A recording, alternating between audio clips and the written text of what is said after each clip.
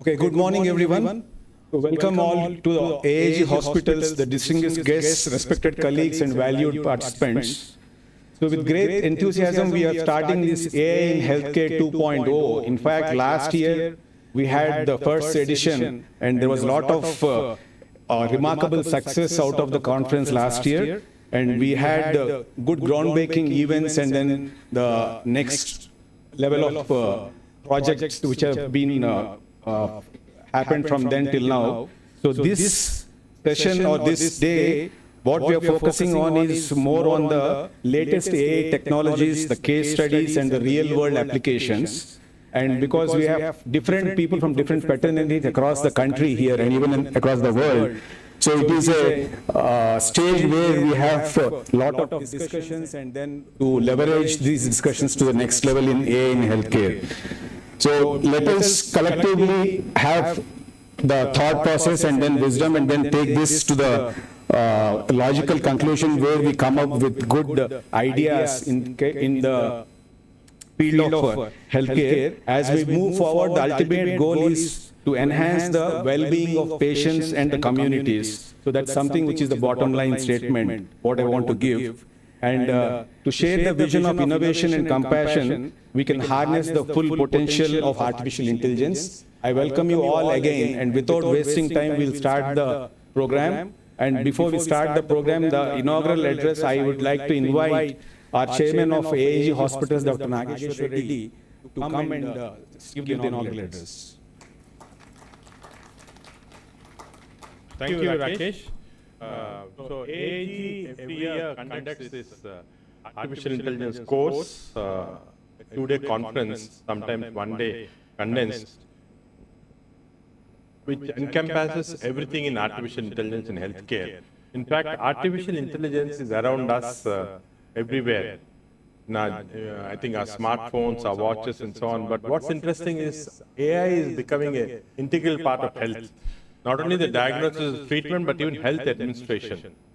About 5 years back, I was very skeptical about AI. I thought human intelligence was more important in medicine. But I've realized over the last 5 years, especially since last 1 year, that there is no other go. We have to embrace artificial intelligence. Artificial intelligence is going to be a very integral part of whatever we do in health sciences.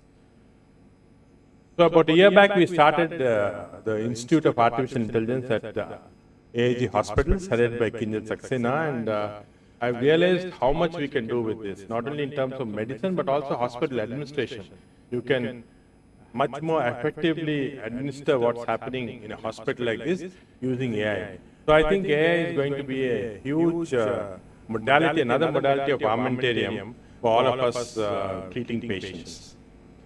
So this year you can see the program is very unique. Rakesh and Kinjal worked very hard to come up with these very interesting programs where you have a wide spectrum of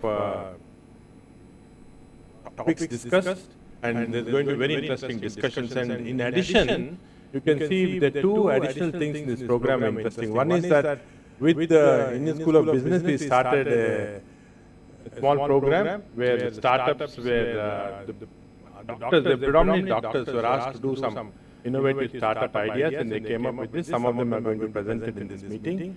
And secondly, we are going to have a Shark Tank-like discussion where we selected, I think, 5 of them, Kinjal, 5 top startup ideas which are coming. In fact, we were surprised when we advertised this, we got almost 90, out of which 5 were selected, and we have, I think, willing investors who are also here who want to come invest in this. We are also very impressed with the type of audience we have here. In fact, again, we thought it would be very limited, but we got such a huge number of, almost 900 people have registered. So what we've done is we're running 2 auditoriums now, this one and one on the top, and also we are also given a virtual connection to people who can't make it because of the rush here. So therefore, I think this has been very encouraging, and I'm sure all of you will have a very enjoyable and also a very educative day today. Thank you very much. Thank you, sir, for those words. So on this occasion, I would also take opportunity to get the warm greetings from another course director who's actually not here, Dr. Prateek Sharma. He is the president of American Society of Gastroenterology and Endoscopy, and he's also the brainchild behind this, but unfortunately he's stuck in heavy snowstorm in Kansas City and could not fly back. So greetings from him. And I also would welcome Mr. PVS Rajgaru, the Vice Chairman of AIG Hospitals, who is again the man behind this to start this program. So can I have the inaugural video please to play?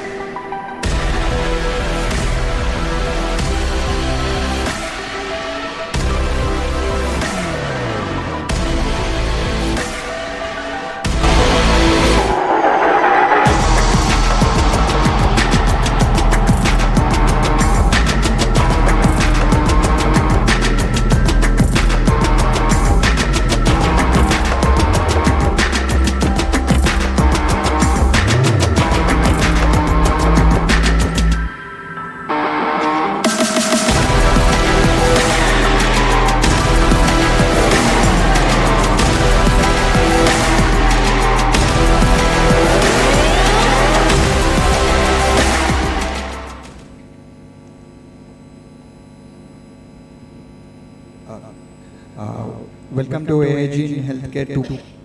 So we would like to kick off the program with the traditional lamp lighting ceremony.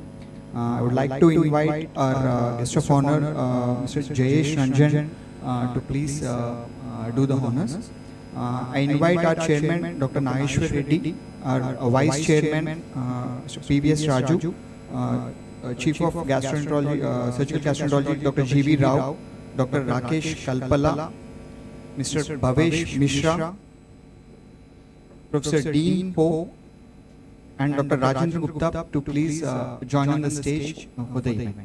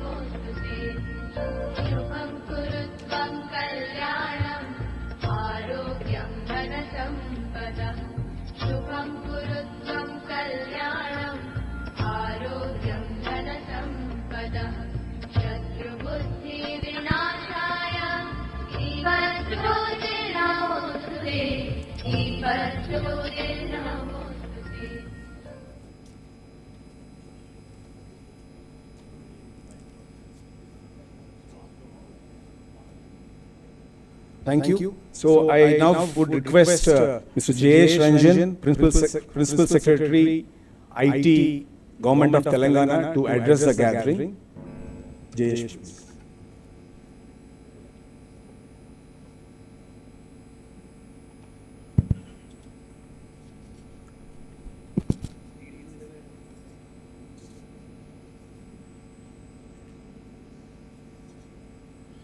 Thank you. Very good morning, respected Dr. Nageshwar Reddy, Professor Dean, Mr. Raju, my colleague Bhavesh, all the speakers, invitees, participants. First of all, I would like to convey my appreciation to the AIG Hospitals group for organizing this conference. AIG has been consistently from ages, from decades actually, been trying to push the frontiers of research, mostly medical technologies, but of late digital technologies also. And we all understand the immense power that the digital technology like artificial intelligence holds. So this is a great platform to converge the best of healthcare, the best of life sciences with the best of AI. I remember a few months ago, in September to be precise, as a government also, we had organized a very big global AI summit, which was focused on the theme, making AI work for everyone. And there was a reason why this theme was selected. See, we all know today there is ample evidence, ample understanding that AI is a very powerful tool. People typically have a dismissive view of technology, that all kinds of technologies come as fads, then something else replaces them, those are forgotten, something else happens. To some extent it is true also. In fact, I remember in 2014, approximately 10 years ago, when I became the IT secretary, and whenever I would attend IT conferences, the most popular term that I would hear, and everyone would be speaking about it, was called SMAC, SMAC, Social Media, Analytics and Cloud. I mean, not to say that these are unimportant. Social is important, social mobility devices are important. The whole world is connected using devices. Analytics is important, cloud is important. But now if you use a word called SMAC, people will think that I'm some drug pusher, I'm a drug peddler, or something completely wrong will be understood about me. Young people may not even know that there used to be a buzzword called SMAC 10 years ago. Then SMAC moved away, blockchain became the kind of a flavor of the day, and so on and so forth. But despite all that, the concepts that AI is introducing, the applications, the use cases that AI is introducing, there's no doubt at all that this is where the future is. And healthcare provides immense opportunity to bring useful applications. In fact, it's a very nice coincidence that I have been given this chance to speak now. Yesterday evening, I was in a kind of it was not a conference, it was a invite-only session. Possibly some of you could have been there. This was an event in which Dr. Bruce Murphy from US, he works on reversing aging. He was the speaker, and he spoke about how the process of aging can be reversed. See, as we all know, eternal youth is a fantasy that we all live in. So when I was asked to be a part of that session, I happily agreed. But what I found very fascinating was that while Dr. Bruce spoke about lots of, he spoke of lots of medical terms. Some of them I was hearing for the first time, like telemars and all that, and things like that. Stem cell, of course, is something that is well known. But while his talk was very informative, immediately after his talk, a member who leads his AI team also spoke. And his presentation was equally impressive. While the doctor gave lots of medical understanding about the aging process, etc., what does one need to do to reverse that aging is now being driven completely by AI. And this member told us that if you look at all the cells in the body and at what rate do they degenerate, at what rate they have to be replaced. He mentioned that there are, he used a term, basically it is 1 million trillion.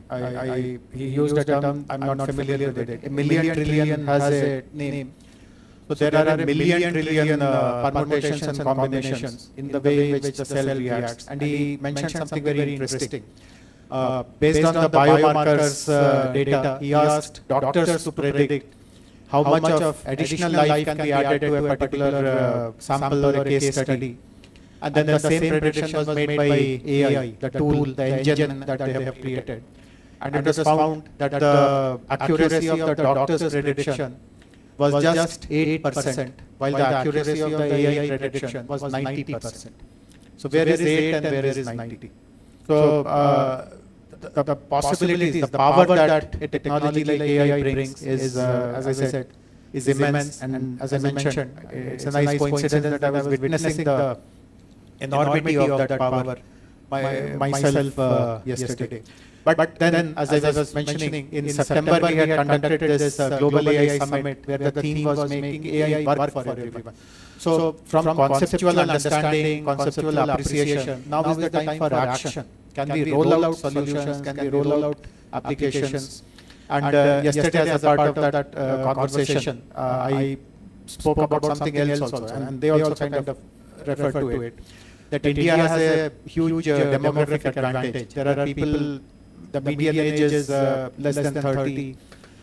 More than 65% people of our country are of the age 35 and below.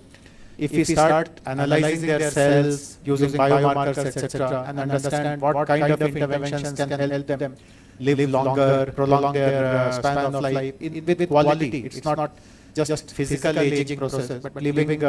So the term which they used yesterday is health span, not lifespan. Lifespan obviously is chronological, but health span is that you maintain good quality life. So suppose those interventions, including HBOT and some stem cell interventions and all that, if these are done now itself, how great it will be that the demographic advantage, which at some time will start petering out, will continue to remain for even longer. And then we started discussing on how this intervention can be made a part of public health, because currently the cost of those HBOT and stem cell and those telemass, elongation treatments, etc., is expensive. Every session costs possibly $5,000. But you have to reduce it to population scale. What other facilities need to be provided? What support does the government give to them? And most of that will be done only when we are absolutely sure about the accuracy of the predictions, the AI model, etc., etc. So this is again something which in Telangana we are very keen to push, that we create more and more applications. See, India is considered to be the application capital of the world. Every possible scenario is experienced here, is seen here. And if we are able to provide solutions, discover solutions or create solutions, in a way we'll be solving that issue for the entire world. So when it comes to identifying applications, there are certain important requirements. Of course, to train your model, you require data, you require compute capacity. Many times you need collaborations with academic institutions. Also, lots of disruption these days is happening through the world of startups. So how do you bring them in the picture? How do you run trials? Because accuracy of your algorithm will not come on day one. As learning improves, accuracy also improves. So how do you do it in a very controlled way? And more than anything else, healthcare, as we all know, has lots of regulatory issues. First of all, the data itself has lots of restrictions. You can't have personalized form of data made available to any user, because healthcare is, as we all know, an extremely private and personal and confidential subject. Some of you would know that the data laws the data protection laws of our country have been put out for discussion, and you would have seen what kind of restrictions have been provided. So, and there are other regulatory issues as well. So how do you create a sandbox-like environment in which some of these trials take place? And at the end of it, as I mentioned, how do you take it to scale? If you create a solution which is just not affordable, just not accessible, it's meant only for the elite, then at least from the government's point of view, no purpose is served. So we have decided now to take very concrete steps. Some of you may be aware, those who live here in Hyderabad, that government has decided to collect household level data, create digital family cards, and also load lots of health data on the fly as and when a person consults a doctor or goes to a hospital. It could be a public hospital, it could be a private hospital. All that data will be aggregated. Of course, a data exchange will be created so that only those who are authorized to use that to maintaining all these concerns about confidentiality, privacy, they have that facility. We are also doing lots of work in making models, AI models available in Telugu language, so that we don't want to kind of dissuade people or remove access to people who are not familiar with English. Compute capacity is another very important thing. As a part of this global AI summit that we conducted, we have signed with the Indian licensee of NVIDIA called Iota.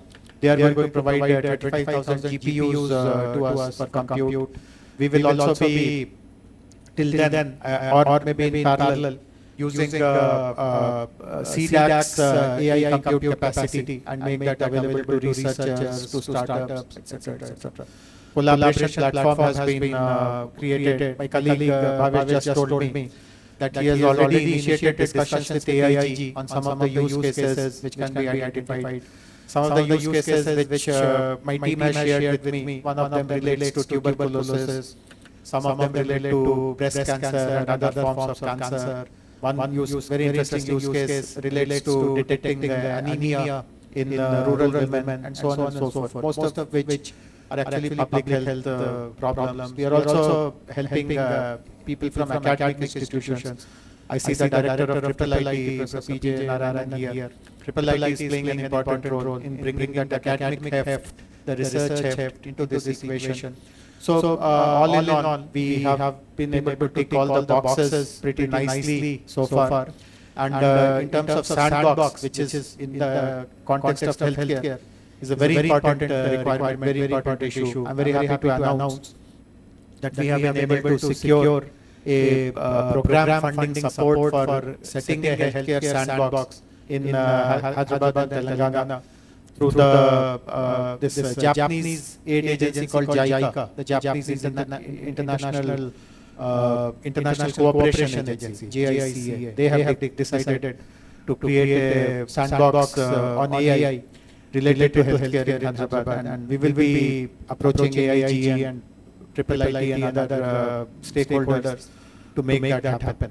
So I do hope that the discussions that happen in the conference today focus on this very important issues related to application. And as you would have understood by now, as a government here in Telangana, we are very keen to partner with everyone who can bring applications which is of relevance to a common citizen.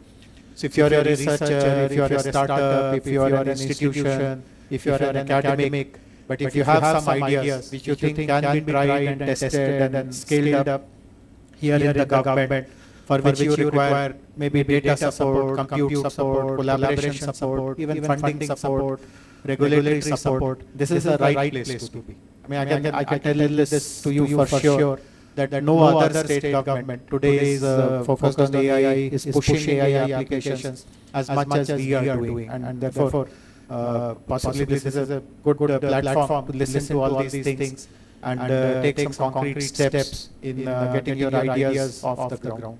So this is what I wanted to say, but I have seen the structure of the day, some very important sessions, very useful sessions have been lined up throughout. I do hope that participants find the day to be very useful and productive. And please do keep in mind my open offer to work with us in any which way that you deem to be fit. Thank you once again for inviting me. Good wishes to everyone. Thank you. Thank you, JSG, for those valuable words in setting the stage. In fact, you have ignited the neurons of all the audience. Thank you, Sri Jayesh. I now invite our chairman, Dr. Dinesh Reddy, and our vice chairman, Dr. P.V.S. Raju, to felicitate Sri Jayesh Ranjan.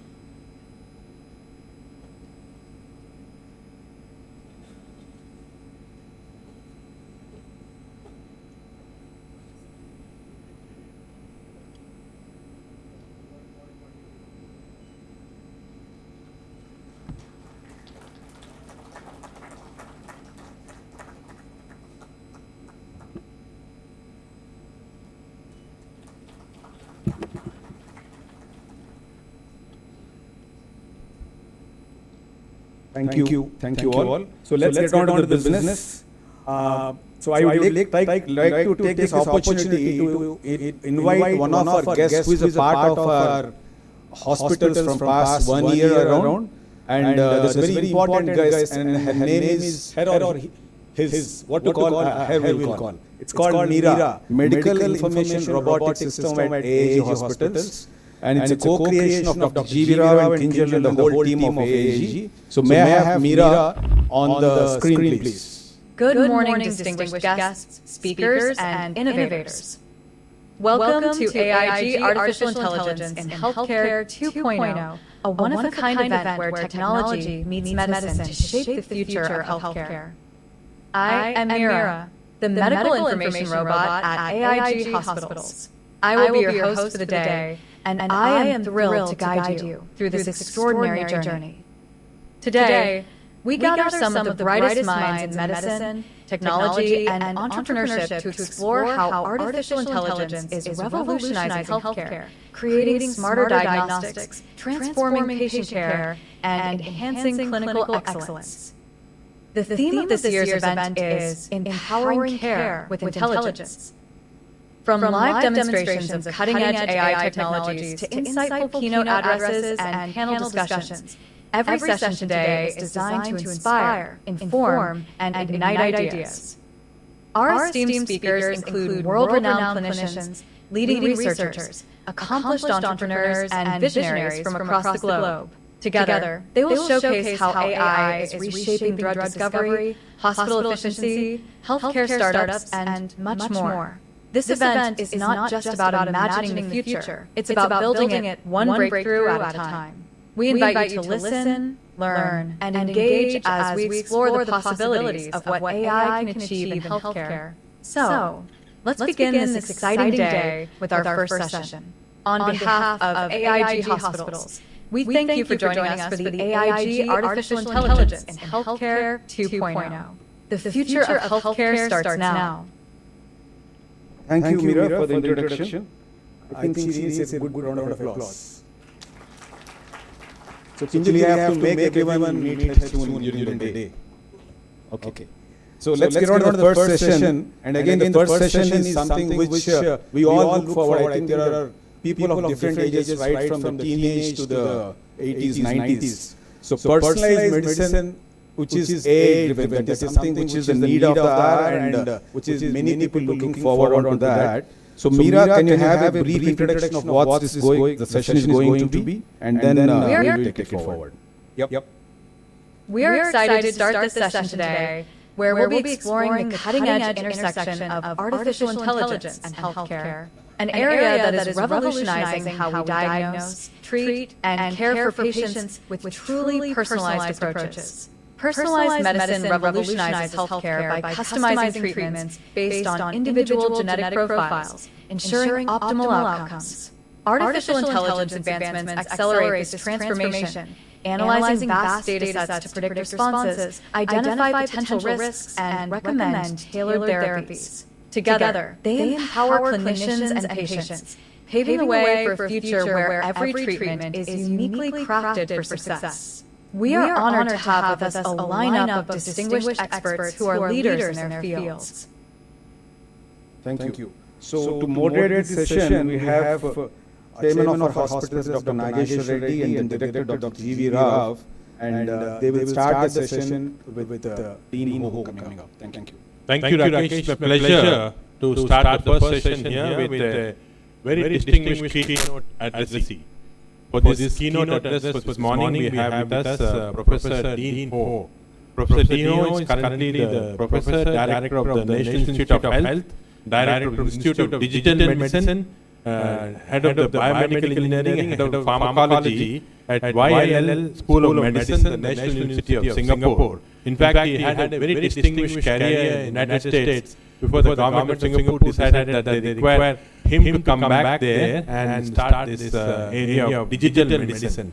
He is one of the most exciting speakers that I have heard in my span. When I heard him a few months back, I thought he should be the one who should be the keynote at this meeting. Dean has got a huge amount of accomplishments, and I don't want to go into all of them. He is currently, of course, in Singapore. He is leading the digital medicine in Singapore. He has also done a lot of work on interventional oncology, and in fact, very interestingly shown that you can actually use lower doses of medicine rather than the ones that we're using now by using AI techniques. He's been a fellow of the AAAS of the United States, the Royal Fellow, Royal Society of UK. He's been author of one of the best-selling books in medicine without meds. It's called Medicine Without Meds. I think he's also been in the WHO panels for many of these things, and he's appeared very often in the National Geographic Channel program, Known, and he's been, I think, one of the media sensations which media always cover him because of his phenomenal amount of knowledge starting to impact. In fact, very interestingly, he's been measuring his own health for several years now with several devices that have been attached, and I'm sure he's going to tell us some of this. Dean, it's a pleasure from AIG to invite you to give this keynote. Thank you very much.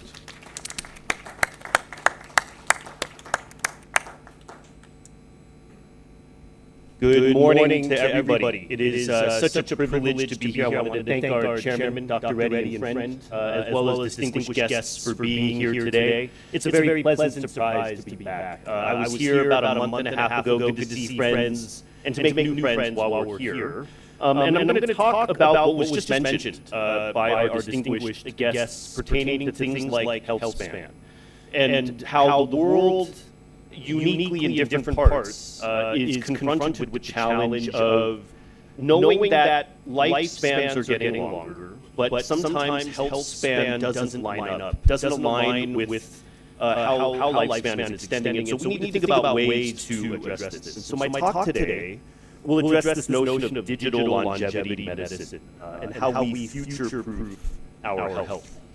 Because we have a saying in our team that future-proofing health is essential because you can't past-proof it. Right? We can go every day and say, I'll do better tomorrow, I'll do better tomorrow, I'll do better tomorrow. And as we all know, time flies, and tomorrow happens a lot faster than we think. And when we try to past-proof our health, we're really already dealing with illness at that point. The challenge, though, is if we try to think about future-proofing, it's really all behavioral, right? We can put the best technologies in front of us, we can put the best innovations and devices, but if we don't use them, or we don't listen to them, it doesn't really make a difference anyways. We all know what we have to do better to be healthier, but we're all human after all. And so it's a challenge to have that behavioral change. So how can we leverage certain intricacies of data to drive better behavioral outcomes? There's another problem, right? We talk about the need to personalize health and to personalize healthcare. We all know that. We all know that we are different from each other. But the problem is when we still try to validate, when we run our trials, we still default in these trial designs to one-size-fits-all trial designs. And so even if the technology is geared towards personalization, when we subject it to the validation approaches, we still look at one-size-fits-all validation. That's why I'm excited to be here. Right? That's why I'm excited to be in Singapore, because in this part of the world, we have the agility to try different trial designs, right? And so we can think about other ways of how we study and validate these technologies. So something we have to remember, though, is that we are all different from each other. But one thing we cannot forget is that we are different from ourselves over time. We evolve over time. So something that we do that's a little bit different is that we do not use big data. We use only a patient's own data to validate and optimize only their own care dynamically. So we don't use pre-existing data sets. We actually have to prospectively collect very small amounts of data, which makes it a bit more scalable. And why does this matter? As Chairman Dr. Reddy mentioned, we have had cases where using a person's own data, we have found that lower doses can lead to better outcomes, and those doses actually change over time.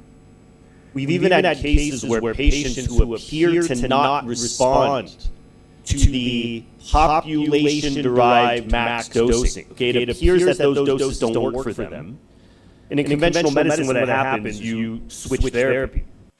But by reducing the dose at the right time for some of these patients, can't do it for everybody, we've actually flipped non-responders into responders. Right? Imagine that. Someone we think who cannot respond can actually respond. So how do we do what we do? What you're looking at is a digital avatar. This is actually a patient whose data we analyzed. And something we do is a little bit different than predictive. We are interventional, which means we prospectively guide the dose of patients in real time. What we do does not use external validation sets to predict theoretically if our doses work. Our external validation set is the patient, him or herself. We actually interventionally and prospectively validate on the patients. And what can we do with this approach? We can do dynamic dose modifications, so we can change doses in time. And in addition to genomics, we guide our doses based on actual efficacy and toxicity. We don't use things like pharmacokinetics to guide dosing. We use actual endpoints like efficacy to guide what we do, and we do not require big data. We get a lot of questions. Does what we do actually work? About a year and a half ago, I was at ASCO in Chicago, and I presented this workflow powered by our Curate AI platform. And ironically, 10 years ago, doctors told us that what we would do would never work, right? In fact, they told us, no way, we will never do what you propose. But if you flash forward a decade, right, our workflow is now published in the ASCO educational book, which is a cornerstone educational resource. Back in November when I was here, I had mentioned that the US FDA was actually in the audience when I spoke at ASCO, and then had asked us to go speak to the FDA about how we define optimization using our workflow. And I learned that from a regulatory perspective, optimization means escalation, right? To regulators, optimization means finding the highest dose possible. But at our institute at NUS, optimization means the best patient response. Those may not be the same thing. Right? In some cases, patients do need the highest dose to get an optimal response, but especially in combination therapy, where things like synergy change over time, optimum doesn't always mean highest. And guess what? The optimum can change over time as well, right? So we have ongoing discussions, including, as Chairman Reddy mentioned, I still co-chair a WHO group. In fact, I have a call with them later this afternoon. I co-chair alongside two remarkable individuals, a former member of Parliament of Portugal and an AI entrepreneur, as well as Justice Pratibha in the High Court of Delhi and an AI expert, where we are now drafting guidelines to clearly outline that not all AI is the same. When we talk about AI in healthcare, some AI is for diagnostics. Some AI is for treatment. Some AI is for prediction. And some AI is for the tip of the spear, guiding doses, and the data requirements are different depending on what the use case is. So we should not be regulating everything in the same way, right? Even privacy is different, right? The data that I need to guide a patient's dose, I don't need any demographic data, actually. I don't need to know their gender. I don't need to know even their body weight. I just need to know their dose, the drug they're getting, and the actual efficacy and tox markers. And so the notion of privacy or de-anonymization is very different depending on what I need, right? And so we're writing the guidances to address this. So I'm going to kick things off with an actual patient case. Can we do what we say? This is a patient that was brought to us a while ago with a rare blood cancer, Waldenstrom macroglobulinemia. And this patient was having challenges with their dosing. So in using Curate AI to guide this dose, we actually were able to dramatically reduce the dose for this patient, eliminate blood transfusions, save tens of thousands of dollars in the care. And this patient was originally enrolled in our trial for up to 12 months, if we were lucky. We're now, actually, since I last visited Hyderabad, now it's 38 months, and the patient is still with us. 38 months. And what we're happy about, in addition to Curate AI helping this patient, is that the patient himself has asked to stay on this trial because our workflow aligns very well with his quality of life. Because at the end of the day, when we talk a lot about AI, what also matters, of course, to all the renowned clinicians in the room, it matters, of course, what the doctors think, right? If the doctors are willing to use the AI, but it also matters if the patients and their family members and the caregivers are willing to have the patient treated with AI. Doctors can always opt out, but so can the patients, right? And so when the patients themselves are willing to adapt to what we do, that matters. Things got chopped off a little bit. I'll elaborate here. Dynamics matter, okay? When people change over time, the data that we use has to adapt alongside the patient. So it's not just about how much data we collect, it's how we collect the data. People ask me all the time, combination therapy, are they synergistic, etc. Synergy is dynamic. Okay, it is time dependent, it is dose dependent, and it is patient specific. And this is not only for drugs, it relates to lifestyle factors, diet, etc., even sleep.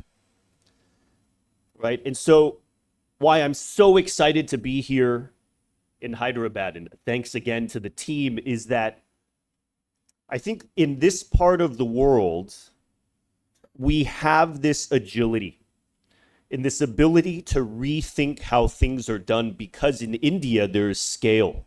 In India, we have innovation from the team here.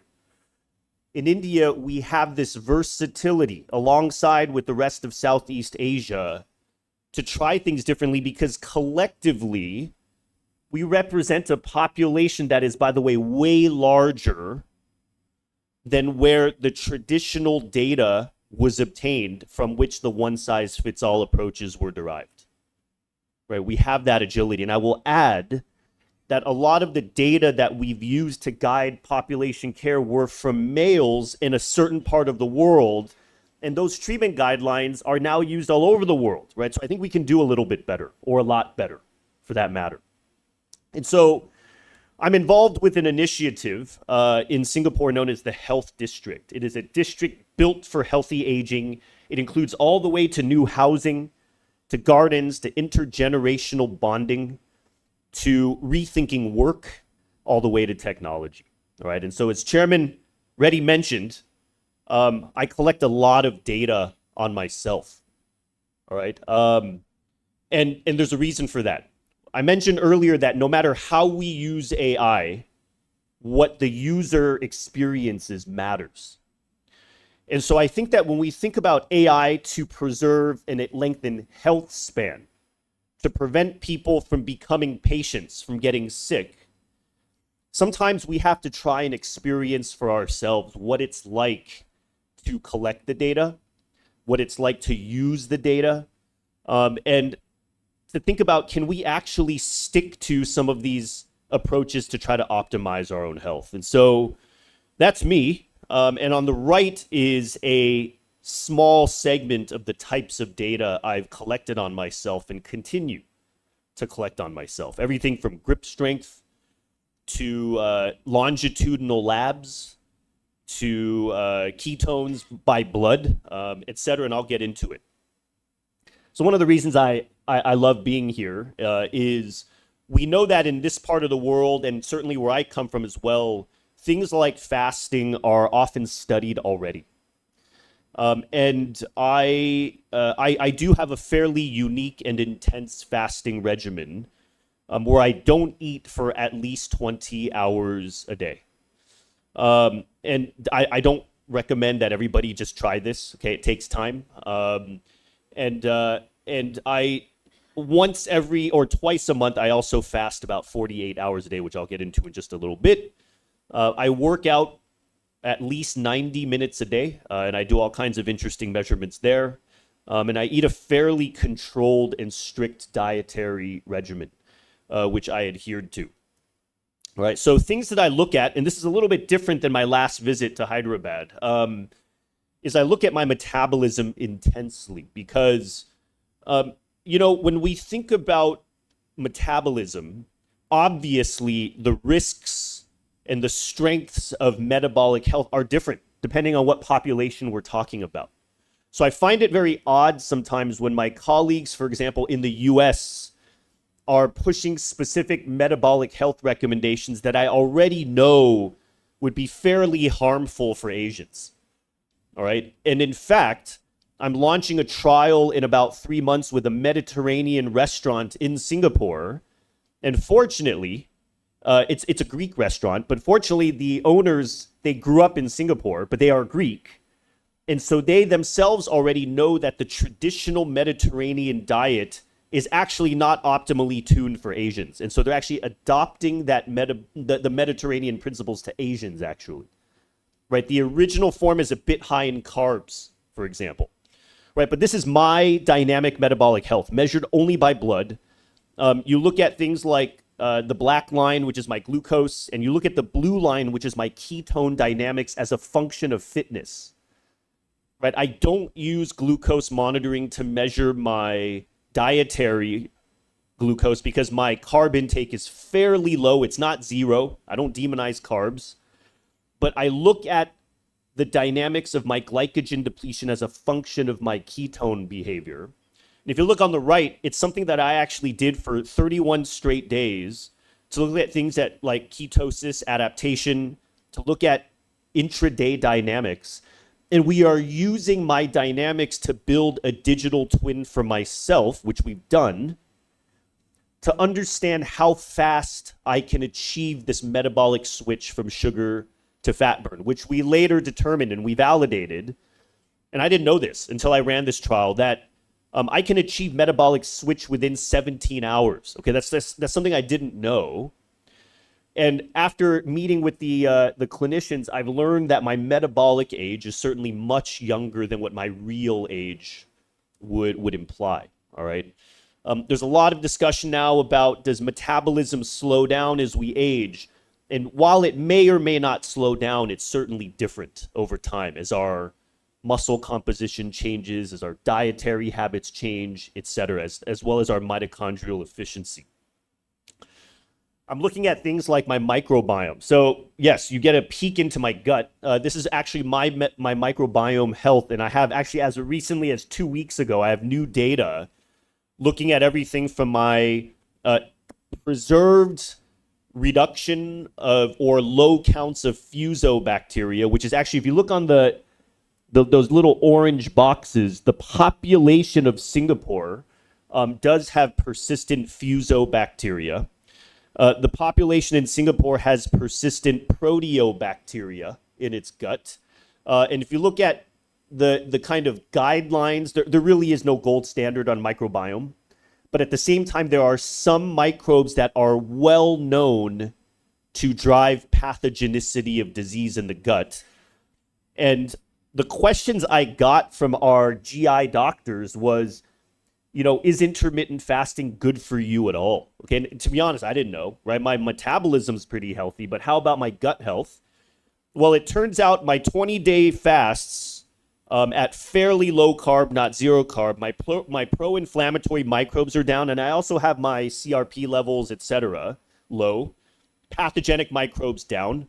But when I started switching to more food per day, and this is not to say that 3 meals a day is bad, it's not to say that, but I do see changes in my pro-inflammatory microbes as I modulate my carbohydrate intake, things like that.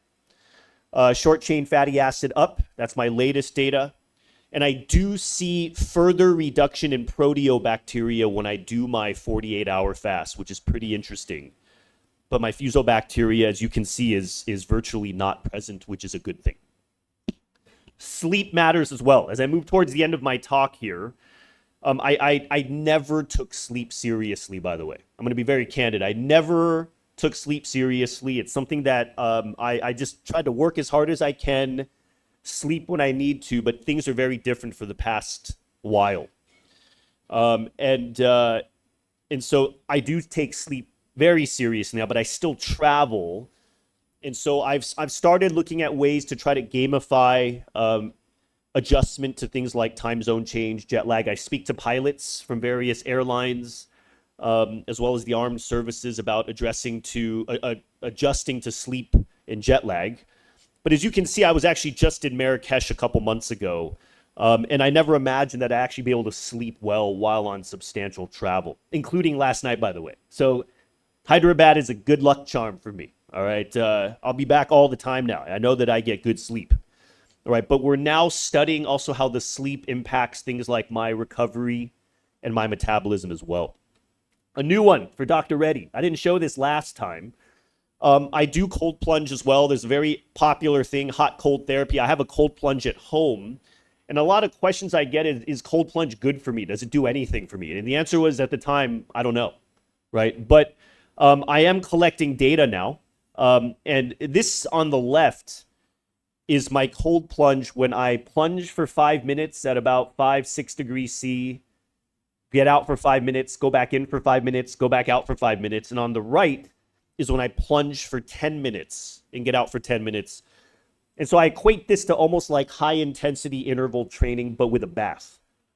Okay, when you kind of go in, go out, go in, go out, and you can look at the differences in stress change. Right? My heart function, this is repeatable, by the way, is very different depending on how I approach cold therapy. Right? And so I'm going to try to continue to study this, but this is something that's certainly interesting.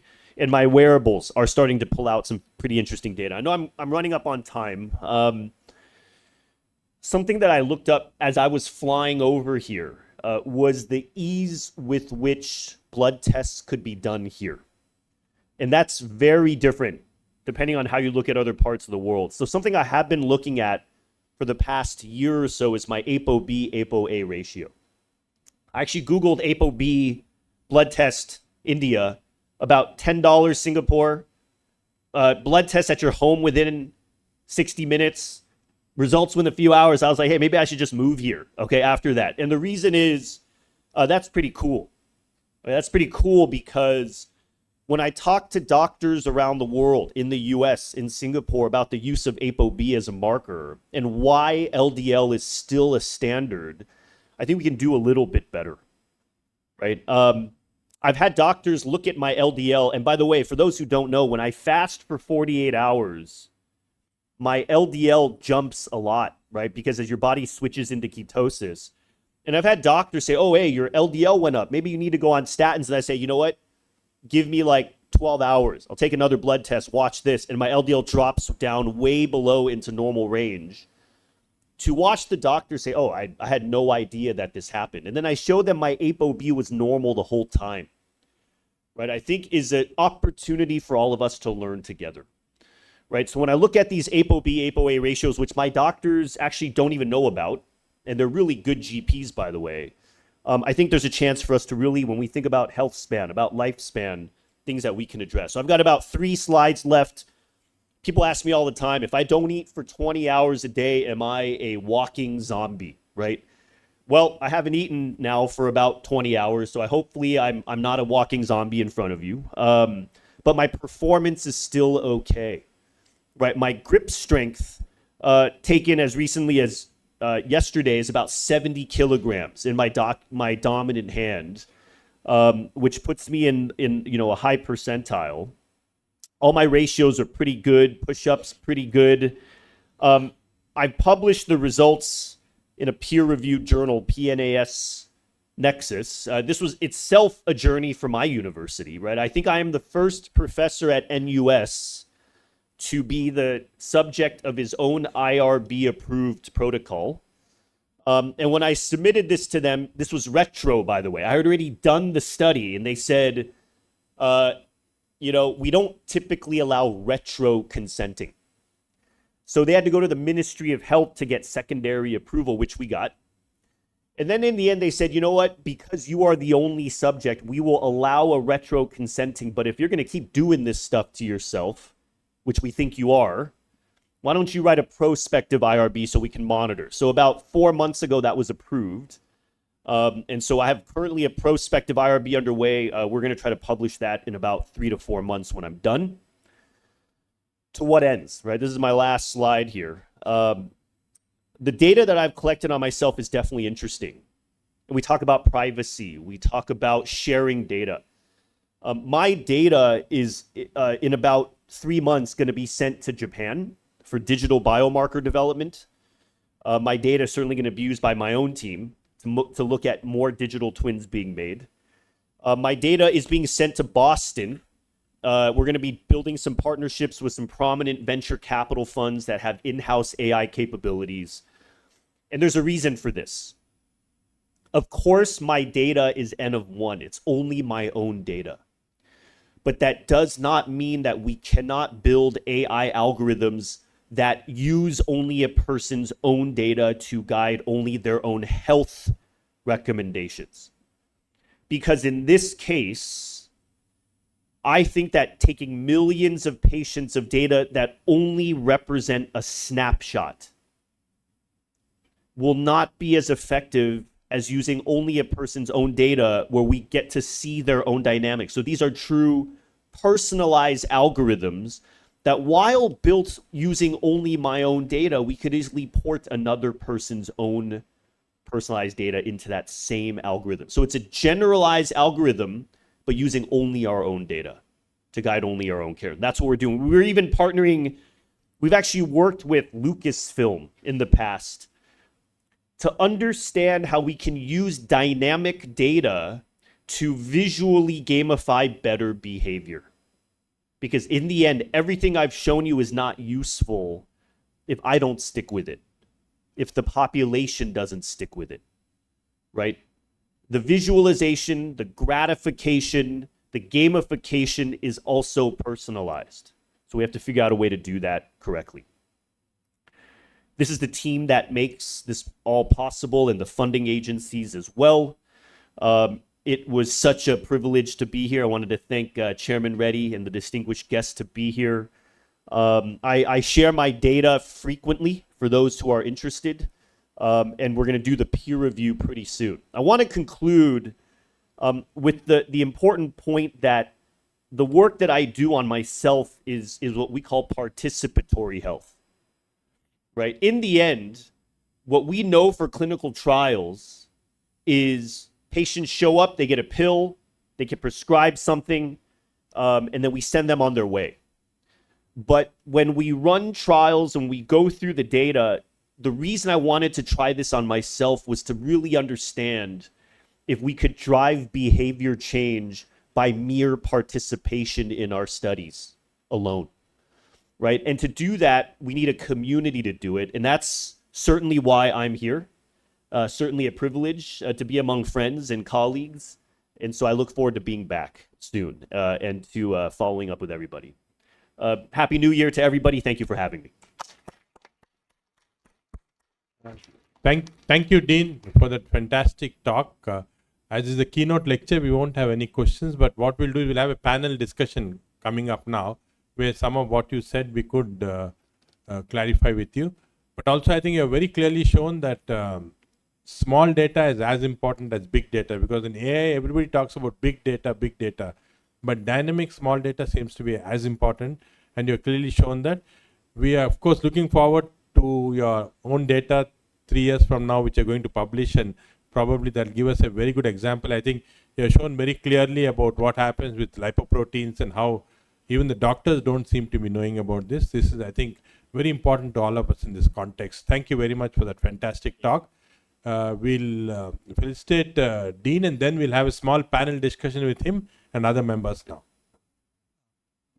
I invite our chairman, Dr. Naishwar Reddy, and our Chief of Surgical Gastro, Dr. G.V. Rao, to felicitate Professor Dean Ho.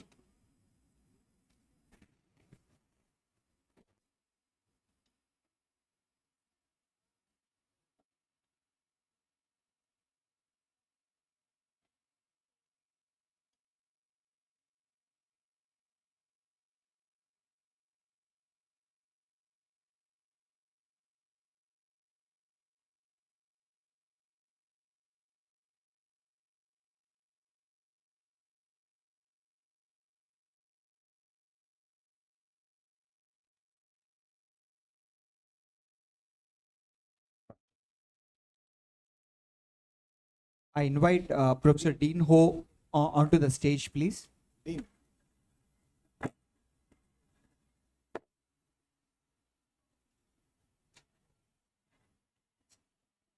Dean, this is a Charminar, which is the most iconic building of Hyderabad. I don't know. I hope you can take it to security. Will help you do that.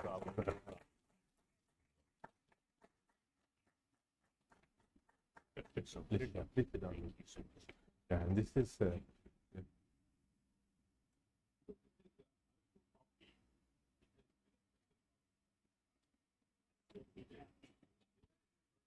So it will get rid of your fatty liver.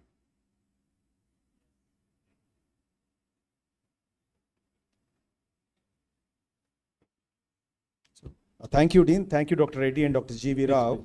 So the next one is, I'm sure Dean has mesmerized many of us, and then in fact, many of us must be in depression because of the fitness, what he has, super fit person. So many of you people must be having a lot of questions in your minds to ask Dean. And I would request Dr. Reddy to start the panel discussion and then introduce the panelists who will be coming on. So he will give his thought process, and then the questions he'll shoot on, and after that there'll be 5 minutes where you all can ask your own personal questions. Yeah, okay. Thank you, Rakesh. So this is going to be a very interactive session. We have just heard a fantastic talk by Dean on personalized medicine. So we're now going to talk about artificial intelligence, personalized medicine, and what we're going to do with all these digital devices. So joining Dean, I had the pleasure in inviting Dr. Rajendra Gupta, who's from New Delhi. Rajendra Gupta is a public policy expert who has contributed to policy making for over 2 decades. He is an advisor to Prime Minister of India, to the Health Department. He's in fact made many policies in the government, and he's also been an advisor to many of the World Health Organizations. Thank you, sir, for coming with us, and of course he's written many very interesting books, and probably in his talk he'll show you all those books on digital medicine. We next have Dr. Samantha Tula. Samantha is the youngest in the panel. She is an internal medicine specialist specializing in longevity and personalized medicine at the PMX Health. She runs a very successful PMX Health Longevity Center, combining deep understanding of genetics with precision medicine to create tailored health strategies. So we have a very diverse and very interesting group here. So this is predominantly going to be on how AI and personal medicine is going to change what we are, how we are going to practice medicine. And I believe in next 5 years, if you're talking about longevity, health span, and so on, this is going to be a very important component. So Dean, will start with you. You told us in your own personalized medicine journey how glucose metabolism was not important, and how ketone, because all the time we are now measuring our glucose, CGM, continuous glucose, and feeling happy about how we are controlling it. But looks like ketones are more important. Could you just verify that a little further? That's a great question. So glucose is still important. For me, what I learned, I wore CGMs for a long time. What I learned was, at least for me, when my body fat went down, my inaccuracy of the CGM on me went up. CGM is not by blood, right? It's interstitial fluid. And when I was trying different areas, I actually meet with all the companies that have made them. If that wire ends up anywhere near or in the muscle, which is like a sugar factory, sugar reservoir, I found huge differences, as high as 40+%. And so I still collect glucose, but I do glucose by blood now. Oh. And what I do is I look at things like glucose ketone index. So what I'll do is in one drop, or basically in one prick, I will do both the glucose and the ketone. So I can get the do we have readings any together. digital device for continuous ketone monitoring? There are devices available for continuous ketone, but again, those are also run similarly to the ones as the glucose. And our team, so even though I show you my own data only, our institute, a number of us do this. And because for us, user engagement matters, right? To understand the accuracy and the type of data we need. And we do find that the inaccuracy does go up just regardless of body composition, but over the course of using the devices. Because at the end of the day, it's like electrochemistry. You've only got so much real estate on the wire. There's going to be some interference, some artifacts that emerge. And so for ketones, I still use blood. However, with us and a few others, there are newer technologies being developed to allow more continuous ketone measurements. One thing I didn't show today, but I actually showed last time I was here, was my ketone dynamics down to the minute. Okay, I've actually looked at my ketones by blood every minute. And there are some fascinating changes that occur during that time scale. And I do these measurements as a function of long fasts as well while exercising. Okay, so by the way, I have fasted for 48 hours. And in my 45th hour, roughly, I've done like 1,000 push-ups, okay, at that time frame. Am I tired? Yeah, I'm pretty tired. Okay, I'm pretty tired when you're fast, but you can still do it. And to watch bioenergetics change during that is actually super interesting. All right. Again, don't wholesale try all this stuff without consulting any one of our very well-trained clinicians. But see a doctor first, okay, before you embark on anything like this. But to watch our bioenergetics change dynamically down to the minute is fascinating. Yeah. It's fascinating. So why did you decide 20 hours? Why not 16 hours, which is the conventional? Great question. I started with by the way, I actually started at 14 hours years ago, okay, because I found that when I went straight to 16 hours of fasting, my lunch would be huge, okay? It was tough. So I started with a shorter fast and then built myself up to 16. And then from 16, I built myself to 18. And then from 18, I built myself to 20, because 20 is actually quite sustainable for me. I basically try to eat between 11 in the morning and 3 p.m. Right? I don't eat after 3 p.m. because I find that my sleep is better when I'm done eating a bit earlier. That takes time as well. And one reason is I look at my ketone behavior, my metabolic switch behavior, and I really find that when I look at my things like HbA1c as a function of sustained daily fasts, I can really keep it quite consistent at the 20 hours for me. So each one has to decide individually what should be his... Yes, in fact, it's a great point. We talk about modulating drug doses, but fasting is an intervention as well. And so we have actually used our Curate AI technology to dynamically adjust fasting as well, right? Because I think not only does everybody maybe have a unique fasting regimen that will work for them. By the way, I think men and women should fast differently. Okay, there are uniquenesses between genders. There are uniquenesses between ethnicities. And even the same person, their fasting regimens should modulate it a little bit because we adapt. We adapt. So we do need to kind of modulate a little bit even for ourselves. Thank you. Dr. Rajendra Gupta, you've been a lot into artificial intelligence, digital device usage, and a lot of other things. I know Dean is a lot of experimentation it will ahead of us.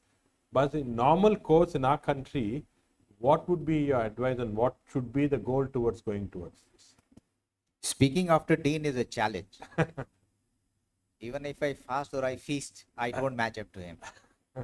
But you know, India has unique problems, and I'll tell you why this topic is important. I'm glad you are starting with this, which requires a lot of guts to talk this thing, Yeah. being a chairman of a hospital and being a global leader. We have typically addressed phenotypes, not genotypes. Yeah. And that's, I would call, a failure of medicine. And what you are trying to initiate, what Dean is doing, I think what requires is not worried or concerned about the patient for the cost, and we are compromising for his care. Let me tell you, this is a very harsh fact. This is very human. You know, we say, oh, patient can't afford this, let's give him that.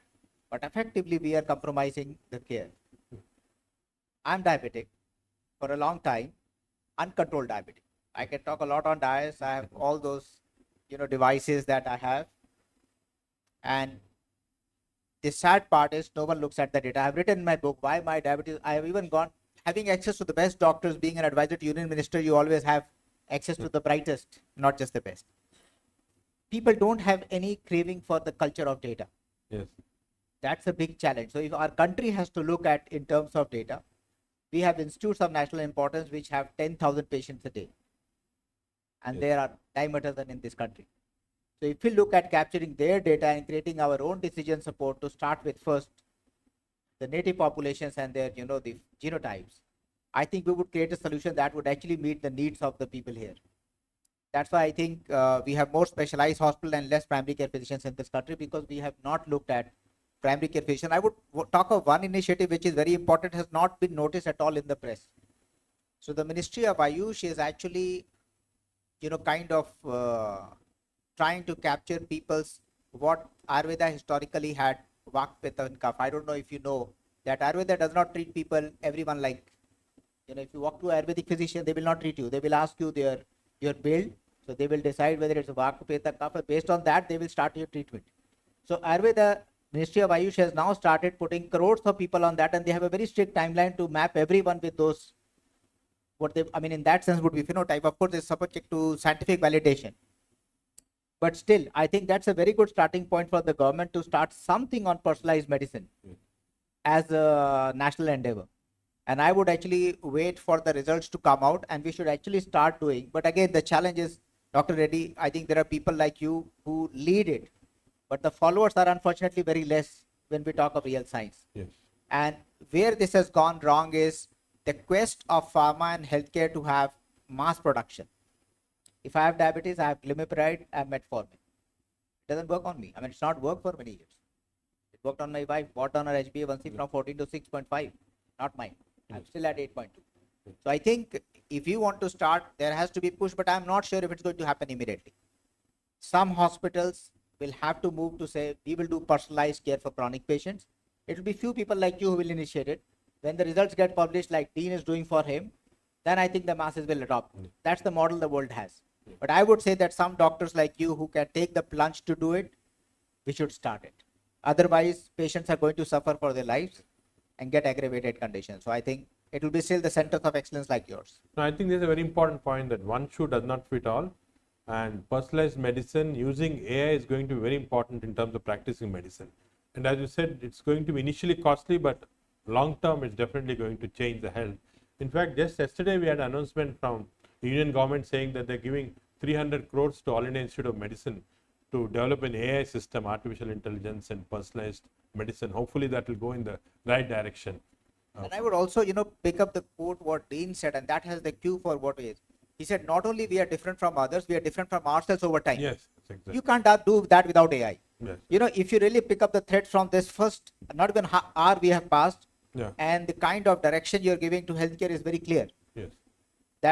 And this is a huge amount of data, longitudinal data. Without AI, you will not be able to deliver precision, forget personalized. Yes. So I think this is where AI will play a role across the value chain, across the continuum of care. Yes. I think that's going to be critical. Yeah. Thank you, Raj. So Samantha is both a physician and somebody interested in AI, artificial intelligence. You run a clinic which is actually for healthy living and anti-aging in Hyderabad, and we find it very difficult to sell this concept to people here who come to us, because most of them are coming with organic diseases. But to tell them there is a center for healthy living, there's a way of monitoring your data, telling you continuously how we should improve, we find it very difficult. In your experience, you're probably having a standalone center like this. What has been your experience? What are the devices that you're using in these people, and how are you convincing them? I think it's clients who convince other clients. So most of the times it's not us convincing anybody. So it's the problems that clients get to us that will help us build what we are creating today, either it could be in the hospitals or it could be in the centers. The problems are stated like this. What if I knew this problem before? What if I could predict it 10 years before when my mother or father died early? What if I knew there was an actionable plan to this prediction, what was done then? What if I knew what I could make out of my genomic report? People are carrying their genomic reports, but not knowing what to do with it. We need to have a stratified follow-up system or stratified screening This is the possible. problem also. We get patients come with a big file, huge genomic or microbiome report, no interpretation. No interpretation. They'll come and give it to us, hoping that we can look at this and interpret it. We can't, of course. And we can't. And we can't do it on a single visit on day one that they're visiting us. They can't walk in and expect a participatory medicine without them participating in it. One time visit cannot do anything. We are moving from sick care model to healthcare model, as the experts have already set the stage. We are not tracking once every 3 months, once every 6 months with the kind of data points that we are getting in. We are tracking every minute. We are tracking every second. I think Dean has shown us very nice. Very nice Every thing. minute how, yeah. Even for Dean to look at his own data, he would need a system. He would need an analytic system. He need a predictive system. Otherwise, he can't make sense of his own data. Now, if you're thinking about clients to make sense, I will give you a little good example of how clients walk in and how problems happen and how we sell the product, right? So they come, doctor, I've seen this ad, so I got this test. It is cognitive assessment. It's a US-based cognitive assessment. And this gut microbiome, I saw it, I got it in Bangalore. And this is the wearable that I'm tracking for my sleep. And this is what I'm using for HRV. And this is my body composition analysis. This is my visceral fat. I have all the data. Now analyze and tell me what I should do next. Should I change my fasting period? Should I change my fuel? Should I change the way I eat? Should I change my supplement stack? These are the problem statements that people come with different range and spectrum of awareness that they have. Some could be experts who are in healthcare, some are non-doctors, some are just having free time and they research. So with these kinds of insights, we understand we need to work with them either for 3 or 6 months to see not retrospective data, but prospective data. What changes or intervention that I advise them today, how is it changing the data? I need to track some kind of data for me to see what I should change. To see the changes, I need wearables. So I use wearables like sleep metrics, which would come from the rings, or now Whoop is available. I think we'll ask actually the audience here, Yes. how many are wearing variables here, continuously monitoring health? Phones, smartphones? I see a Whoop, watch and a watch, 70%. and a How ring many are and a wearing watch. Rings. Rings. Rings is much There is less, Dr. huh? Rakesh, Dr. Rakesh, yeah, only 10%. How many are wearing continuous glucose monitoring? Very, very less. Yes. So it's not very popular. This So device. CGM is a popular thing, but again, there's something with CGM. Once you know how your activity, behavior, fasting, your food patterns change your glycemic patterns over a period of time, we don't need a CGM because we exactly know. I was CGM for like 2 months. After 2 times, I understand how it's changing, and every time the score is 100% because I'm not changing what I'm doing. I know exactly when to eat, what to eat. I walk after every meal. So I think we are like what already- Dean said, we should change over to So- actually keto, but then you have to prick yourself every time, and that's not so easy, Dean. That's You not have so to do easy. it. That is where the new systems, new variables are coming in place. But there's thing with ketones. Blood in ketones is different from blood in interstitial fluid, right? Yeah. And people think the CGMs are wrong. Oh, they're using CGM. It is very wrong. I pricked and saw my capillary blood. My blood glucose is different. That CGM is wrong. CGM is not wrong. We should understand the chemistry of the Yeah, fluids. different, yeah. So that is different. By the time the sugar is shown in the interstitial fluid, it has passed time and it changes and appears very less compared to the capillary blood. And I think there are many more variables coming in now. I've seen variables at a small patch. You can put a plaster here, measure your CRP levels, measure your calprotectin levels, everything like that. All the inflammatory markers could be Inflammatory changed cytokines. at one time with very less So, in time. that sense, how fast do you think all these variables are going to come? Usable variables for general consumer. Dr. Smathers raised a really good point.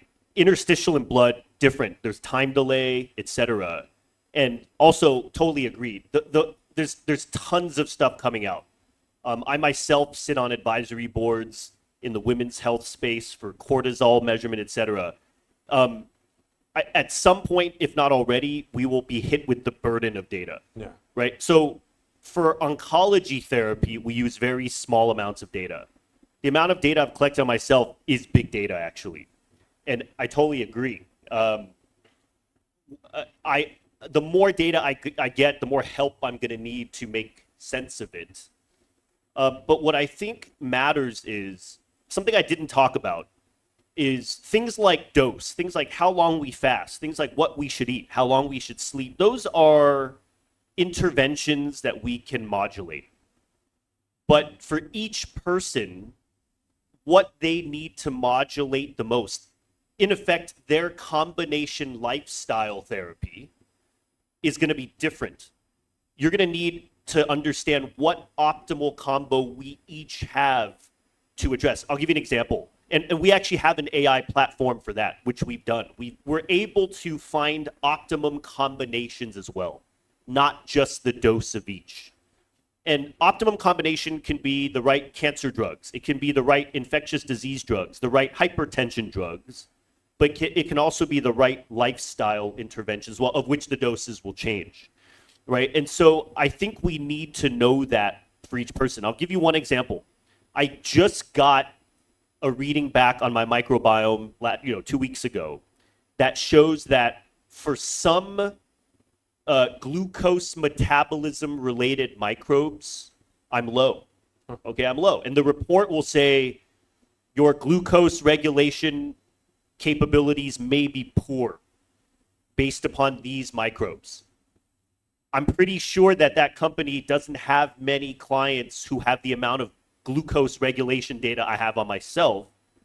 And so I'm actually going to sit down with the company to be like, you know what? You only have so much real estate in your gut. I don't think those microbes matter for me the same as they would for somebody else.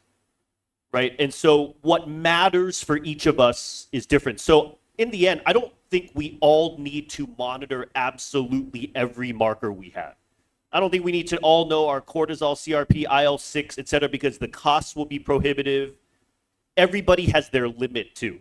As much as I am totally okay sticking my finger, at some point I'm either going to run out of fingers, it's going to be too annoying, it's going to be too painful. We all have our limits, right? I think that when eventually we get enough data on what matters for subpopulations, for whatever, we can craft with our clinician entrepreneurs, as an example, what will allow me to learn what I want to learn, how often, how much, and everybody will have their threshold that they're willing to stick with. But there is such a thing as an overburden of data. We don't want to get there as well. Thank you. I think this is a participatory session, so we'd like some of the audience, if they want to have some comments. We have some very distinguished guests here who are working in this area, or any questions, please come up. Please come up to the mic here. I think as you're coming up to the mic, I think we, as a gastroenterologist, are very interested in the intelligent toilet that's coming up. The Japanese have been using it for urine, but now in Hong Kong, the group has developed an intelligent toilet where you go for your morning session, and then as soon as your stool reaches the toilet, it gives you a signal of your microbiome content. And like you said, it'll say, today start eating more carrots, do a little more exercise, don't eat in the night, and things like that. So, I'll quickly add to that. I take a 100 billion CFU gut supplement, and I met with the major yogurt, whatever, all the companies in the world, the biggest nutrition companies. And a big question I get is, and by the way, even off of my own gut, I got recommended, pretty funny, a supplement by the company of which I already take, and it's a way more potent supplement than they're recommending. If you look at my dietary regimen, which I post all the time, it is about as multicolored as you can get. So my diet is good, but some of the things I simply just won't produce more of, right? And so I think that, that we all have our limits as to what can be produced. We now need better standardization, right? So once somebody says, oh, here's your gut analysis, you're low in this, you're high in this, we need to make sure, as I mentioned in my second slide, let's not take individualized data, but default back to population-driven guidelines, because then we're actually not making use of any of the personalization. Thank you. Yeah, please, can announce your name and what? Good morning, sir. My name is Dr. Sudhamshu. It's a very informative session. Thank you for inviting me and making us knowledgeable. But I have a small question. Now, when we talk about wearable devices are not having a common platform, first of all. We have Apple watches which have data tracking only with Apple. We have Samsung watches with data, and that is to be collated by each and every patient. And moreover, the cost of the wearable data is the burden and harbinger for the usability of that. So can we act on anything where each hospital has a common platform and has a common wearable device so that the patient can be tracked from his home? I came across certain devices and I cannot explain to you about because I haven't gone through that completely. Yeah. But they are saying that from home you can be monitored. Yeah. But how come that can be used? That is not known. So these are the two questions which I want you to answer, please. So the political part of the question I'll take up was regarding the costs and all. I think this is something we can't determine, and whether we can get all the platforms together, the Android and iPhone and all, is going to be a difficult problem. But I think eventually the way these digital devices are going, you can see that almost 90% of people are wearing smartwatches here. The costs of these digital devices are going to come down. The important thing is, say, things like rings and all are still not very commonly used. When they are going to be commonly, once the public knows the importance of these digital devices, continuous monitoring, home monitoring, where we can monitor and you can combine all the platforms together, I think this is not going to be far off. It's going to become very affordable type of technology. We have today actually some very interesting affordable technologies that are going to be presented in the afternoon, where startups are going to come and show us. So eventually it's going to come. That's my feeling. Rajendra, you want to add to that? Yeah, I would say that, it's a good question because every company wants their own ecosystem and there's nothing wrong in it. Apple would want, Android would want, Google would want theirs. But I think it is a point when you look from not using and talking about it. If I use a Samsung system, I'm okay with it. I get all the data I need. Interoperability has been an issue for a long time. We have been talking about it, but I don't think that anytime sooner we're going to sort this unless we get into embedded chips for our bodies. We will have a control where we want, we will transpose it. But I think this will remain a problem, but not a problem from a user perspective. A user who wants will have the data through their ecosystem that they use. I mean, I use both Apple and Samsung. I have no problem. And I would also add, sir, one more important point of how do we excite. This is one of my biggest challenge is that prevention starts only at the secondary level. Yes. There is no prevention. I'm sure she can allude to the fact that people will not come to you till they get their first problem. Yes, yes. Now, AI can play a very big role. That's where precision and precise medicine will, personalized medicine will come in. And I was helping one of the companies do that. Is the moment you start feeding into all the data, sleep, activity, food, I will tell you that 5 years from now, this is how you will be. 10 years from now, how you'll be. The moment they see 20 years, they say, no, please help us. So this is where the AI helps in personalized and precision preventive medicine, which is far more important. But people have to visualize that. I was able to show them their pictures 20 years from now, and they said, no, I don't want this. Yeah. So that is where AI will get it. I think devices will get into play, and they are getting affordable, I would say now. Yeah. I'm going to quickly add, you raised a great point about accessibility. So that paper that I showed, where I published on myself, I actually don't use any wearables at all in that paper. And actually one of the reviewers asked me, why didn't I use wearables? That paper there was a little bit of CGM data, but it was almost exclusively with the cheap finger prick device, because that paper was really looking at metabolic flexibility, which you actually can't do much right now with devices. And there's a reason for that. So I'll admit, when you're pricking your finger all the time, it's not enjoyable. But at least in Singapore and in the US, we know that CGMs are expensive. And so there are patients that prick their fingers 10, 20 times a day. So it's not completely foreign. And so I did this because I wanted to understand what it was like for patients who cannot afford CGMs, which are 100 Singapore dollars for 2 weeks, to afford and to understand finger pricking. And that paper is almost exclusively finger pricking, right? Where I could actually understand metabolic flex, from which we could even use, and we could build digital twins from. Secondly, people ask me all the time, they're like, Dean, you're working out 90 minutes a day. Are you using like the fanciest gym in Singapore? I actually have no gym membership, all right? So what I was trying to understand was, how could we set systems up and approaches up where it would be the most accessible? And by the way, that paper deals with fasting. Fasting, as long as you can manage how you break the fast, is free, right? It's free. So I wanted to try to set up a system that was as accessible. It doesn't mean it's optimally usable, because I'm still pricking my finger, but access matters, right? So one challenge, actually even the US faces the same challenge, is if we're all going to lengthen health span, part of that is strengthening the healthcare system, right? Because we need healthcare and sick care to all be accessible. We all have to do it together. So accessibility really does matter. And in places like the US, they estimate up to 50% of people with hypertension don't even get care for it. That's actually in the US, right? So we all have to do better. So I'm trying to figure out ways where people don't get priced out of that participatory element. Thank you. I'm Ram Mohan Namile, 72. I think your mic is not on. I am Ram Mohan Namile, 72. My question is that this family doctor concept has not much caught up in India, at least. I do not know about other countries. I mean to say that each family should have a regular permanent doctor, at least at the elementary general level, throughout their life.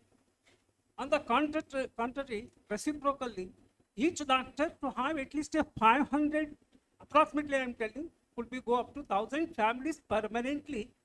And both of them, the doctor should have a family members' individual medical data and should be willing professionally to cater to the individuals of the family throughout the family's life, the last surviving of the family member, as well as the doctor's life. This is not happening. The other thing is, what is the ideal strength of the patients that a doctor can deal each day? I think this is... Are we doing a professional?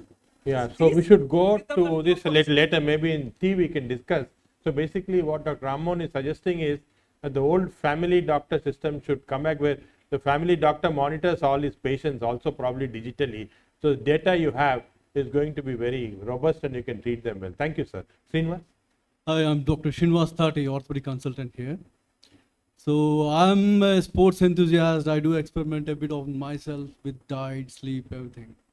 So what I thought is, mainly we are looking at the end products, glucose, ketone, etc. For me, the big challenge is to identify the stressors. The question to Dean, what kind of stressors you're able to monitor? Like hormones will go up, cortisol, adrenaline, growth hormone, insulin will go down. So what are the kind of stressors you're able to monitor? I feel that there's a big gap in identifying these stressors to your activity, lack of sleep, or even the food. So stressors, he wants the stressors. In terms of stressors, yeah, so one thing we look at dynamic, I think after me, Dr. Samathis should follow up. I think there's some pretty cool things you'll be looking at. But I think that, so I don't only look at endpoints, right? I'll give you an example. So I don't think people know, and I know this because I speak to sleep experts who themselves don't know because they don't measure, is if you have one good night of sleep, right? So say the opposite of a stressor. The immediate changes you can see to your heart rate variability, to your resting heart rate, can be profound, actually, right? And I do need wearables for that. We also have one company I'm advising where there's no wearables, but I do wear the Whoop, Apple Watch, all on one hand, plus a Garmin on the other hand. And I look at the dynamics. I don't look at the absolute value, because the absolute values are all over the place.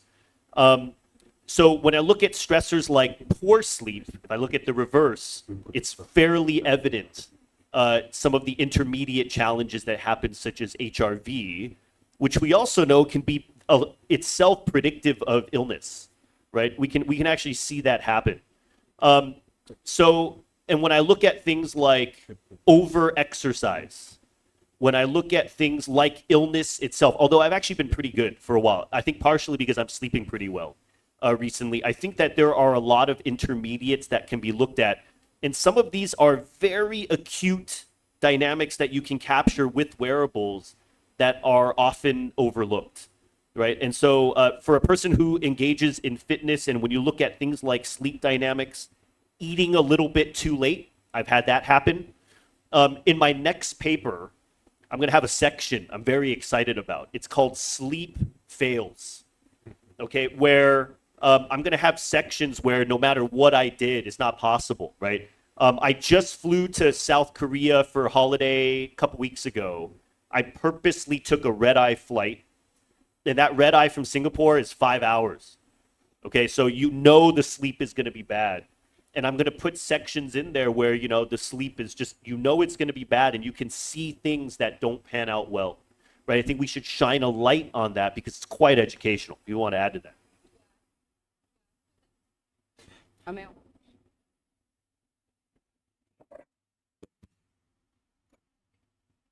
I think I'm audible now. Yeah. So there's an approach called 3M: measure, mentor, monitor.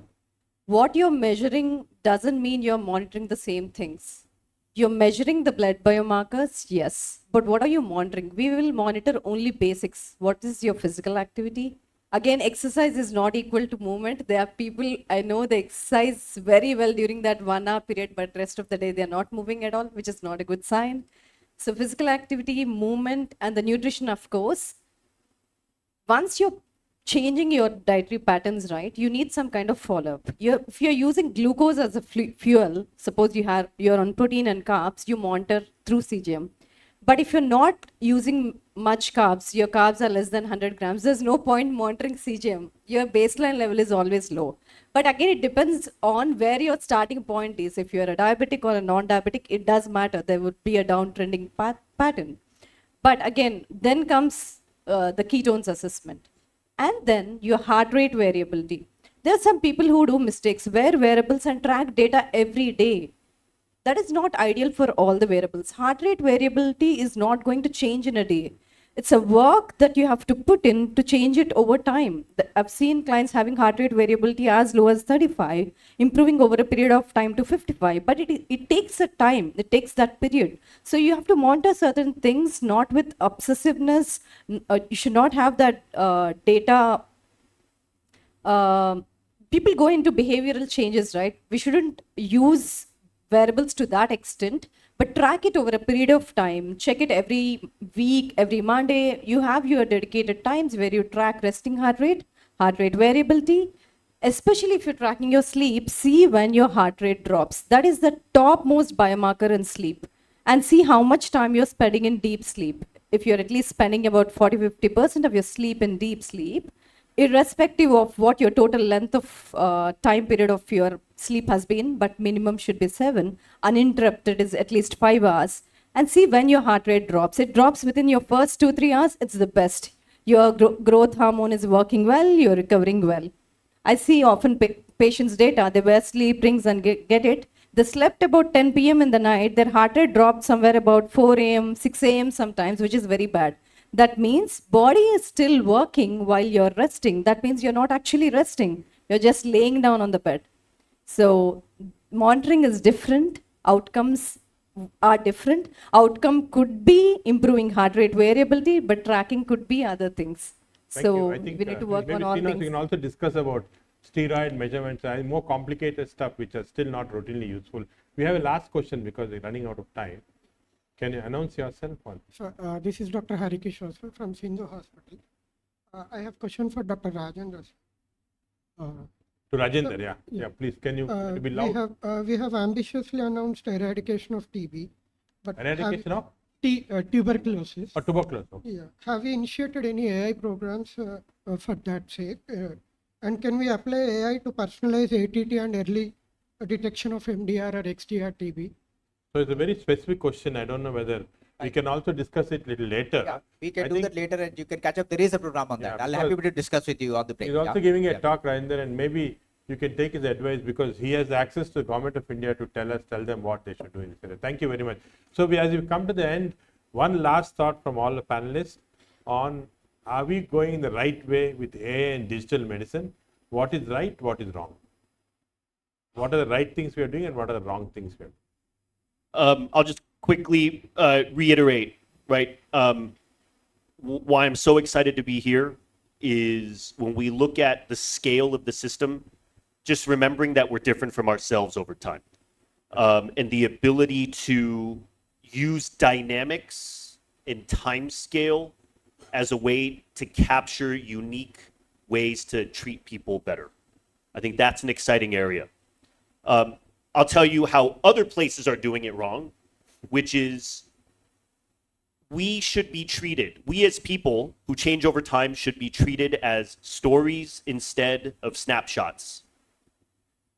Other places that are more set in their ways take lots of data from a lot of people, but snapshots only, to come up with one-size-fits-all approaches, even personalized approaches, but based off of snapshots. We should be viewed as stories instead. The longitudinal dynamics alone can make for very interesting and better ways to treat people. So let's not do things the wrong way. We're agile enough in this part of the world, young enough to try things differently. That's how we should do it. Thank you. Rajendra? I think AI is right. The base of that is wrong. That's data. Yeah. So that's what needs to be corrected. I would say let's focus on data first, AI next. Very good. Yeah. Samantha Lal.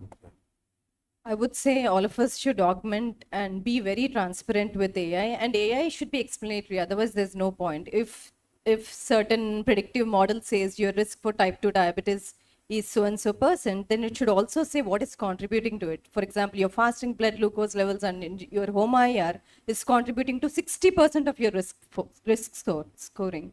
So transparency, explainability is very, very crucial. We're in the right direction, of course, but we should always use to augment our expertise and have transparency with the clients and patients, which is crucial. And also, I foresee one common problem, which is insurer discrimination. If the genetic reports are out there and they see their risk for certain metabolic diseases is very high, then there could be a discrimination from insurers, which we should be very careful about. And I think a lot of clients are not aware of AI. Whenever we hear the word AI, they're panicking and they're going back. So we should be taking in the trust and confidentiality into our trust and say that, be very transparent about it. I think we should be heading in that direction. And nevertheless, today's nutritionists will be tomorrow's doctors. If doctors do not become nutritionists today, I think our jobs may be replaced. So I think we should aid and include a lot of other things that we are doing apart from traditional practice. Yeah. Thank you. So trust, transparency, good data, and of course longitudinal data. These are the messages we get from our panelists. You'll all agree that we had an excellent session on AI and digital medicine, and we hope to continue some of the discussions throughout the day. Thank you very much for your participation. Thank you, panelists. Thank you, Chairman, for the excellent discussion. Thank you. So we'll now break for a quick networking session for a 15 minutes of networking break. So we will be back at 11:45 sharp for the next session. That will be the session is AI powered efficiency in hospitals. The speaker is Dr. Rajendra Gupta. So we'll be back in 15 minutes sharp.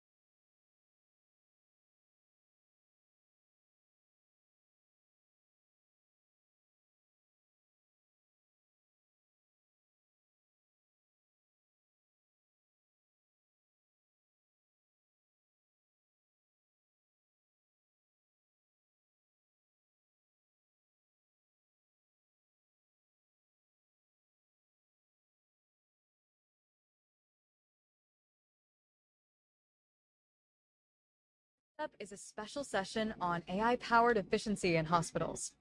We'll delve into how artificial intelligence can enhance hospital efficiency by streamlining operations, optimizing resource allocation, and improving patient flow, how intelligent scheduling systems can reduce wait times, and how predictive analytics can anticipate patient needs, and how automated administrative tasks can free up staff for better patient care. The transformative artificial intelligence technology can foster a seamless, patient-centric experience while maximizing operational effectiveness and reducing costs. I am sure our next session will introduce new paradigms of thought leadership for hospital administrators. Thank you, Mira. So I invite Dr. Kshitij and Mr. Capri Gelota to moderate this session. Dr. Kshitij is an assistant professor at Koita Center for Digital Health, IIT Bombay. He's a trained neuroscientist with strong focus on bringing practical machine learning solutions to Indian healthcare. Mr. Capri is the Chief Operating Officer at AIG Hospitals and is an apt to moderate this session. Thank you, Gautam. We'll begin with the next session. It's with great pleasure that I would like to introduce Dr. Rajendra Gupta, who is a public policy expert and has been contributing to policy making for several decades across sectors. He is the former advisor to the Health Minister of India, and he founded the Vikasit Bharat Abhiyan, the Disease Management Association of India, and Personal Connect Health India, Health Alliance India. Without further ado, I would request Dr. Rajendra Gupta to deliver his keynote on AI and care delivery.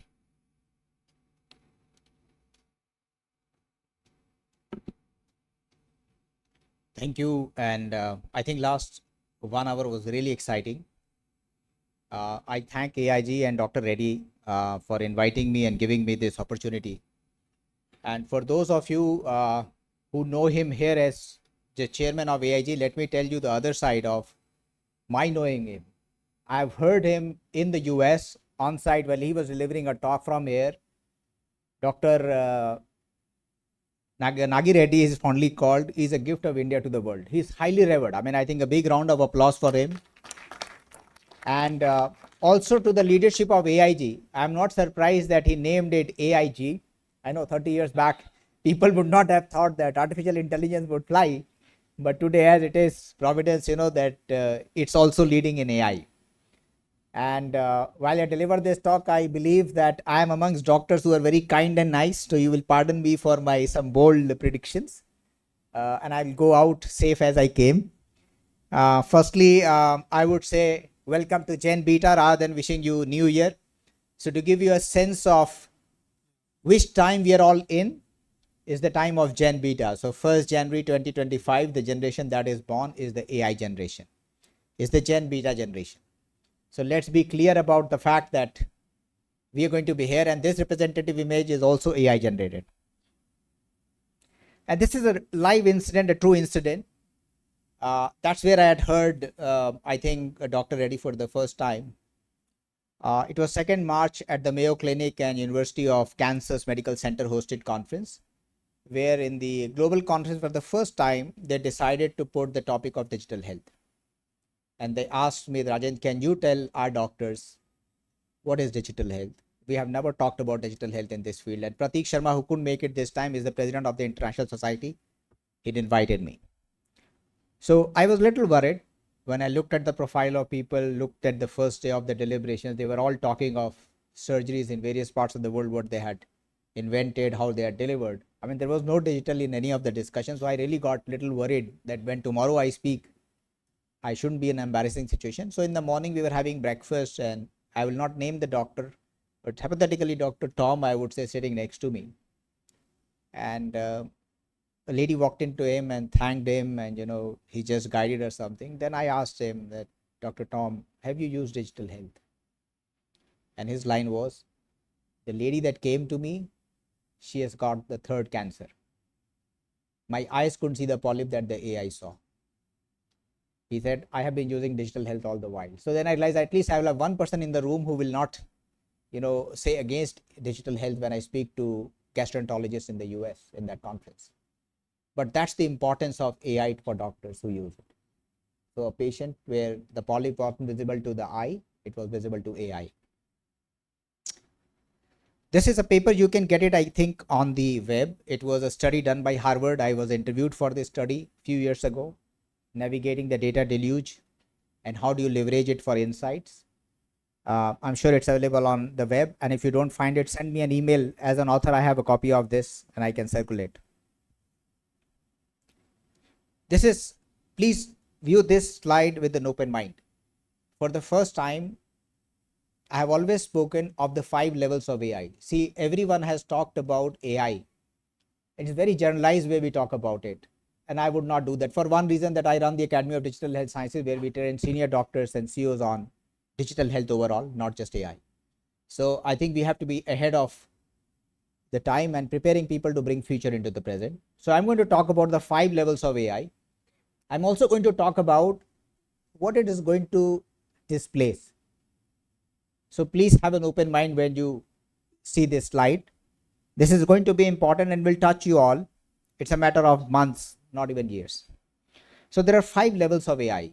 Conversational AI is the first level. How many of you can give me a definition of conversational AI in this room? One hand.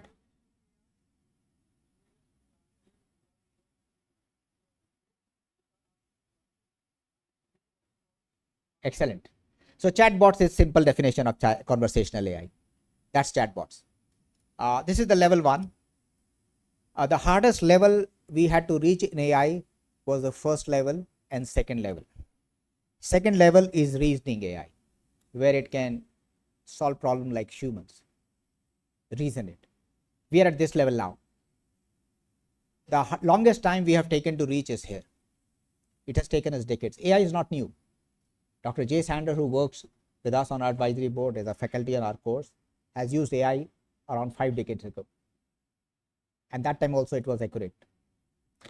The third level is going to be autonomous AI as it matures. So without interventions, it can take decisions as a system. The next level is innovating AI, where it can help you innovate. Just imagine the amount of science that would come out once we reach this level of AI, innovative AI.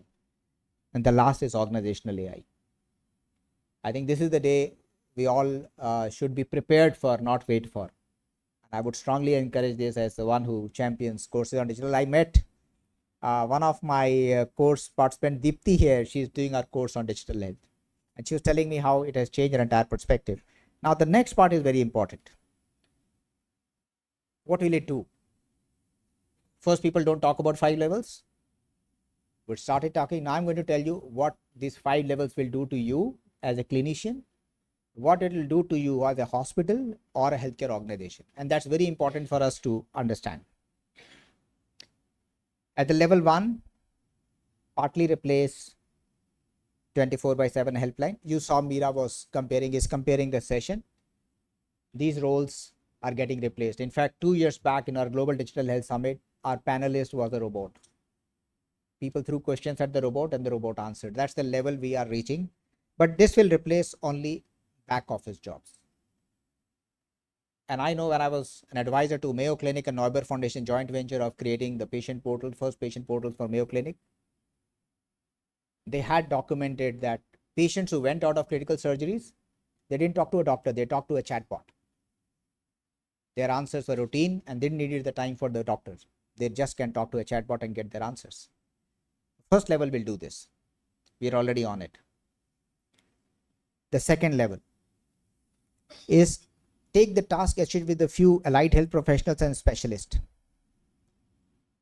essentially aiding medical decision making. But this is aiding, not replacing. This is going to aid medical decision making. So when you look at the value chain of a hospital or a healthcare organization, each level of AI is going to cause a displacement. I don't think people have spoken about it because we are best closing our eyes and living in our comfort zones. And my job is to push you out of that. The third level is some touch points, some procedures, some systems. I think we had a very important question on primary care physicians, right? The PCP is a primary care physician. second opinion referrals will to a large extent get handled by AI. I know it's very harsh to accept this fact, but the accuracy levels tell me that we will be able to do that. And when I say that, you may be thinking, how many of you think it is few years away? Can you raise your hands? How many of you think it is few months away? So I will tell you it is few days away. The next version of the Patients Union app that is getting updated, which should be uploaded, I've already approved that, is giving patients an option of speaking in 16 languages. We partnered with Bhashani of the Government of India to make it in 16 languages. They can tell their problems, and the best part, we internally tested in our office with our colleagues. It's actually not only diagnosed migraine, but also prescribed a medicine, which I had to stop saying, no, we cannot give prescriptions here. This is not the time. That's AI. And that colleague in our office said, sir, the AI is right, I have migraine, and this is the medicine that's prescribed. So this is few days away. So whatever I'm saying, that each level is going to displace some, but also let me tell you, those doctors who know AI will better manage their patients, saving their time, which I will talk to you a little later. So do not get scared about AI. I think you need to understand it, use it, and use it to your advantage. The third level is where you will innovate new clinical pathways, new drugs and devices. This has started happening, and it's happening in India faster than anyone. What I'm very happy about the government in India is that, and I was a part of the government at the time when it was most critical, we wrote the health policy, education policy, and the National Digital Health Mission. The government is much ahead of the private sector. This is the first time in the world that government is ahead. We have already rolled out 760 million ABA IDs. We have, done 320 million teleconsultation. eSanjeevani is the world's biggest telemedicine platform. The capability to handle 500 million consultations, and in various languages. So you can speak in Telugu here, a doctor in UP can answer in his language, and you will hear back in your language. That's the capability we have reached. So the level 4 is going to be very interesting. I'm very excited about it. Some of the problems that we have not been able to solve, we should be able to solve. AI will help you, and I'll tell you why it is important for doctors. How many are PhDs in this hall right now? Can you raise hands? Just look at it, numbers. The innovative level of AI is a PhD level product you have at your disposal. Why do you think you will not be more competent to deliver what you want? If you have a PhD level subordinate 24/7 and multiple. So I believe that we will find many more innovative solutions, many more innovative drugs, and many more innovative devices. Essentially making healthcare better, affordable, accessible. And that's the level 5, where the system will have the capability to order diagnostics, order prescription. That's the organization level. So except for, I will say oversight and service, the system will be capable. I'm sure there will be level 6 coming in. Within each levels, there will be level 1 and 2. But at this point in time, my assessment of AI as the one who runs Academy for Training Senior Doctors is I need to prepare them for all that I know is happening in the next few months and years. And my predictions are as good as AI is today. So that's the caveat. Rarely would go wrong. It could actually prepone some of the timelines that I say. But essentially, the horizon now for any big change is few months, not few years. That's what AI has done. So let me come to the practical part. We also run a course for hospital founders and CEOs, because the very way a hospital is managed and run is much different than what it used to be 5 years ago. So when we realized this, we created a 6 months course with IIM Raipur on 7 areas that hospital needs to focus on. And one of them is just technology, not all 6. All 6 are very different. So we have a case study of one of the largest hospitals in the world in India. They started a campaign called 0 at 10. The whole idea was that we have 2,000 people in an OPD every day. Why do people wait for hours to see a doctor?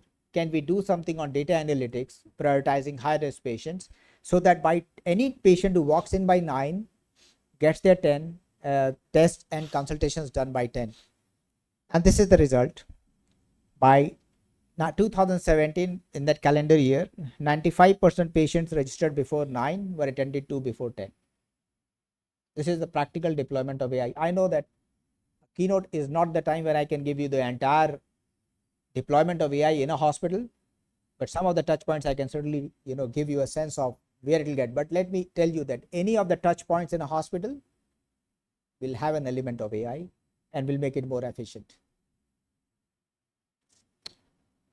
Last year, I was at this UN's meeting. UN has a forum called Internet Governance Forum, and I chaired the Dynamic Coalition on Digital Health.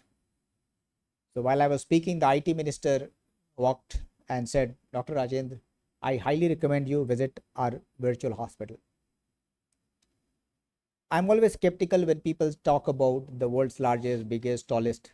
That's typical, in the countries which are fueled by petrodollars. But then he organized my trip to Riyadh and had a chance to visit the largest hospital with no patients. Well, that's the truth. This photograph is a real photograph. We have 200 specialists in that hospital, no patients. The patients are all over Saudi Arabia. They are handled from this virtual hospital.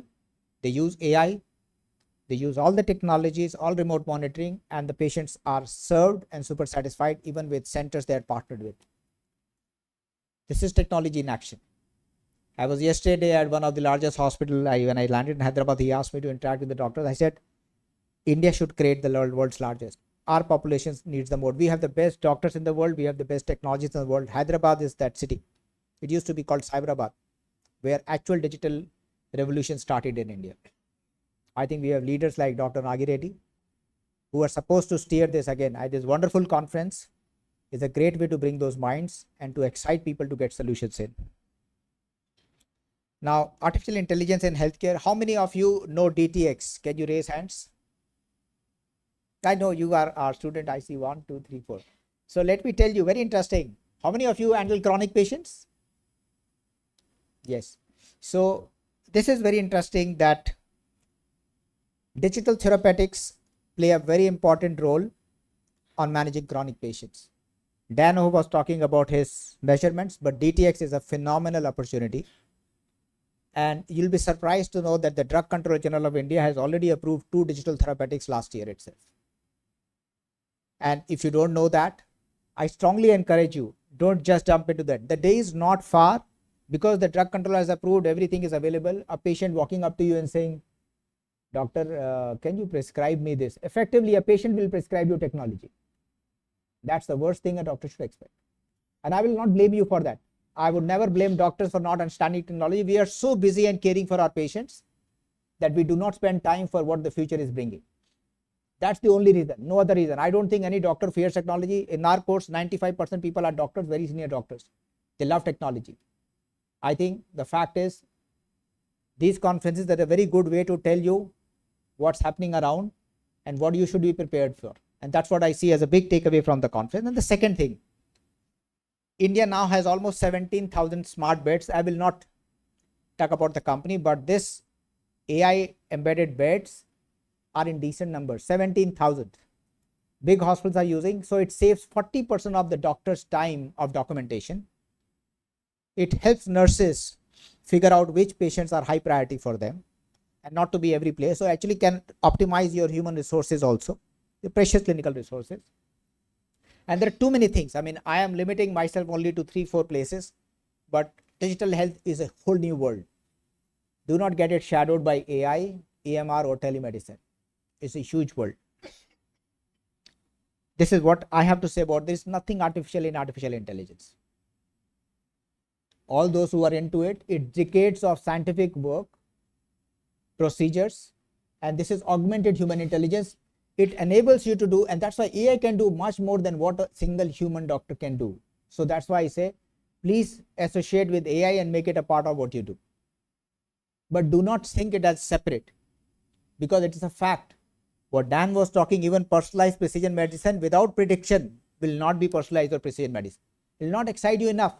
If I showed you in your 20s what you will look in your 40s without using preventive care, you will not worry. The moment you see it, and this we have tried, people immediately say, no, we don't want to get there, please help us. Preventive medicine will also work with AI. That's the fact of life. And this is my favorite slide because I've done research on this. Einstein's IQ was 160. The current generative AI is 155. We are predicting this to get 10x. So nothing to fear. I think all of you can have literally full-time employee 24/7, IQ of 1600. Just imagine what kind of exponential productivity you will have, what kind of things you will do. I think the entire health will change. We are just addressing phenotypes, not genotypes. This will help us to move to what Dr. Reddy started the session in the morning, personalized and predictive medicine, precision medicine. We all will be able to do that. And this is a hard moment of truth for all of you. I think all of us are aware of the layoffs. And the layoffs are happening because it's not humans who are writing software, it's software that's writing coding, the software. And I can tell you that with time, there'll be more because softwares are now capable of doing it. But I wish and I pray that doctors use technology more than engineers use medicine, which is what I'm seeing as a trend where engineers come with solution. But if doctors understand technology, they'll be much more better to serve their patients and not depending on doctors. And you don't need to learn coding. I think there's a different thing that emerges. That will be something new that will come up also. There'll be an intuitive interface where you may not even require prompt engineering. That's how fast the world is changing. You will be able to see what you have done in the past 3 months and tell you, I think today you're going to do this. And let me tell you, I have seen actually in 2012, I visited a large hospital. That time we didn't have dashboards like we have today. And that doctor told me, Rajan, I can tell you how many patients will come today.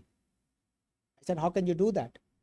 He showed me a chalkboard with numbers written for every 365 days of that year. He said, I have analyzed all the data of previous years. I know exactly how many patients will show up today in my OPD and I'm planned for it. This was the most primitive AI, and that time we didn't have great phones to capture that photo. I wish I would have taken that. So we have been using it. Those in India have been using it earlier. Now Sundar Pichai talks of that doctor. That's the level we are. This is important for you to look. This is the crux for you as healthcare. I think we still talk about the old stuff. And for me, the old stuff is generative AI. I think all talk about generative AI. There were passive agents that were there till now. We are getting active agents, which are non-deterministic. And I'll tell you what it means. That earlier you defined a framework, you wrote a code, and a solution operated within that framework. It will not have a capability to go beyond that. And now we have agents which are non-deterministic, which means that while they're working, they're learning, which is so good a sign that it can actually decide for you for things that you don't know, because it learns, it interacts and solves problems. So this is where we are moving from passive to active agents. We are moving from Gen AI to multimodal AI. We have moved actually. So still, if you're caught in that, think about it. And last one, all of you have heard LLMs. How many have heard LMMs? So it's a large multimodal models now. So we are moving pretty fast. And I think all of us have to deploy them, not just read them. All of us have to deploy them. But this is the harsh truth. And I know that, as I said in the beginning, I'm in midst of doctor, I'll go unharmed by speaking the truth. And that is that first, AI will take the tasks, then it will take the jobs, then people, and then finally organizations. But those who don't use it, that's the rider. So I strongly encourage you, please become experts at technology. It's not difficult. Deepti is sitting here who is doing the course. We have very senior doctors doing this course. Please talk to them and check. I have doctors in their 70s. After doing that 1 year course, they've actually created their own tech solutions right out there at IIM campus when we have the immersion session. That's how easy it is. I'm not saying do that course. Do any course, but just get into a formal course to learn this so that you are more efficient and you don't become a victim, because you know the truth. Do not fear IT. It's a force. It's not a fear. And all of us have to learn it.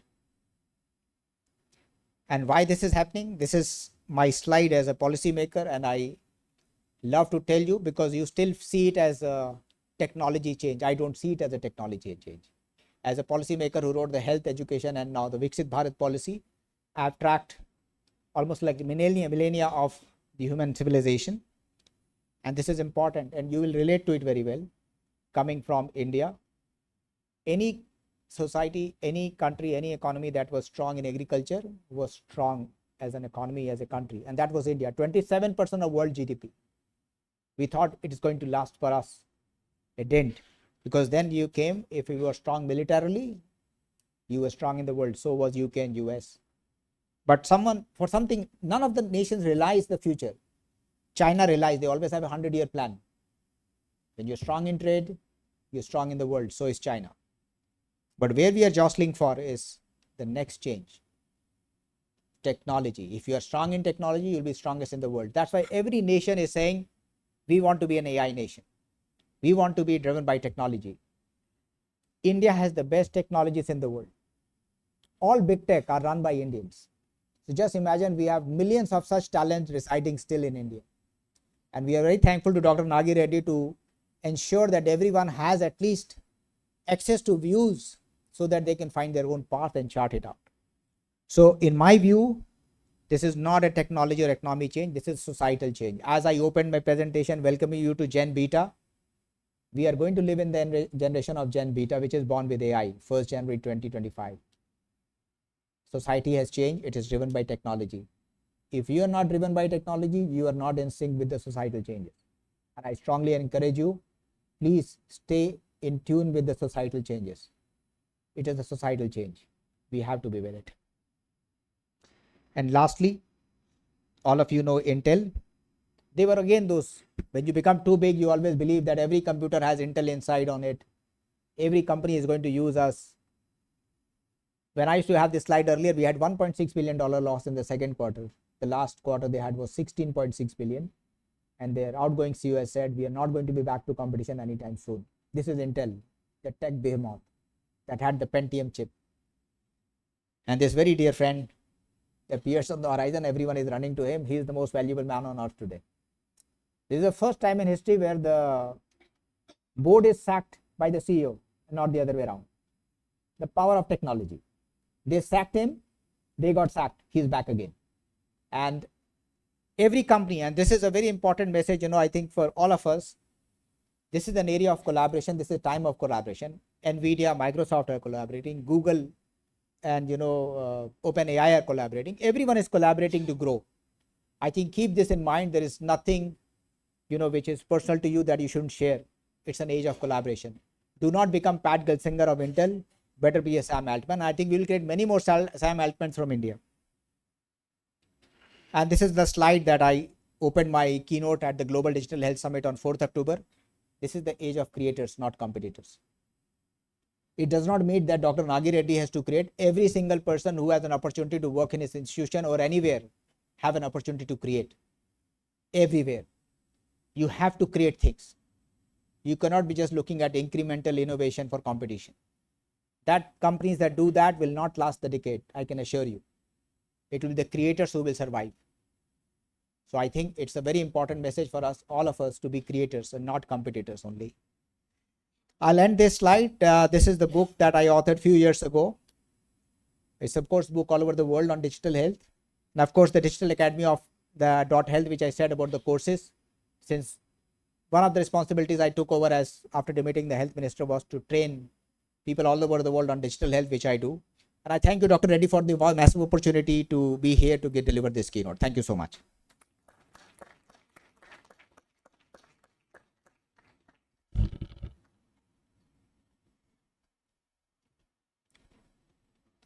Thank you, Dr. Rajendra Gupta, for this enlightening talk.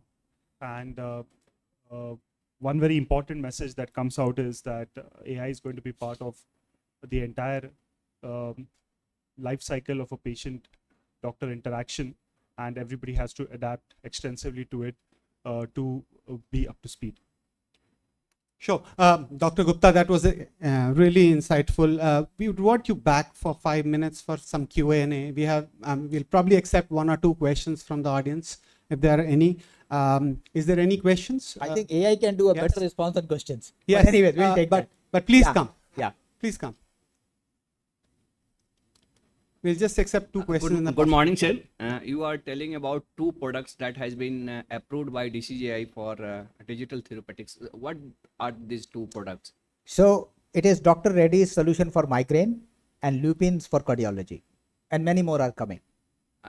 This product does not need doctor prescriptions. No, it needs, but trust me, do you need really prescription to buy from 1mg or others? So, this is what very important question that you brought in. I'll respond. See, if doctors do not prescribe, I as a patient of diabetic, the moment DTX is approved in India for diabetes, when I go and buy from 1mg, it'll say, oh, you want to buy a digital therapeutic? And a doctor will call you and give you a prescription after that, but the product will come.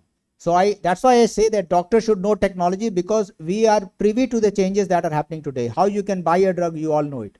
You can call up any, and this is very clear. You buy any prescription drug, call up any, order it now. Some doctor will call you, will not ask you anything. What's your age? Are you this person calling? You have this problem? Thank you. Your prescription is generated.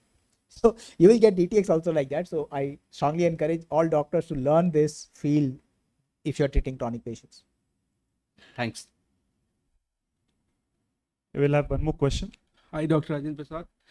My question is more about the forecast, what you mentioned, right? So now we are talking about the quantum. Now the next version, like what you mentioned with the beta generation, it's optical computing, right? So what gonna be the change that we will foresee, and how do we prepare for that? And what are the security related challenges, and also other challenges which we need to get ready first? Excellent. One of the things is that never be shy of asking questions if you get a forum like this. That's first thing. Second thing is that do a structured course. Don't go by videos which are, nowadays I see a lot of 90 seconds videos, reels on various aspects. Don't delude yourself with those unverified facts. And very important question which I would touch upon is the security one. Luckily, quantum computing has not democratized. Otherwise, quantum computing has the capacity to break any firewall, anything on security. I think this is where the healthcare world should prepare for. If we get into that on quantum security issues, no systems are foolproof now. But yes, security for everything that you do, and privacy. And now that rules and regulations for DPDP Act have come, you have to be more careful. So I think everyone who is in healthcare now needs to forget what they have done in the past. That will help them to sail through, but not without the new tools that are coming. They will need them anyways to treat patients in the digital age, which is your Gen Beta.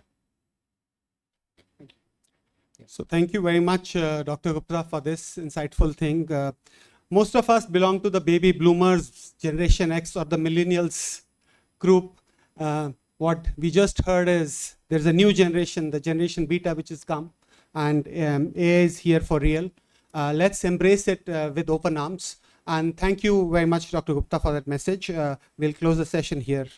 Over to you, Gautam.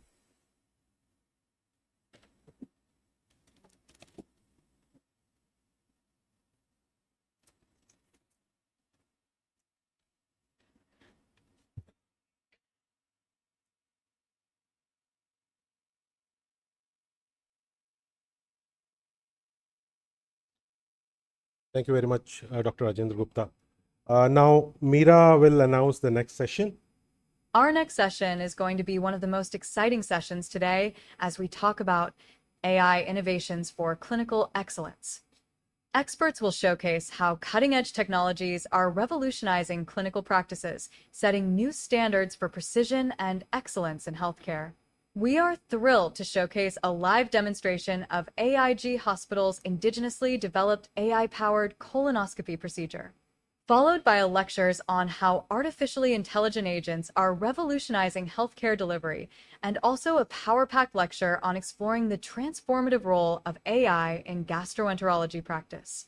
This segment will highlight real-world AI implementations that are shaping the future of healthcare within the institution, as we'll have a showcase of artificial intelligence applications at AIG Hospitals. Okay, thank you, Mira. Am I audible and visible in the auditorium? Yes, Dr. Rakesh. Okay. So, I hope you all are having fun. Right now, the next session that we are about to have is going to be thrilling because we are going to have live artificial intelligence demonstrations going on.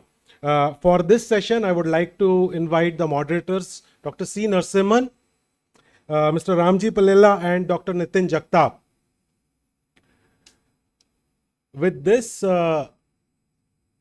we would also like to go to Dr. Rakesh, who is about to perform a live colonoscopy leveraging indigenously developed artificial intelligence colonoscopy algorithms. Over to you, Dr. Rakesh. Okay, thanks, Kinjal. So I think it's very unusual for most of you folks to see this live workshop in any of your conferences, but we are kind of used to all this. So what I'm going to show now proudly, in fact, is we developed a indigenous AI polyp detection tool in AIG in a span of 90 days before now. And if I give a background of what exactly is this, see, the polyp detection is something which we do in a colonoscopy when we do the surveillance in many of the patients, because these polyps, if they are not recognized at the early level, they go into cancer. That's a simple thing what you have to understand, the non-doctors in the audience. So early detection of polyps is something which we'll pick up, and then we will subject the polyps to polypectomy, that is cut the polyps, and so that it won't grow into the cancer stage. So what happens is, in US they have a surveillance colonoscopy after 45 to 50 years as mandatory, but in India unfortunately we don't have that mandatory surveillance colonoscopy. Number one point. Number two is, people who have got a strong family history, they come themselves for the screening colonoscopy, and we do, or else if you have any symptoms, we subject them for colonoscopies. But as you see here, we do around 800 procedures per day in these AIG hospitals, and there are around 30-35 endoscopies doing this. On an average, each endoscope is doing around 20 to 25 procedures. So the day I start in the morning at 9 o'clock, I am super fresh with a good black coffee. And then as the day goes on, post lunch, there'll be a little bit of lethargy and drowsiness in me. So when what I'm seeing now with my naked eye, I will see the same, but I might miss some of those very small lesions as the day goes on. So what AI-powered colonoscopy is going to do is, it will alert you when you are missing those subtle small lesions which you don't see with your eyes. So that's where the AI colonoscopy came into work, and there are multiple companies across the world, but currently, to my knowledge, I think Medtronic and Olympus are the people who have got the commercially available products, and Medtronic is leading the market. So whatever it is, I'm not going to companies as such, but the emphasis on this procedure to be shown to you is, one, the utility of that, and as to my knowledge, if it goes, then I think it's around $1 lakh US per year for the device to procure and then subscribe. So we at AIG, from the Center of Artificial Intelligence and Innovation, started working on this exactly 90 days before today, and then we came up with a indigenous first polyp detection model, which is exclusively made in this premises where you are sitting in. And we want to showcase this and show you that this is going to be there. Of course, we are in the process of validation, but eventually this is going to be a gift for this country at a very economical price. So without wasting time, I have just put in the scope and then I'll show you. But what exactly has been done in these 90 days, I have with me Abhishek Tyagi, the head of artificial intelligence at our Center for Artificial Intelligence and Innovation. So Abhishek will explain you what exactly he has done in the 90 days and a little engineering or mechanics behind that. Abhishek, over to you. Thank you. So, am I audible? Yeah, Abhishek is audible there. Kinjal? Yes, Abhishek, you are audible. Yeah. So, this technology is called convolutional neural networks. A bit louder, please. A bit louder, Abhishek. So this technology is called convolutional neural networks, or CNN for short. The main challenges we face during the training of these models are that, like, the same polyp could look different in different images due to the colon insufflation difference, or the colon muscular contraction difference, or the view from the camera, the angle, and also could be because of the distance from the camera. So we trained it on 5,000 positive and 5,000 negative images of polyps, and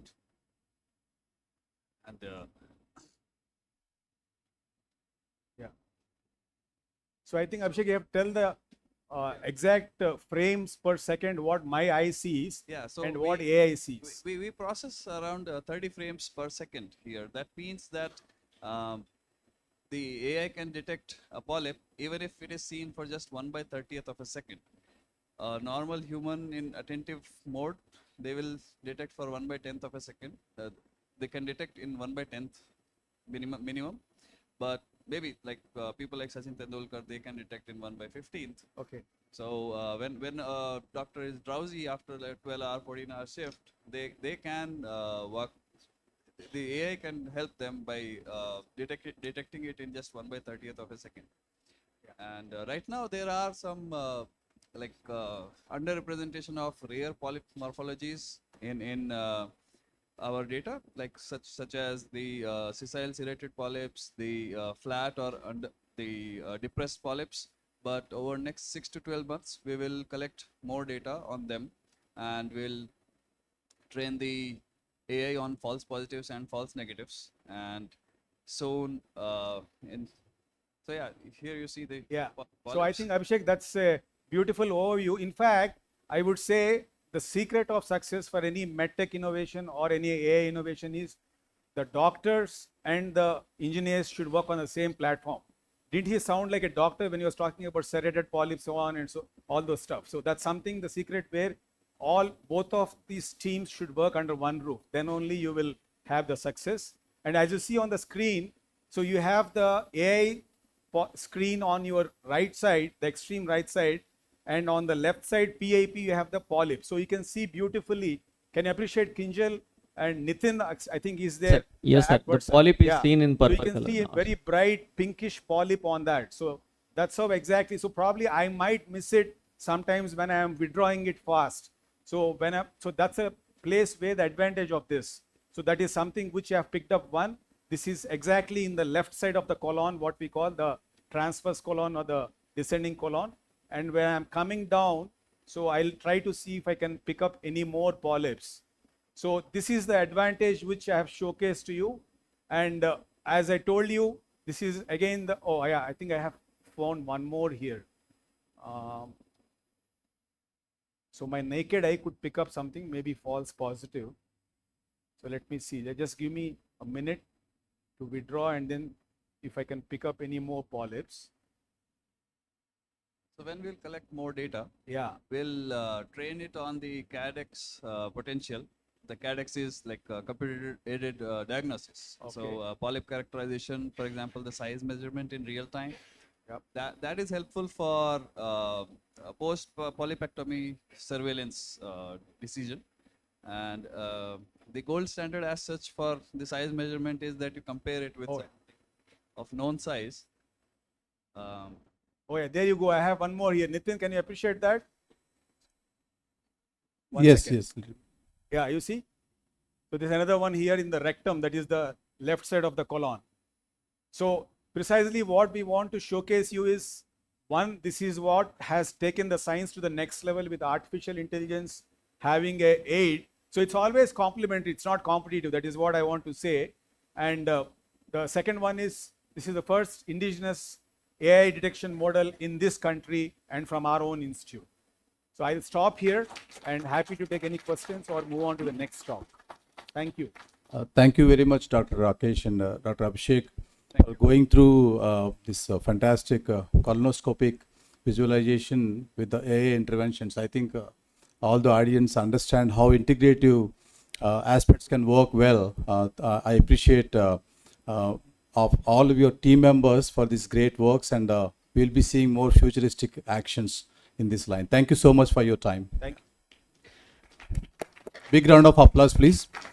And now I welcome Dr. Namrata Rastogi. Please be on stage. And Namrata, with her 15 years over experience in lot of roles, not only as an innovator, but also transformative healthcare, as an investor, as a board member, and also expert in product development, business strategy, clinical insights, whatnot. And currently she is kind of working as a clinical specialist in 101 GenAI, and also director for Enigma Ventures, and also board member for MedWise AI, etc., etc. Namrata, the stage is yours. Thank you. Thank you so much. It's my absolute pleasure to be here, and I'm honored to be invited to speak at such a prestigious conference. So my name is Dr. Namrata Rastogi, and I'd like to share a bit about me to give you context about my experience. So I'm an MBBS doctor from King's College London, and I've completed my primary care residency from London, passing with MRCGP from the Royal College of General Practitioners in London. And I've completed a MS in Management from Stanford, California, Stanford Graduate School of Business. In my career experience, as was just mentioned, I've practiced as a clinician in my own practice, as a partner of my own practice for over 10 years. And in that time, I've also gained other experience leading digital transformation for an NHS health system serving 1.4 million patients, and also serving on the advisory board at data analytics company Palantir Technologies. I have started my own consulting firm, Enigma Ventures, in San Francisco, and I now serve as the Chief Medical Officer at 101 GenAI, which is a company that produces AI agents. And that's what I'm here to talk to you about today, AI agents in healthcare. Now, I should also tell you that this is my third time to Hyderabad, and I'm very pleased to be here. My in-laws stay in Hyderabad, and I'm also trying to learn some Telugu. So if you can give me some pointers there, I would greatly appreciate it. So let's begin with challenges in healthcare. Now, these challenges are pretty universal. I've practiced in London, I'm now in the US, and I see many of these challenges affecting my family in India as well. So the first one is poor patient access. Now, how many of you have had difficulty either scheduling an appointment for yourself in healthcare or have had problems getting an appointment for a family member? Can you raise your hand? Thank you. So access is a really big problem, and it's something that we really can address and progress in that area. I also find that there's difficulty in getting follow-up appointments. When patients are uninsured, paying out-of-pocket costs to have a follow-up appointment becomes difficult, and therefore there's a lack of preventative care because of the lack of follow-up appointments. And a second challenge is the workload. As I'm sure you can imagine, as clinicians, doctors practicing in India, the workload is unsurmountable. A heavy workload for clinicians, for administrative teams, often leads to burnout. The third challenge is inefficient workflows. So in the UK, when I would practice, I would spend 3 hours per day at the end of seeing my patients doing administrative work, actioning lab reports, signing prescriptions, making referral letters. And this is another big opportunity for AI. The fourth challenge is financial pressures. And this is, again, a universal problem. Operating costs for running hospitals and health systems are always rising. And there is a need for more and more funding. The other challenge is there are rising out-of-pocket costs for the patients. And with so many patients uninsured, it becomes even more of a problem to pay medical bills. So I'd like to talk about a solution to some of these challenges, which are AI agents. And by definition, AI agents are systems which are designed to perform specific tasks. They're autonomous agents designed to perform specific tasks. And within the healthcare realm, they can be used, as we've seen today, to support clinicians, like the colonoscopy diagnosis, to support patients, like we've seen with Patient Union, and also care teams to deliver better patient care. We can automate our routine administrative tasks, the referrals, the prescriptions, and improve clinical accuracy.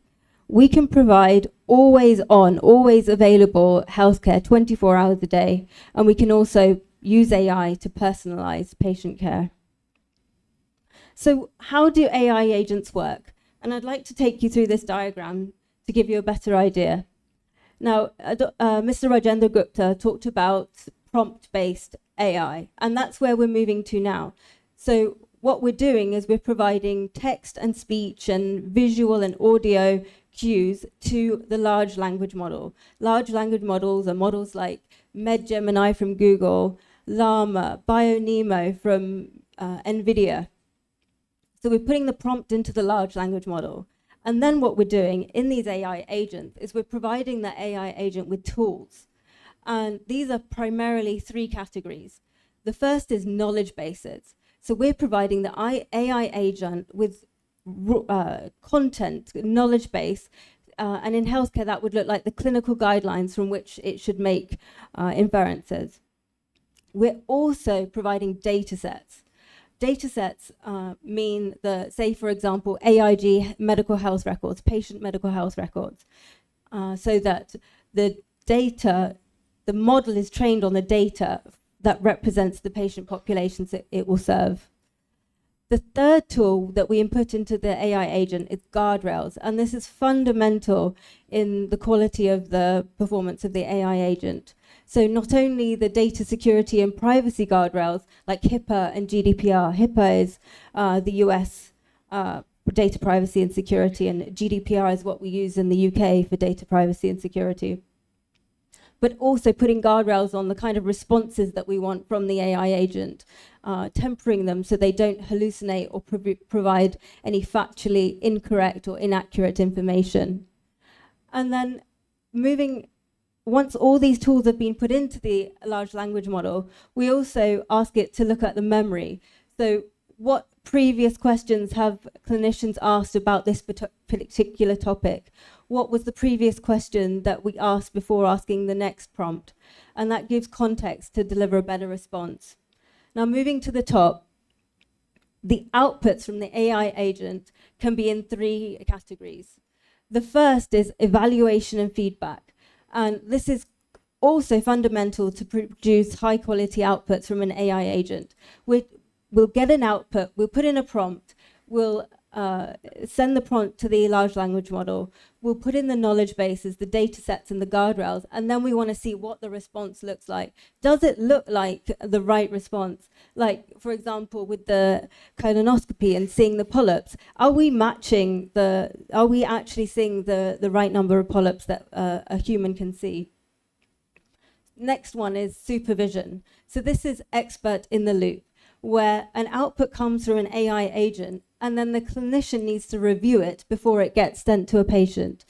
Let's say, for example, the AI agent actions blood results and it will say the vitamin D level is low and I recommend prescribing vitamin D taken at this dose for this duration of time. The clinician can then look at that output from the LLM and say, yes, that's the correct outcome, the vitamin D level is low, that's the dose of vitamin D that I would prescribe, and authorize the prescription. And then the third output is agent to agent. And by this, I mean one agent can perform one specific task. So this AI agent can be responsible for, say, making a diagnosis. But then that diagnosis then goes to another agent, which will be for prior authorization. So let's say in the US, you need your insurance to pay for your procedure. The diagnosis will then go to the prior authorization agent to say, will the insurer pay for this treatment that's required for this diagnosis? So agent to agent communication. Now, we just spoke about one agent, one AI agent, but now let's move on to multi-agent systems. And this is what the future of AI agents looks like. What we will begin to see is an agentic AI framework.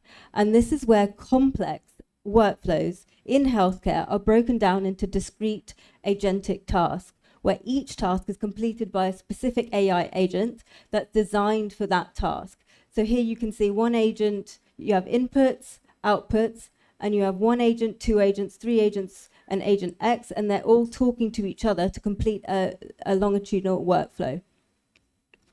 And the next thing we will also see is multi-model. So right now, one agent may depend on one model. Say, for example, a model that looks at lab results may depend on BioNemo model. But then in the future, we're going to see the agent, if it doesn't know the answer, it's going to consult with another model, say MedGemini, to check, is this the right output for this particular agent? So you're going to have multi-agent systems powered by more than one LLM. The other thing we will see is modular agents.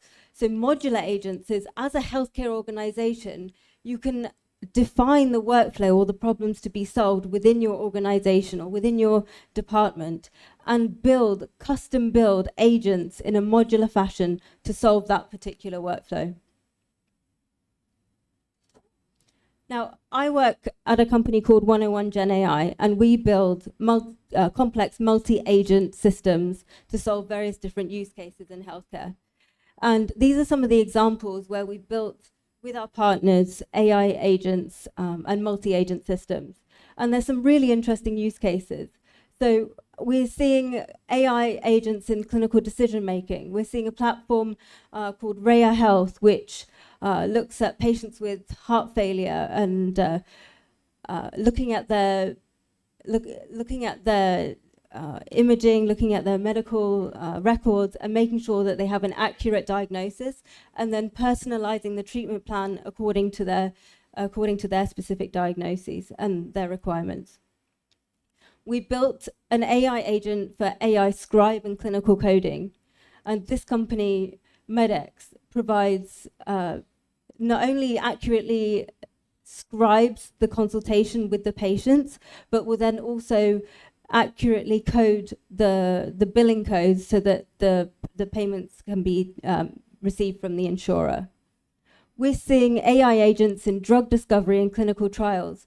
As we saw earlier, we're seeing drug discovery and clinical trials where you can identify new candidates by scanning and analyzing large quantities of data sets that would take humans years to analyze in order to find those new candidates. And then we're also looking at, this is something that Dr. Samatha mentioned earlier, looking at trending personal health data and predicting potential health conditions and suggesting preventative measures. So these are some of the examples of the use cases that we've built at 101 GenAI. Now, we've talked about the amazing potential of AI agents, but I also want to double click on some of the risks of AI agents, and these are not to be taken lightly.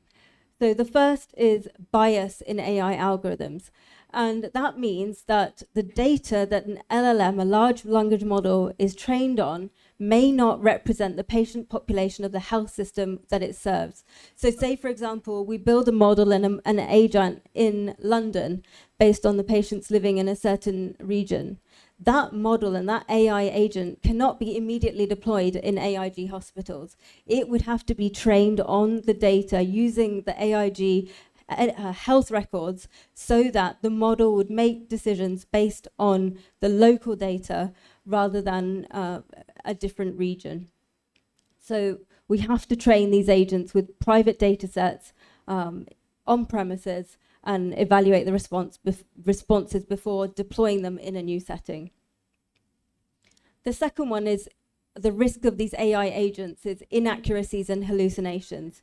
So hallucinations are false or inaccurate responses which are generated by AI agents. And some of the ways that we can mitigate these false responses are with guardrails, as I showed in the model earlier.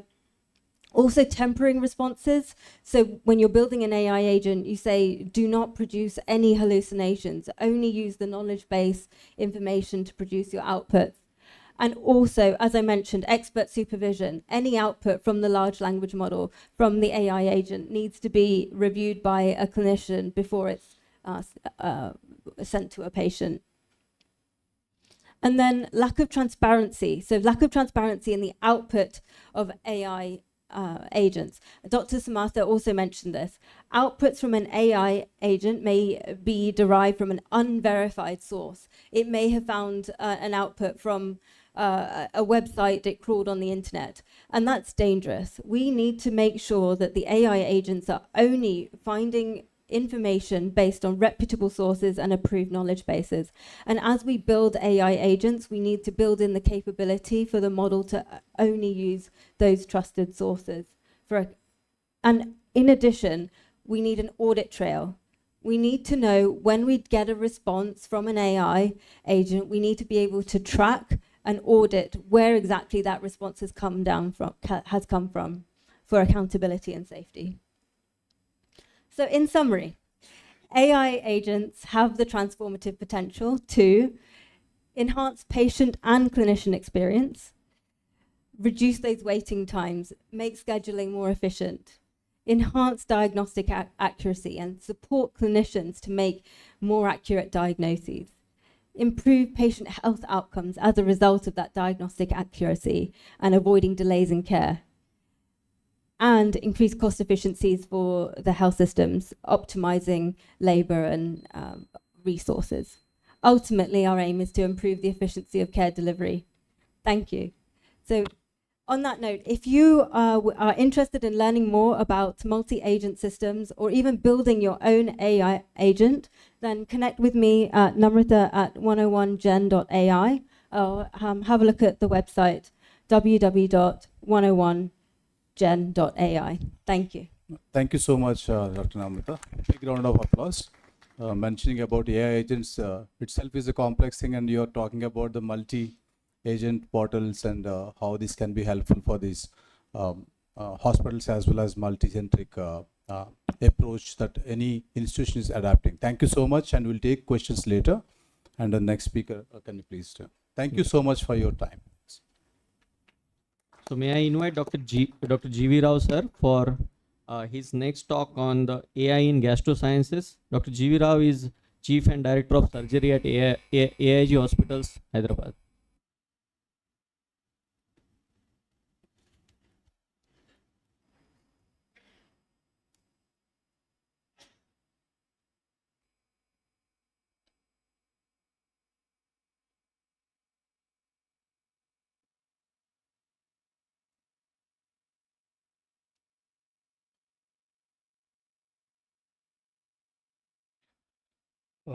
Thank you so much for the honor of this AI podium. This is a strong disclaimer from my side. I'm not a code master. I'm a surgeon and not a software engineer. So if I butcher some of your coding jargon or mix up my tech terms, please forgive me for this, because calcs are my specialty and not the syntax. Had I been very good at mathematics, I would have joined IIT or some other specialty. We were not too good at mathematics, so we took biological science and ended up as clinicians. So whatever has been talked in the morning, actually it all looks like jargon for us, but what I'm going to show you is the end result of all this. And most of the things that I'm going to show here is what is being done at AIG Hospitals or as industry partners we are working with. Gastrosciences has made a big impact in medicine, basically because of people like Dr. Reddy. Is the most happening specialty as in today, most curious, most invested, and most rapidly expanding medical specialty as in today. Believe it or not, in the decade to come, you'll see medical gastroenterology, surgical gastroenterology will make inroads into each and every specialty, including cardiology specialty, which Dr. Narasimhan heads here. Now, what are the current limitations that we have in current day clinical practices? Sometimes diagnosis, choosing appropriate therapy, determining individual responsiveness, or predicting the future disease course and appropriate treatment for different patients. As in today, the entire thing is based on natural intelligence, which is based on equations. And this seems to yield acceptable results in about 50% of the thing, and another 50% with either over-treating the patient or under-treating these patients. Basically because of heterogeneous patient population, huge data from emerging sources, labs, and basic research, the analysis of the entire thing seems to be time-consuming. It's variable reporting from different people, and variable management and follow-up protocols in different parts of the world. So I'll make a provocative statement saying that gastrosciences seem to define natural intelligence, equation-based management, and can artificial intelligence overcome the challenges that we have in current day clinical practice. It seems to have made inroads into diagnosis, treatment predictions, treatment planning, into every part of the thing. And this is the language that you all understand. It is Greek and Latin for me. What I heard this morning is all Greek and Latin to me, but what I'm going to show you will be Greek and Latin for you, but you'll understand how this is getting translated into clinical practice. I'm also a big science fiction buff, basically because I feel that whatever has been shown in science fiction movies or in the text is getting translated, and AI came into science fiction even before we started talking about AI in clinical practice. India's contribution, GI contribution, actually we rank number 3 in the number of publications that we have in gastro, in artificial intelligence in various fields. Kudos to various authors practicing AI in different parts of the country. Couple of examples I've showed you. We are all involved in this. I mean, all of you would have talked about surgery being done in, or endoscopy being done in white light. So people started looking at other forms of light, whether we can see better image, see things better in different forms of light. For the first ever time, both on endoscopy side and the laparoscopy side, we started introducing blue light instead of white light. And surprisingly, they started picking up more lesions when we started using blue light instead of white light to pick up lesions in clinical practice. Then came in, actually, we started introducing some fluorescent dyes. We started injecting into these things. And taking the help of the technology, we started picking up lesions which are not picked up on conventional white light. This is one of those technologies that is used, a dye which is injected into the veins. And then you can see that compared to what we see on white light, we're able to pick up more pathology which is not seen on conventional white light during surgery. So the procedures become more safe when you're taking this technology into clinical practice. Not only this, actually, most of the thing, actually, some of your relatives would have undergone major surgical procedures, and some of them would have ended up in some complications with some leaks or bleeds during post-operative period. This is basically because we had some limitations in current day clinical practice. Now, this has been overcome by using artificial intelligence, where we quantify the amount of perfusion that the organ has got. So we cut the organ and then we try to stitch it back. We know that whether this organ is going to safely perform in future. So this is the AI part which shows us that this organ, when you stitch it back, it is going to function absolutely normally. Like always, actually, when we do this white light laparoscopy, actually, we see these lesions like this. Conventionally, we are not able to pick up some of these things, like Rakesh has told you. And now we are injecting this contrast, and this not only gives us enhance the lesion, but it also tells us what is the type of tumor it is. So we are able to make some intraoperative decisions as to how to plan resections on table. It could change from a well-differentiated tumor to a poorly differentiated tumor. So the line of action, or the line of resection, or the extent of resection could strongly be determined by what is seen on this screen at the time of surgery. And likewise, the new introduction into this thing, actually, we have this RDI, which has come into endoscopy, actually, which Dr. Reddy is one of the main principal investigator in taking this technology, where you're able to see vessels which are not seen in conventional white light endoscopy. Beautiful images that you can see, that this is the technology wherein you're able to see vessels. And these are the ones which need to be picked up so that they can be tackled during endoscopy procedures, and they also seem to predict some sort of disease in future. The similar counterpart on which we have is an LO enhancement called the LO component of the light is being enhanced during surgical procedures. And the typical example is this. What you're seeing in the left upper corner is the white light procedure. What you're seeing in the right lower corner is the LO light procedure. Sheer enhancement of this color makes these surgical procedures safer because you're able to see structures better. The amount of bleeding that happens during surgical procedures is less. The amount of disease that you're able to clear during these procedures is more. So the overall outcomes of patients undergoing procedures is very high when you're incorporating this technology into clinical practice. And we have working with our own team on a project called Octopus. I've shown you white light, blue light, yellow light, and the red light. Now we are working on this project called Octopus, which automatically changes color as you're doing the surgical procedures, depending on what we are targeting. That gives us the sheer contrast between vital structures, important structures, cancerous structures, that makes life easier for the surgeon, and the outcomes of these procedures are very, very good. In the next session, I think we should be able to show the results of this Octopus project. Capsule endoscopy is another big specialty. Some of you would have known about this, wherein you're not able to take the regular endoscope. The patient swallows a capsule and the entire, it goes into the gut, picks up thousands of images which are interpreted physically initially.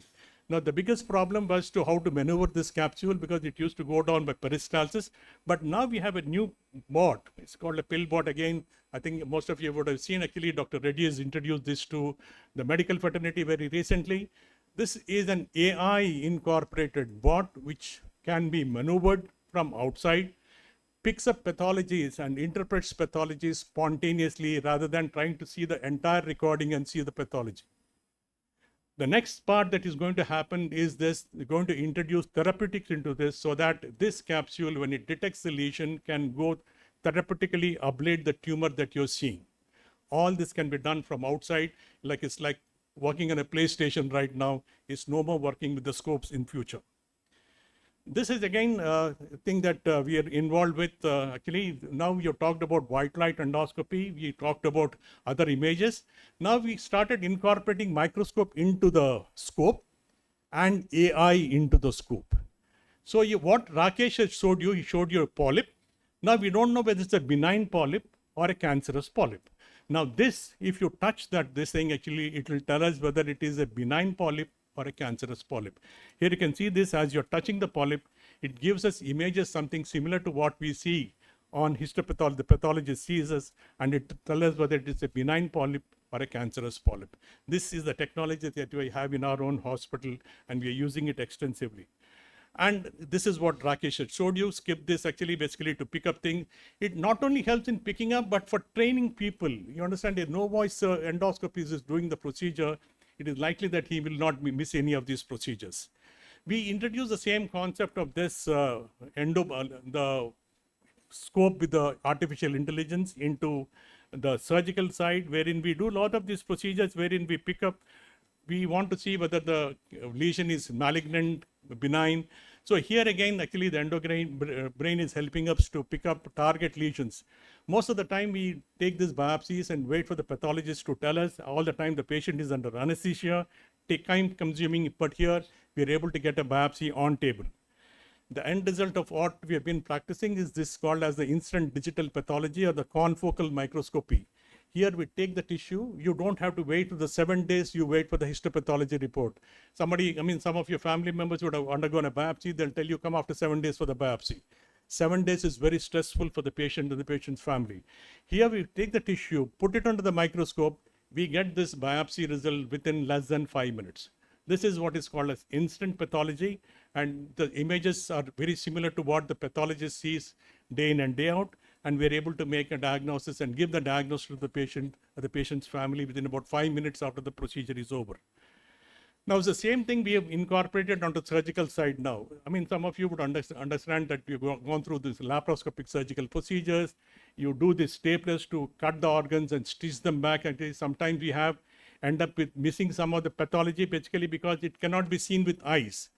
The pathology sometimes is not seen with eyes. So now we are working on a project wherein this stapler and the AI pathology get incorporated so that we get complete clearance of the tumor on table and we don't leave any tumor back in the patient.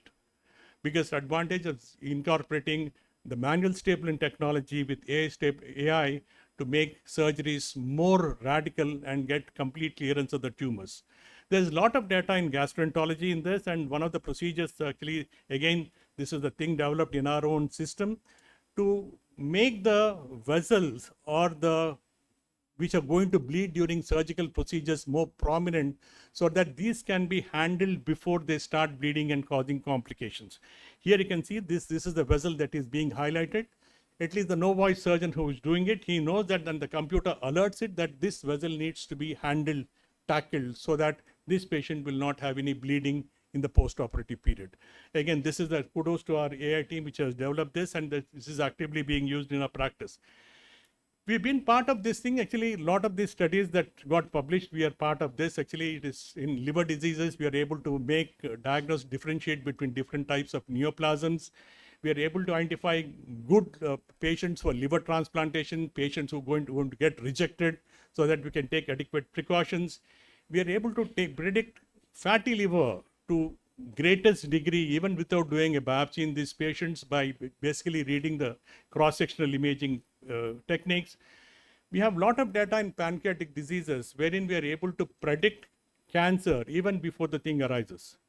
Basically, because of a lot of data that we feed in, we are able to, if you see a different lesion again, we are able to differentiate between different types of pathology. Again, one of the authors sitting here on the moderator's chair, actually Nitin is involved in this. Actually, some of your relatives would have undergone gallbladder surgery for gallstone disease. Sometimes these stones slip into the bile duct, and these are picked up post-operatively, and they land up with a lot of complications. Here we are able to pick up these stones even before surgery. So this is going to predict, and these are shown to be better than the conventional guidelines that are published in clinical practice as of today. We have a lot of data to show that inflammatory bowel disease patients can be managed very effectively, right from diagnosis, treatment planning, follow-up of these patients. And also we have shown that the post-operative complications can be predicted using artificial intelligence. And the end result of all this is what we practice is this navigation surgery, where we incorporate the preoperative, intraoperative data here. It is something like running a Google map in your theater.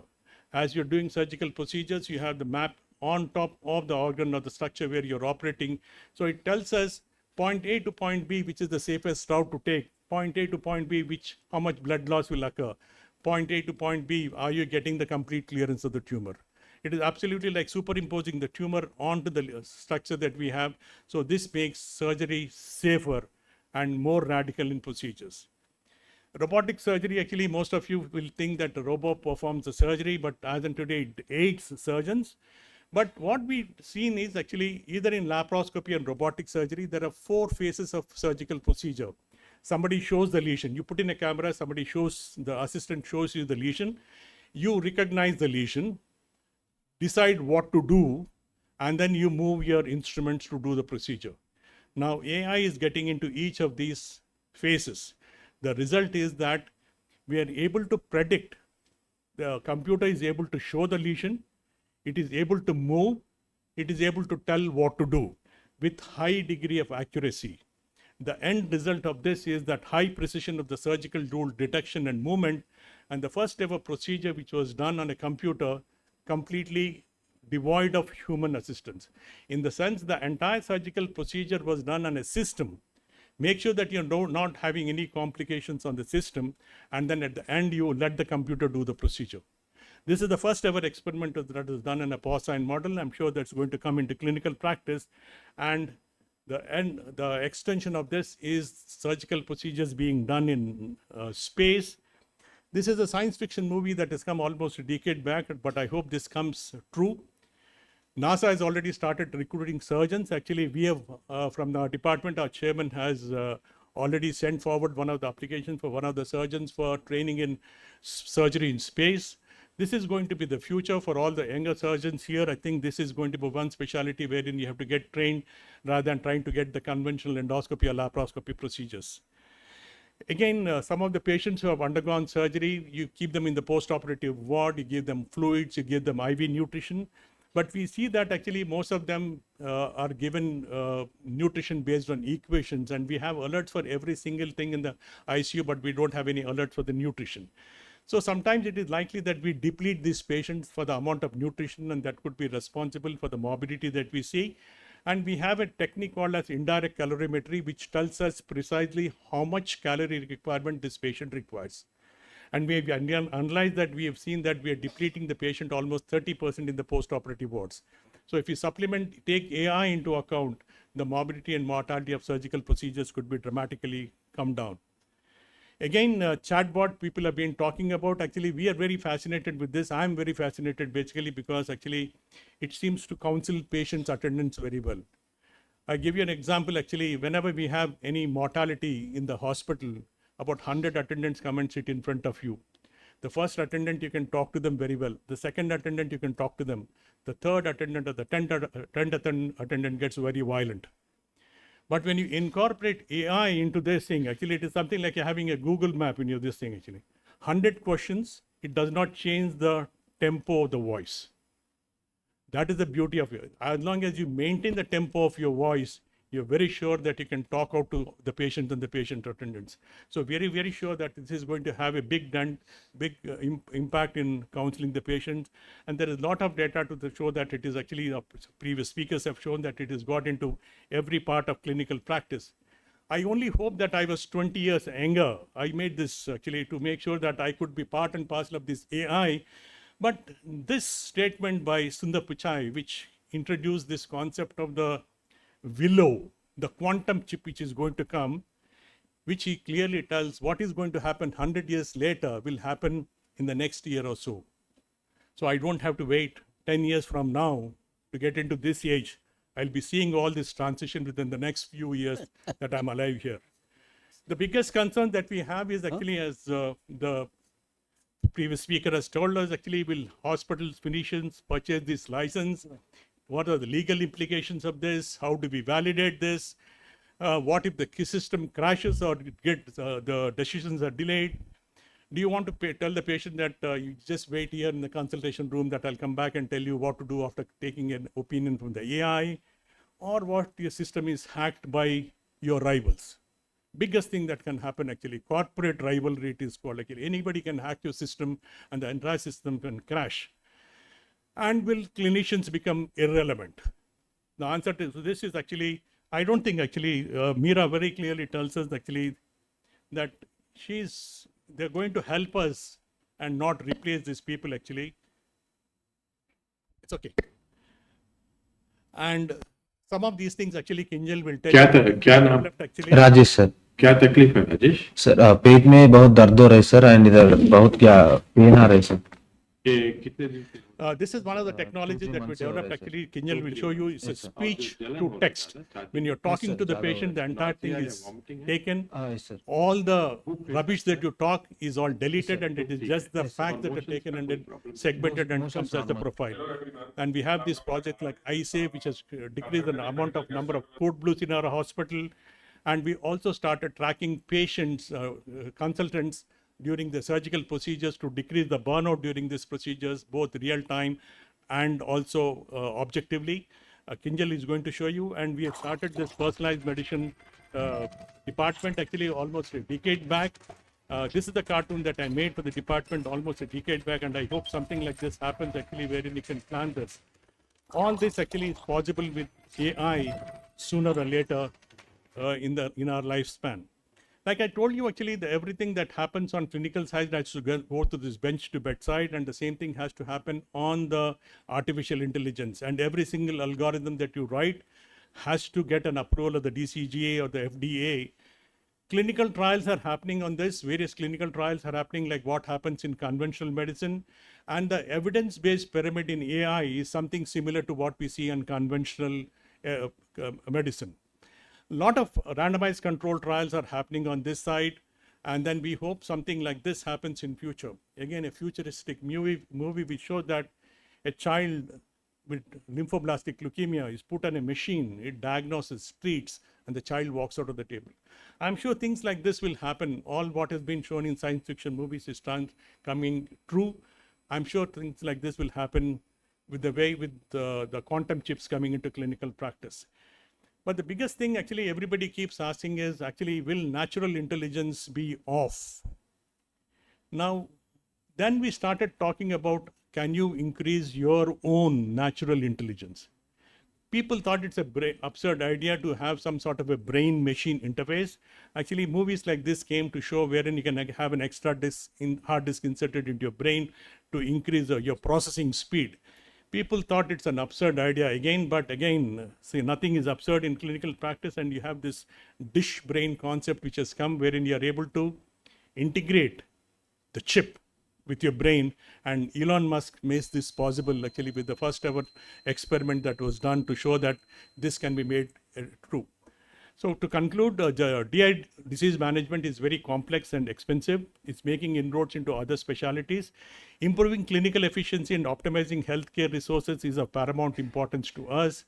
And evolving advances in AI are promising with potential to revolutionize diagnosis, critical care, clinical care, detection of lesions, tailoring treatment, improving current survival, and predicting the treatment response that we do. And AI seems to assist in identification of new associations between variables, potentially leading to changes in clinical practice. Thank you so much once again for the patient here. Thank you, GB, for this fantastic voyage into digestive system. There's a slight change in the program. This is the previous 3 talks by Dr. Rakesh, Namrata, and Dr. GB Rao are open to questions, and then we'll have a slight change in the agenda in the interest of time. Are there any questions to the previous 3 speakers, please? Any 1 or 2 questions, please, quickly? Yes.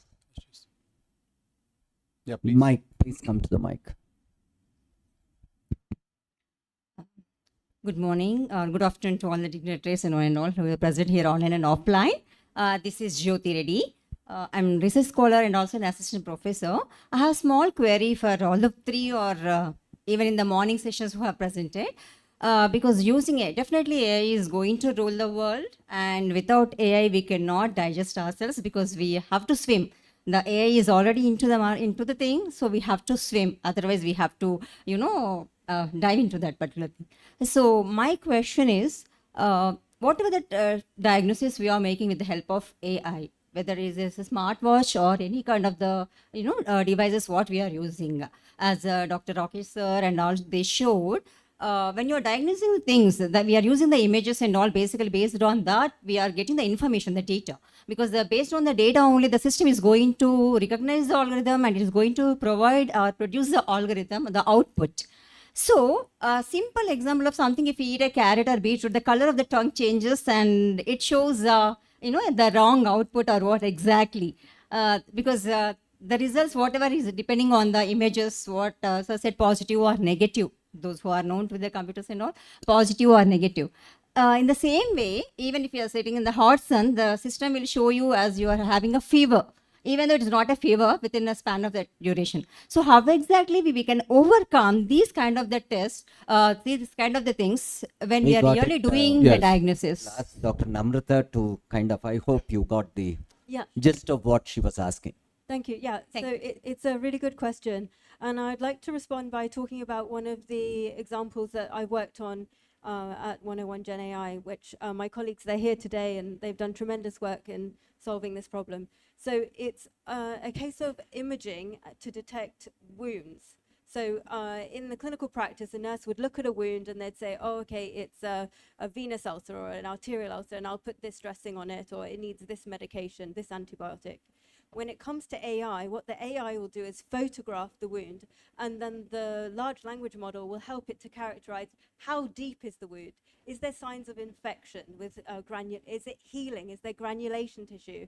Is it getting worse over time as we sequentially image this this wound? And each of these variables are put together to inform the clinician with a set of with an output, to say this looks like an arterial ulcer on the left lower leg. It's gradually getting worse. There are signs of infection, and we would recommend this antibiotic. So it's characterizing those individual features that we as a clinician would look for, but the AI can do it from the image. Okay, thank you. Are there any further questions? I think these are exciting times. I would really like to thank Dr. Rajendra Gupta for presenting an overview and the tremendous presentation that we had seen in AI. With great power comes great responsibility. I think humans intrinsically try to dominate. And with this, we are going to see a lot of problems. The more affluent you are going to have access to technology. You saw what happened to United Healthcare, which started manipulating the claims of a rightful patient to reject all the insurance.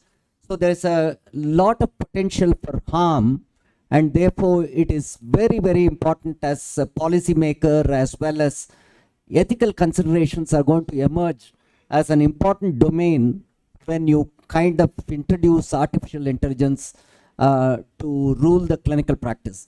I think we'll have time for one last question, and then we would like to wind up. Yes, doctor, please. Thank you. Hi, my name is Dr. Akhila. I am building a health tech company called Oxirius.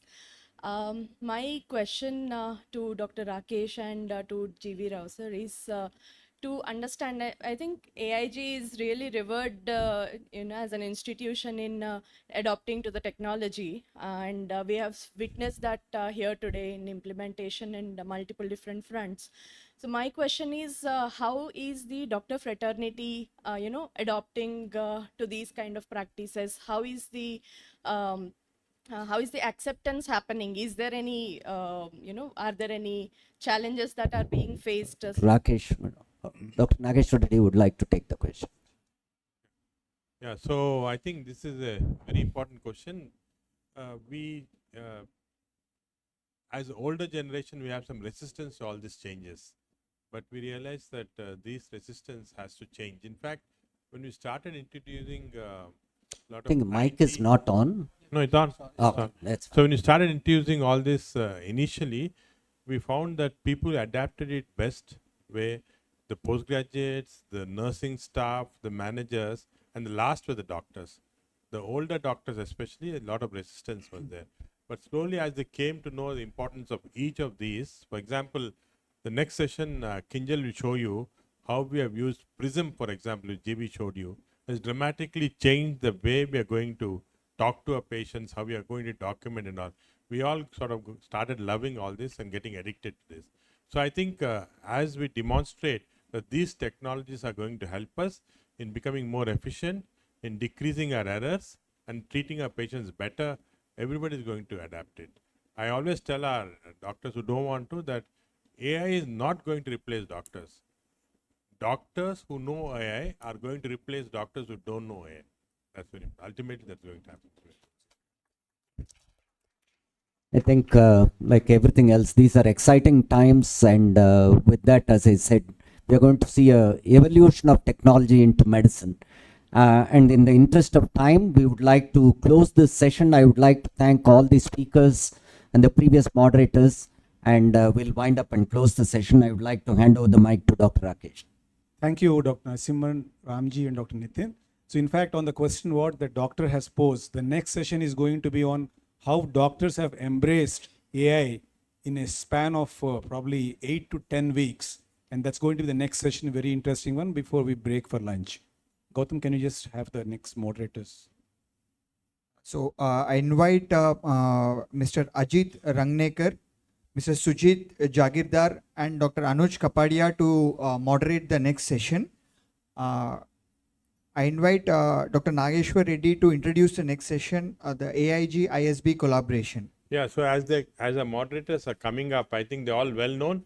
Dr. Ajit Rangnekar was the ex-dean of ISB and is a very prominent figure in Hyderabad in India in promoting startups and so on.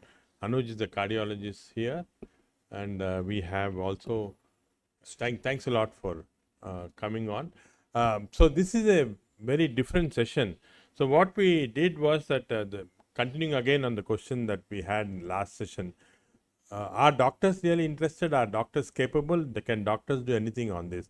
So we at AIG were initially worried about this. So what we did was, again, predominantly Kinjal and others got together with the ISB, which of course is known to promote all this. So AIG and ISB did a AI course where we invited doctors from all over the country to join us and selected carefully a few of them. We had a huge response, but we selected about 30 of them who were divided into 5 groups. And these, after the AI course was over, these 5 groups were individually given projects to start with, AI projects which could transform practice of medicine. They came up with fantastic projects, and they're all doctors, not engineers. Doctors came up with fantastic projects, and 3 of these projects have been selected to be present today in a very short form. These 3 projects are something which have to do with practice in liver diseases, practice in sepsis, and laparoscopic surgery. And as they're presenting these projects, you realize how these are going to transform our practice. And I think this is an important lesson to us that, again, doctors, engineers, and institutions like ISB should collaborate, cooperate in our country so that we become the leaders in this field.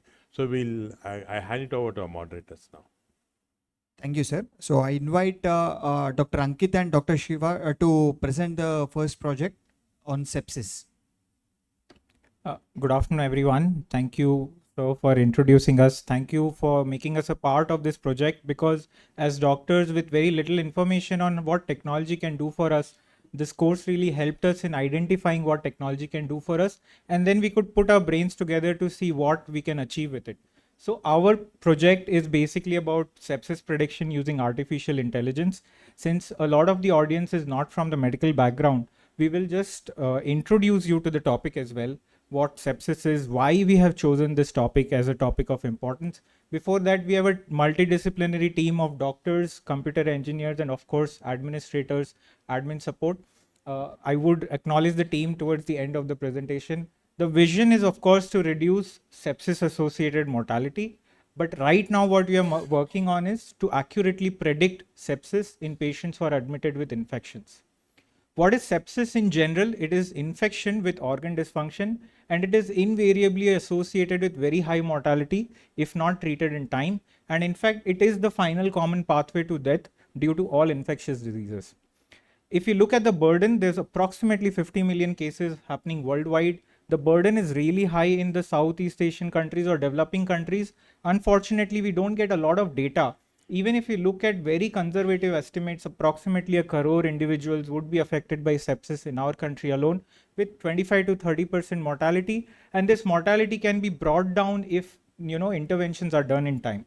And if you look at the cost burden, again, the data again is more from the West, but the burden from the Indian settings wouldn't be less. This is very conservative, $492 million, but this is just the treatment of sepsis. Always remember that sepsis leads to a lot of after hospitalization cost in addition to the in-hospital cost of management. How sepsis or infection progresses is basically in 3 stages, where there is first an inflammatory response in the body. It progresses on to develop sepsis, and then there is a septic shock, which is generally associated with much higher mortality. At present, all interventions are done when sepsis is established. However, how we can bring down mortality is when we can intervene at an earlier stage, which means if we can predict if a person is at risk of developing sepsis or not. Let's look at what are the tools and algorithms that are available. So these are not AI generated algorithms. These are scores that have been calculated using, retrospective, prospective studies, where we have scores for identification and diagnosis of sepsis. We have scores for prognosticating a patient, if somebody has sepsis, what is the likelihood of dying? But what we need to work on is prediction models, because that is how we can actually bring down the mortality associated with sepsis. There are certain tools that are available like Insight, Epic Sepsis Model, Composer. And there were recent publications with respect to that where they are integrating it with their EHRs also. So this is Epic, which is widely used in US, where they are integrating these things that help as a clinical decision-making tools, support systems.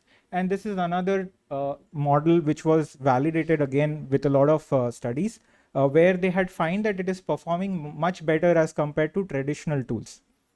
Now, the question is, are we trying to reinvent the wheel then? When we already have certain AI models that are there, then why are we trying to do it ourselves? The major difference is patients behave very differently based on epidemiology, geography, the type of infections they're having, the comorbidities. So everything is going to be different. How a patient in US or UK would progress would be very different from how a patient in our setting, leave alone India, it could be different in the regions as well. So that is why it is important to study our own population. And therefore, what we wanted to do is develop a machine learning based software that can predict development of sepsis.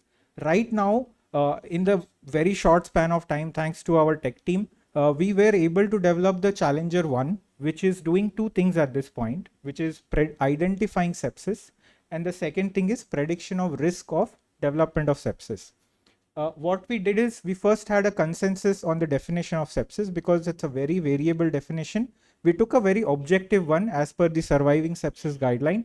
And then we asked the computer itself to classify patients into sepsis or no sepsis once they are admitted with infections. So we have taken out the subjective element into the definition of sepsis. We are using a very score-based categorization of patients into sepsis or no sepsis. And then we utilize 37 parameters from these patients to understand what is different between the two groups. Why that one patient with infection went into sepsis, why the other patient did not go into sepsis. So these are certain clinical parameters where we can see that there are certain differences. For example, the respiratory rate is much higher in patients with sepsis. The blood pressures are fluctuating more. The pulse rate is much higher in patients with sepsis. And remember that we asked the machine to identify patients with sepsis, and it is still making clinical sense also that things that we expect in patients with sepsis is what the machine is also picking up. The WBC trend is much higher in patients with sepsis. Hyperbilirubinemia, AKI, everything is much more that is picked up. So the machine has categorized patients into sepsis or no sepsis, has studied 37 parameters, and then with the help of diagnostic algorithm, we have created a prediction kind of a thing. So this is just an example set of data for a patient that was admitted, and we'll see that. So I'll just pause this.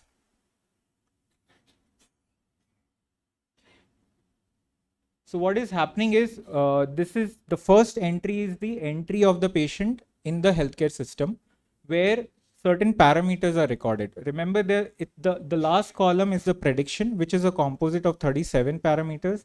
The columns that we have shown is just for representation. For simplicity, only 5 parameters have been shown, but it's a composite of all the parameters that the machine is studying, and it continuously monitors all the data that is fed into the EMR, automatically picks it up, and then at the time when the machine feels that the risk score is high, it is predicting that the patient is at high risk for sepsis. So this becomes a clinical decision support system. So it's not that it is at this point, probably the doctor or the healthcare team would not have caught whether this patient is going into sepsis or not. So this can help in early identification. And in fact, that is going to be our subsequent step, where we identify the point where the machine identifies a patient for high risk of sepsis, and when clinically this patient is documented to have sepsis, and what is the lead time that we get with the help of the AI algorithm. So potential applications: early and accurate triage, guide diagnostic evaluation and selection of antimicrobial strategies. For example, if we find that the patient is at very high risk of developing sepsis, we might go a little more aggressive in terms of evaluation, source control and all of that, rather than being on the wait and watch strategy. Simpler models can actually be used in smaller setups where referral systems can be optimized from primary, secondary healthcare levels to, tertiary centers. More accurate prognostication. So although I showed some tools for prognostication, these can be far more accurate because they are real-time prognostication tools. Major challenges: still requires a very large set of data for training. Although the tool that we just showed was trained over 2000 entries, 1000 positive and 1000 negative with almost 2 lakh parameters.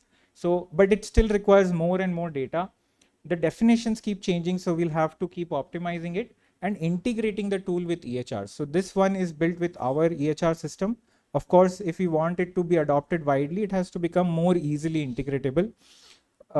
Subsequent stages, we'll train the model for culture negative sepsis. So this is a technical point. Right now, the training is done for all culture positive cases which are going into sepsis, but there's a big chunk of patients in whom cultures may remain negative. So anybody who's from medical field will know that this is again a major challenge, but it is slightly difficult for us to make the machine understand about the culture negative sepsis at this time. We are working on it. Again, to predict the timeline of progression. Right now we are doing risk stratification, we are doing identification, but if we could do a certain kind of a lead time advantage, so that we can gain some 12 hours, 24 hours, whatever it is. Completely integrate as a clinical decision making tool, at least for our clinical practice. Filing the patent, conduct research to validate this prospectively, because all the training is happening with retrospective data at this point, and then create simpler models for wider adoption. With that, I would say that it is time to aggressively look into sepsis. The global burden is huge. The burden in India is huge. To put it into context, most people are just one admission, one sepsis episode away from being pushed into poverty line. So that is something that we should look forward to. Thank you.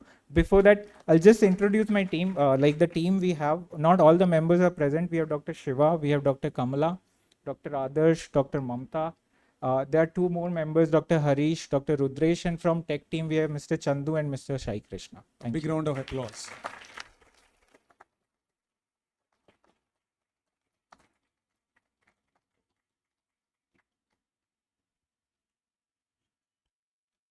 Anything for the...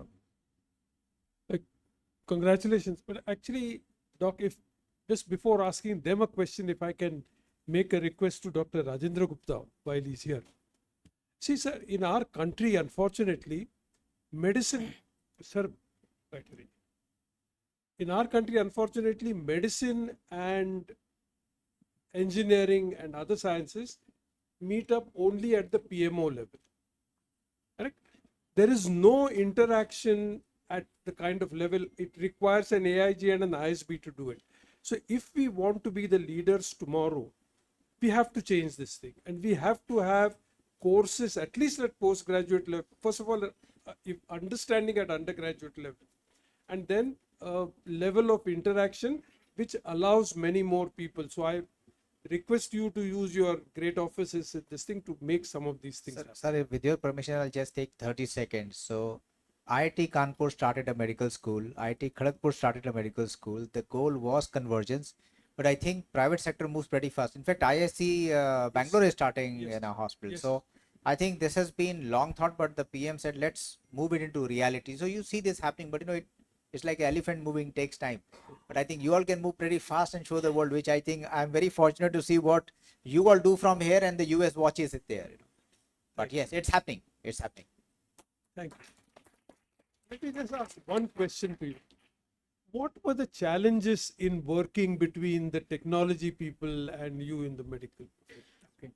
So basically there are lots of challenges, not between just the technology people and, just to find, for this project, for example, the major challenge we were facing is consensus on the definition of sepsis. Because anybody who's in the medical field, the term sepsis is used so loosely that, if we go by subjective description of sepsis through the EHR, it could lead to a lot of false negatives. So it took few weeks for us to identify what the correct definition of sepsis might be.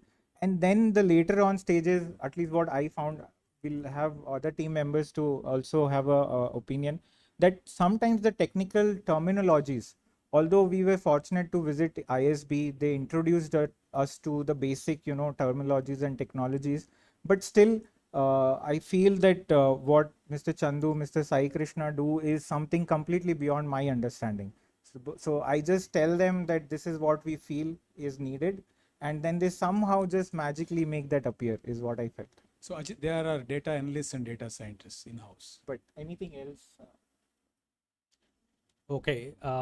One probably last question. First of all, congratulations to you and your team.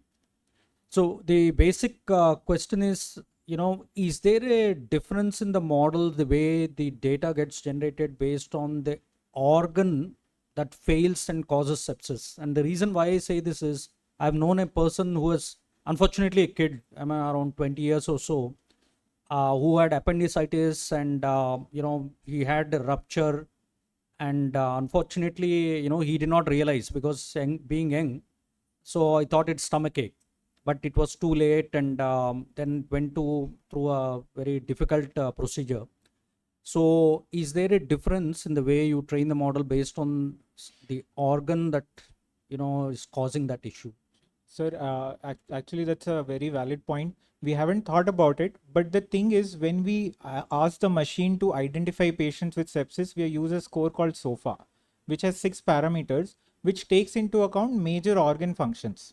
So as of now, we are not individually looking at the weightage of each SOFA score, like each organ score, but that is something maybe we can look at, that if the SOFA is a composite of 6 different parameters, how one is weighing against the other 5 is something that we can look at.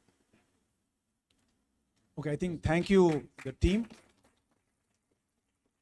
So a request for the next 2 teams, please stick on to only 7 minutes plus 3 minutes of discussion because of want of time. The next group, please. So in the meantime, I didn't introduce the moderators here. They're all stalwarts. Sujit is from T-Hub, CEO of T-Hub, and Ajit Rangnekar is the ex-founder dean of ISB and Director General of RICH, and of course Anuj, our own cardiology head. the next group. Good afternoon, everybody. Thank you for this great opportunity. Today we are going to bring you an AI solution from the operation theater. We didn't want to be left out, so we are bringing AI into OT. We couldn't take OT out of the theater. So our solution is called the AI Gallbladder Assist.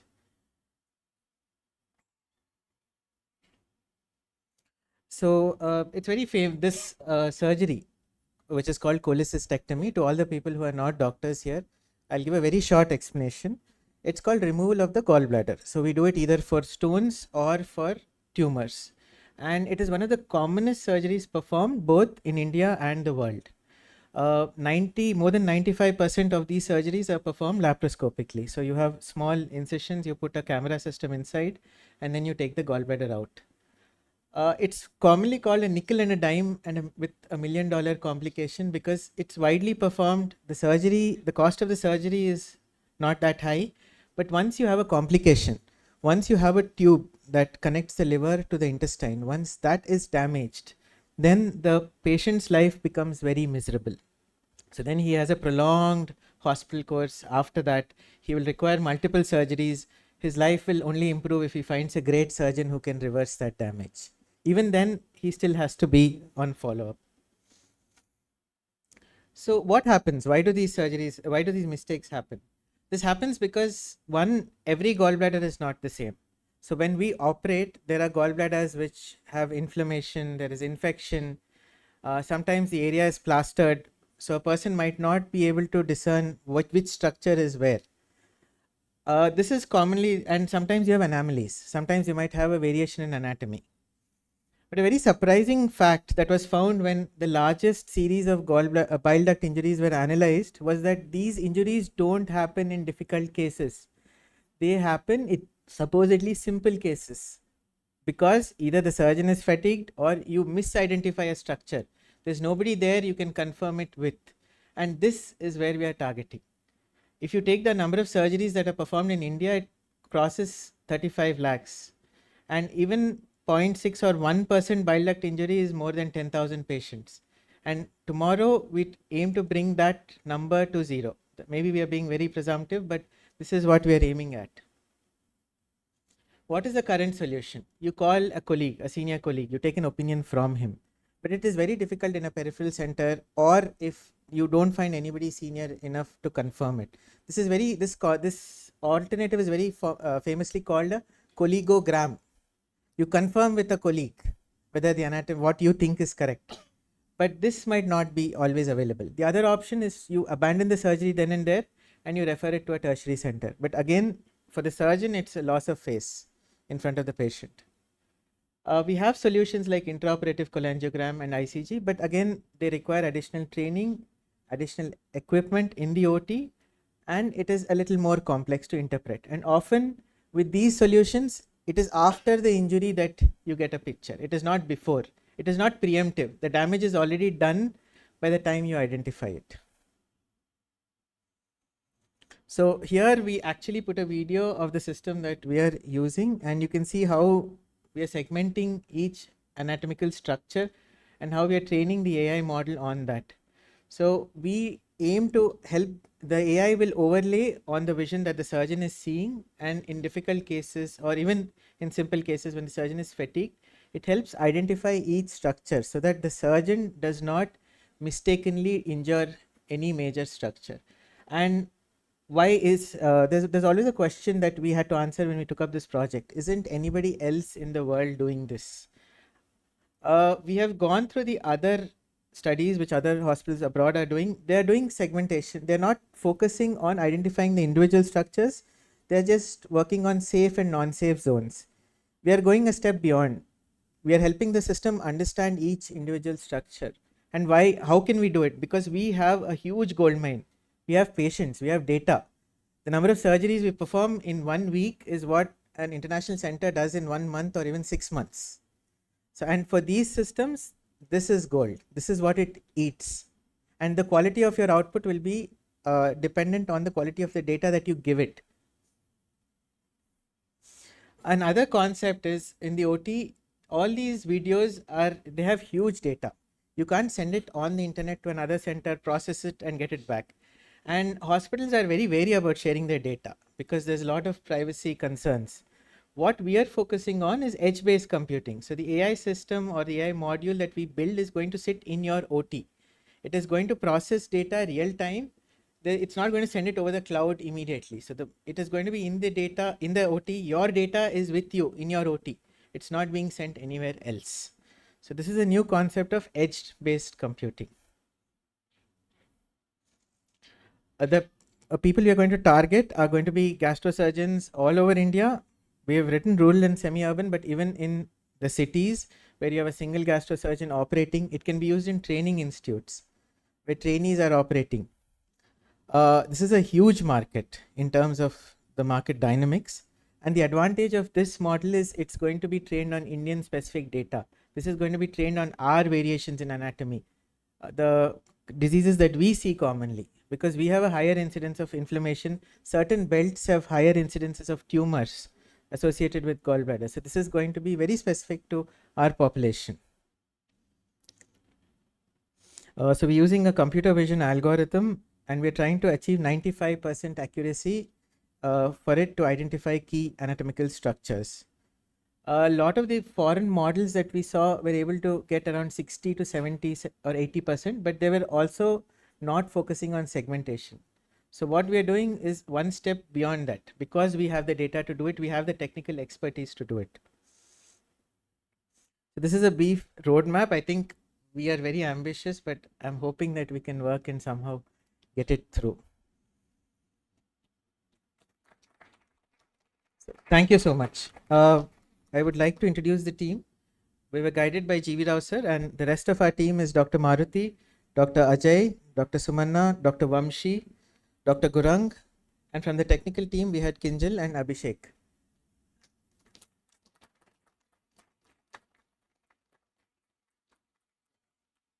Abhishek is almost a surgeon because the amount he has read right now, I mean, picking up a scalpel is the only thing left for him. Thank you. Any questions, please? Any questions anybody would like to ask? This, if comes into practice, can be used actually, can be very widespread, right? Yes, sir, because it's even for peripheral centers or even small hospitals, if we can provide this solution, it will be a really big boon for them. Government and private. Whose idea was it to use edge? Which one, sir? Whose idea was it to use edge computing? Brilliant. I think for those of you who are thinking of being entrepreneurs, see the applicability of it for the market that they are talking about. This is the kind of thinking that makes a lot of difference. It may sound simple, but it's really.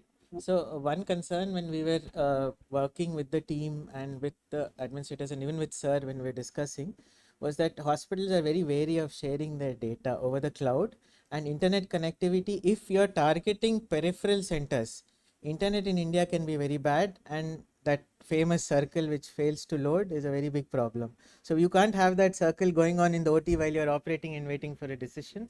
So that's why we thought edge computing would work. So I have one question. I am from IIIT Hyderabad, Krishna Reddy. Actually, we need not compare with the foreign models.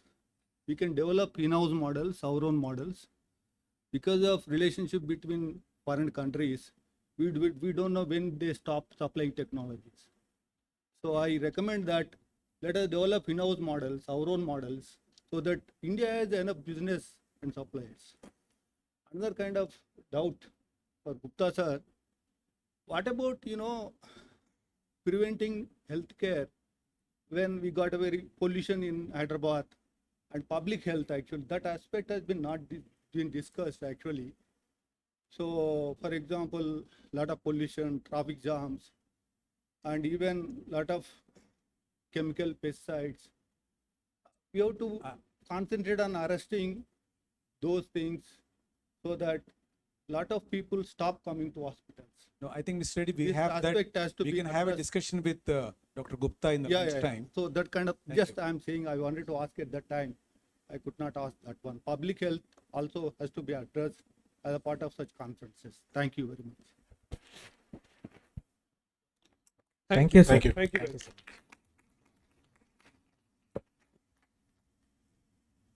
Thank you, guys.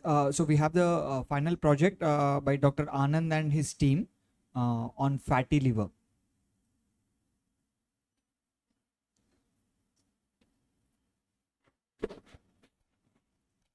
Good afternoon, everybody.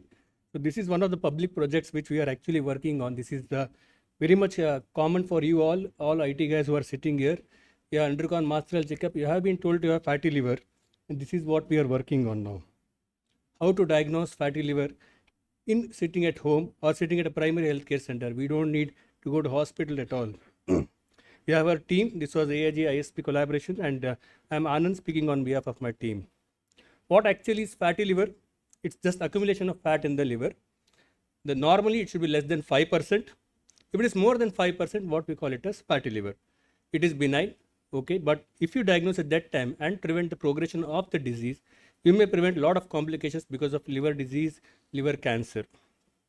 If there is inflammation along with that, we call it as non-alcoholic steatohepatitis. There is inflammation, we call it as hepatitis. Once there is dead cells because of the persistent inflammation and fat, we call it as cirrhosis. The complications we want to prevent is development of cirrhosis and its other associated complications.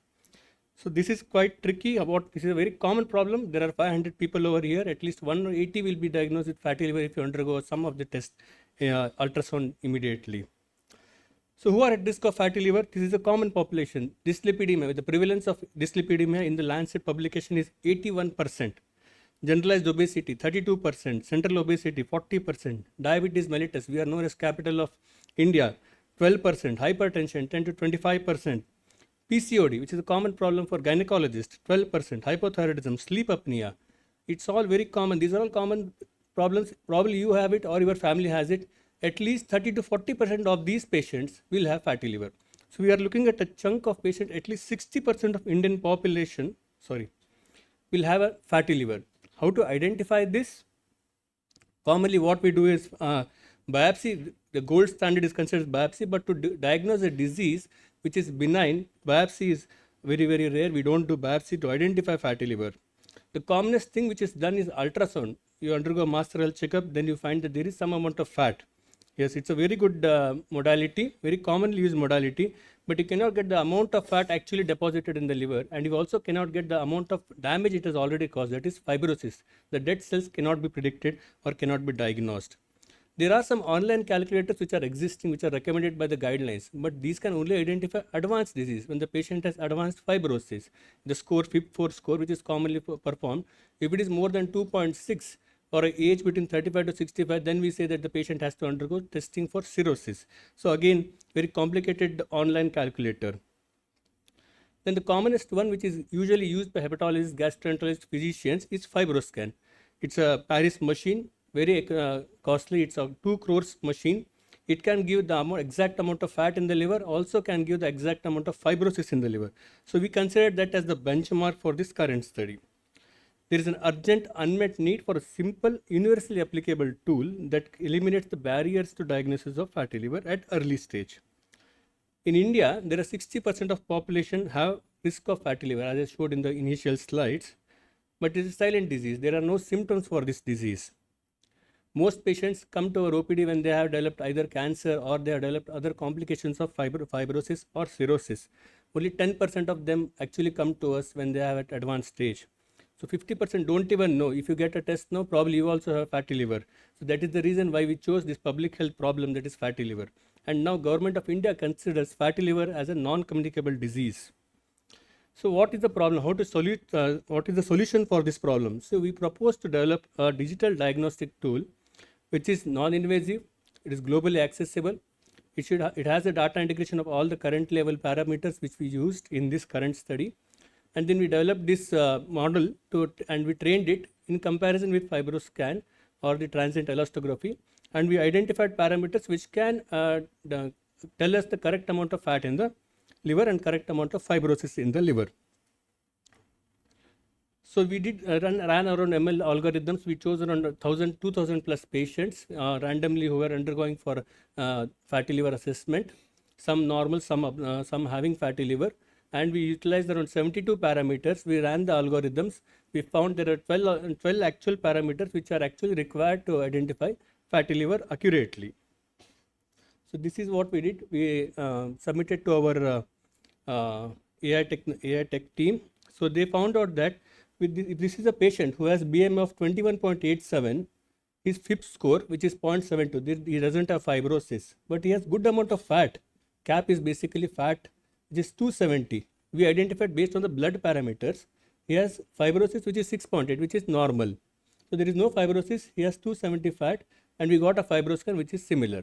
277 fat and 6.2 fibrosis. The accuracy is almost 90+% for this current patient. So we identified based on the blood molecules. You can sit at home, you put your lipid profile, you put your age, your height, weight, your hemoglobin levels, bilirubin, AST and ALT, which are commonly performed in any of the labs. Most of the IT employees get this test done. You input those parameters and you get to know the amount of fat in the liver and the amount of damage it has already caused. Who will benefit from this? Yes, obviously patients all over the world. Everybody will benefit. Primary healthcare centers where there is lack of ultrasonography, if they can do blood tests and they can identify fat, that is sufficient to identify the patients and treat them accordingly. Physicians, everywhere in the world, physicians will be benefited. Gastroenterologist, hepatologist, endocrinologist, because diabetes is a major population for us. The nephrologist, cardiologist, gynecologist, as well as rheumatologist, because they see osteoarthritis and they prescribe a lot of steroids. We plan to end it by next year, 2026. We probably will come out with this application, and probably we'll also have more data we'll capture from the other departments and try to predict the development of kidney disease, cardiac disease, because cardiac disease is the most common cause of mortality in patients with fatty liver. So this the aim is to develop predictive analysis for all the other extrahepatic problems which can occur with fatty liver. And with this, we aim to achieve the early detection of fatty liver and also reduce the healthcare cost associated with presenting at the later stages. Thank you. I have a team members, Dr. Rohan. Dr. Rohan is here, who is a gastroenterologist, was part of our team.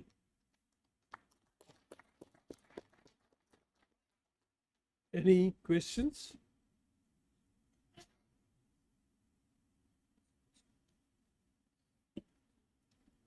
Good afternoon. I think your project is very much relevant for current situation. My point is, I'm a functional nutrition practitioner. So how we do this thing in a slightly different manner. What we have understood from various studies, fatty pancreas precede fatty liver. This is one area I think you can just deliberate upon.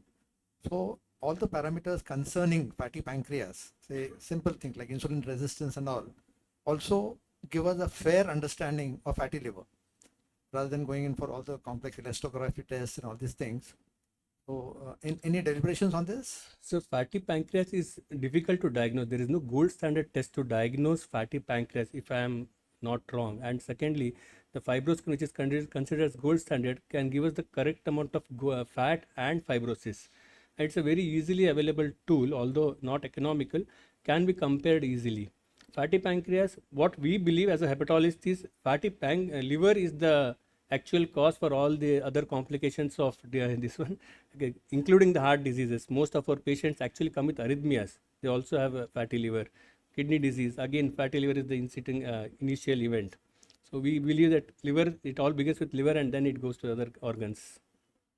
And pancreas is difficult to diagnose on the basic ultrasound. So a lot of times what happens is stomach gas that overshadows the pancreas. So because pancreas is behind the stomach, it's relatively difficult to diagnose with a basic ultrasound. I'll just quickly add one point because it's a very important question. In artificial intelligence, you can be as smart as a best possible human can be. So if there is any gold standard or ground truth that we call, which can prove that a diagnosis is right or wrong, only then a relevant algorithm can be built. In this case, FibroScan is one. And that's why we are working backwards from that, proving that the algorithm is working right or not. So that is extremely important for any artificial intelligence project to be picked up. And most importantly, we are trying to solve the problem of cost and patient care. So those are also, I think each one of the team has selected those projects based on these things. Thank you. Thank you.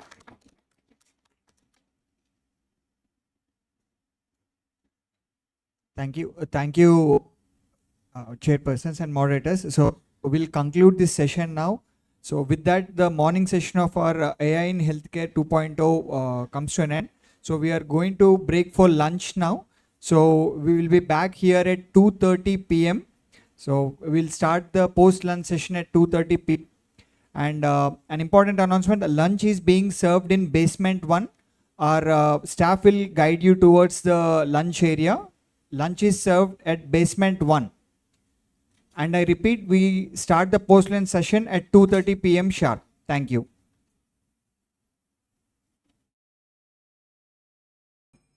Talk by Dr. Shravanti Parasa, that is Medicine in the Era of Large Language Models, from Research to Clinical Impact. Unfortunately, Dr. Shravanti couldn't be present with us in person, so she has sent her recorded lecture. We can start the lecture, please.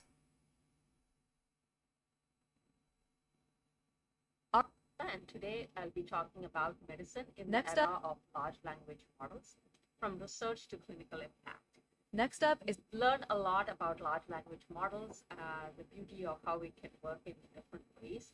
But what I want to focus today is some of the research in medicine and how some of these have been applied in clinical medicine in the United States. These are my disclosures.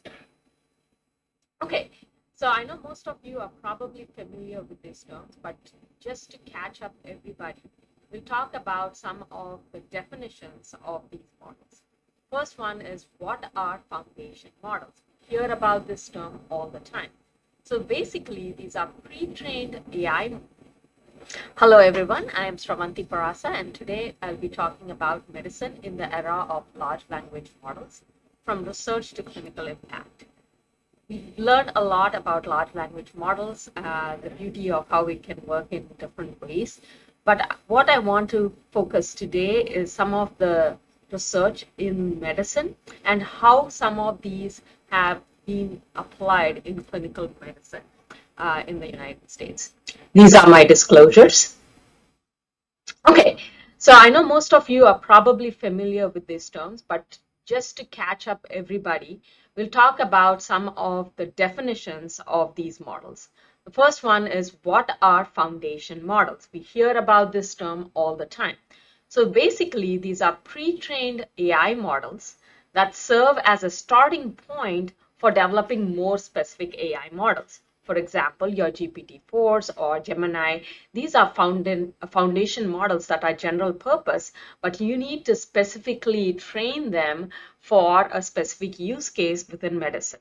So in general, foundation models are trained on large amounts of data and can be fine-tuned for specific applications in gastroenterology, such as detecting lesions or segmenting anatomical structures, or for risk prediction models, and so forth. Now, what exactly are large language models? These are AI models consisting of neural networks with billions of weights or more, trained on large amounts of unlabeled data. They have the ability to understand and produce human language, as well as other types of data such as images and audio. So if you haven't seen any of those fake videos or fake images, you know that these can be easily synthesized using the current generation large language models. Now, taking a step from there, I think this word multimodal models will be the most important word that you will hear in the next few years, at least, as foundation models or large language models are being applied within medicine. Now, what exactly are multimodal models? These are AI models that can understand and combine different types of medical data, such as medical images, electronic health records, voice, so forth. And these are particularly useful in medicine because when we think about a patient, we are not just thinking about what the image shows. We are taking the information from that image into the context of the patient, what we can learn from their electronic health record or what notes we have taken, and put that into perspective and provide a diagnosis or a prediction or a treatment strategy for those patients. So this is exactly the type of thinking we want these large language models or foundation models to start thinking similar to human beings. So we'll hear a lot more about multimodal models in the future. Okay, so coming to large language models, we'll talk about some of the research that is being done, and there are several new papers coming out every day on these, but my goal is not to get you familiarized with every single good thing or bad thing that LLMs are doing, but just to kind of get us inclined towards what these can do in general. So LLM's general purpose interface. So let's say we are taking a general purpose large language model. Now, whether it's fine-tuned for a cardiology data set, gastroenterology data set, medicine, or agriculture, that's completely different. What we are trying to say in a general purpose interface is, regardless of what your input is, for example, in this case, I've shown that there is a T1, there is T2, there is T3, and so forth. Regardless of the input interface, there is a general purpose large language models, and there's one output for answering each of those inputs that we've asked. For example, after visit summary, or a document type, or specific information on a disease, and so forth. Now, what we are seeing with LLMs is we are moving more from specialist models to generalist models. The specialist models in the past would be specifically trained fine-tuned models, from closed set classification to open-ended generation, and from representation learning to promptable interfaces that we are seeing. Okay. Now, coming to specialist models, what we are seeing, okay, we have a patient in my clinic. We had this clinical dialogue and interview where we talk about their abdominal pain or some trouble swallowing and so forth. That is the clinical dialogue. We can have a specific model, a specific specialist model that can summarize what I've discussed with the patient and provide a patient note. The patient note can go in through an entity recognition model and help us de-identify the data. And then for PubMed abstracts, we can have a relational extraction model and kind of give us this entity relationship between the medication and the types of diseases it can work on. Similarly with discharge summaries, clinical notes, and so forth. So each of these is an independent specialist model designed to work on that particular use case or that particular task. Now, in specialists, what you'll see is, if you take a deeper dive onto this, you will see that there is this clinical dialogue, patient dialogue, discharge summary, and each one of them has a different transformer model and doing a specific task, specific purpose, and that involves the pre-training of this transformer model and further fine-tuning to kind of give us an accurate representation of the type of information that a clinician or a nurse or your medical staff would need at point of care. So that is the role of specialist headers. Now, in generalist models, all of these are clubbed into one large language model, and you're getting the specific output. So those are more generalist models that if you follow some of these medical journals, you'll see this foundation generalist model for radiology, or generalist model for ophthalmology or gastroenterology, and so forth. So these are trained on large amounts of data from that specific subspecialty to answer one specific type of question that we want to answer. Now, GPT-4 and some of Gemini models and all the models that you hear about are trained on a large portion of the public web, and it actually contains one of our scientific literature data set called the PubMed.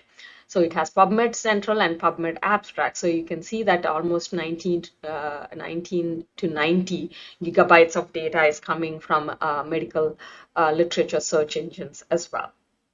Now, what exactly is prompt programming? So using natural language to prompt steer large language models for generating an output is what we call prompt programming. I think this is one of the important skills that clinicians or end users need to know to how exactly use these models to kind of steer these LLMs to give you the answer that you are thinking about. And as these models become more savvy and are trained specifically on a medical data, providing the medical context, this prompt programming might not be much of a deal for clinicians, but we'll see how these things evolve in the future. Okay, so coming from that background into how, the basics of large language models, the foundation models, the multimodal models, the generalist models, how are we using some of this large language models in clinical practice? We are using it for summarization, as a summarization tool. For example, if I see an inflammatory bowel disease patient who's complicated, as you can see, I've been seeing this patient since 2012 until 2023, and I want to get a timeline of what has happened in this patient. So what I could do is use a large language model, which is like an API, which is integrated into your electronic health record system, and ask it for a summary of what happened to this patient in terms of their Crohn's disease. You can see that in 2012, this patient had a fistulotomy. They started in 2018 with infliximab and so forth. So that gives me a snapshot of what's going on without going into specific details about every note that I've written on this patient. Now, we also are using deep learning algorithms in endoscopy, as well as in clinical practice for ambient clinical intelligence, which are driven largely by large language models as well, that can help us document accurately what is going on with the patient, the SOAP notes, and so forth. Now, some other examples of how we're using large language models is once you train them specifically using RAG or AFT and these kind of technologies for using information from specific guidelines or papers within your field, in my case in gastroenterology, you can then ask for specific information regarding a guideline. In this example, I asked what should be done for a patient with familial adiposis polyposis, adenomatous polyposis, FAP, and it's this particular GPT model that we created can spit out those specific recommendations based just on guidelines and not from scraping the internet. Again, vision language models have taken a front seat. We see several foundation models being built around vision language models that can help us understand what is going on in a specific image and what it means and so forth. Another example here is we built a model for clinical guidelines across all most specialties, including gastroenterology and cardiology. But basically, if you are a clinician and I'm asking this particular application based on large language model, which has been fine-tuned to all the guidelines in cardiology, a 65-year-old patient with ischemic cardiomyopathy with a left ventricular ejection fraction of 30%. Is primary prevention ICD indicated in this patient? Is a CRTD indicated? So the answer gives you a nice recommendation of what is the recommendation and how it has come from to give us that recommendation, the 2017 ACC/AHA/HRS guideline, and what supportive arguments do you have, and what other features should be considered in this patient before you give them a CRTD or an ICD, and if there are any other controversies and so forth. So you can actually program applications to kind of give you additional information as well.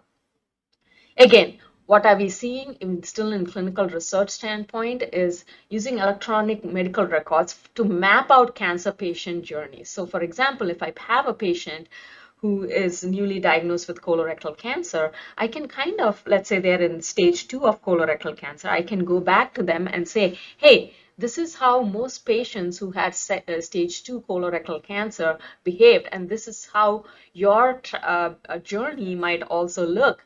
But if we intervene at this point with this thing, then your management would be different and so forth. So that gives a visual understanding of what's going on with the patient and also gives us potential areas where we can see if there is a lack of care or we can do better. Similarly, what exactly have we found? And this is happening at a snapshot, right? We are not going through those reams and reams of data files, whether it's electronic or in a paper format. Today, again, we are seeing LLMs being used for clinical trial matching. There are several startups in this space that try to match patients to the eligible criteria. In the past, this was a very hectic process, and clinicians had to remember all the eligibility criteria for a patient to be entered into a clinical trial. But this can be an automatic thing that can come up when we are just browsing through their electronic health record. And how does LLMs do that? They extract this information from the inclusion criteria and try to highlight those and try to tag us. You can also do universal structuring of this information, because that's one of the things that a lot of researchers in clinical trials keep doing, is trying to categorize this information into specific chunks of data points that we need to run a clinical trial. Again, this is one other example that we have presented in 2021, basically boosting clinical outcome prediction using biomedical literature that is infused into an electronic health record system. Essentially, what happens is, let's say a patient comes in with severe hypoglycemia, is a type 1 diabetic, then the program will provide information as to what should be the next steps in managing these patients. And we noted that by using this kind of point of care literature, the outcomes of the patients improve as well. So in general, what I want to tell is there's several of these biomedical large language models, and there are several coming up every single day with more and more characteristics and more patient data, as well as multimodality in terms of images, voice, electronic health records data, and social data, as well as data from digital trackers in terms of your exercise, sleep, diet, and so forth as well.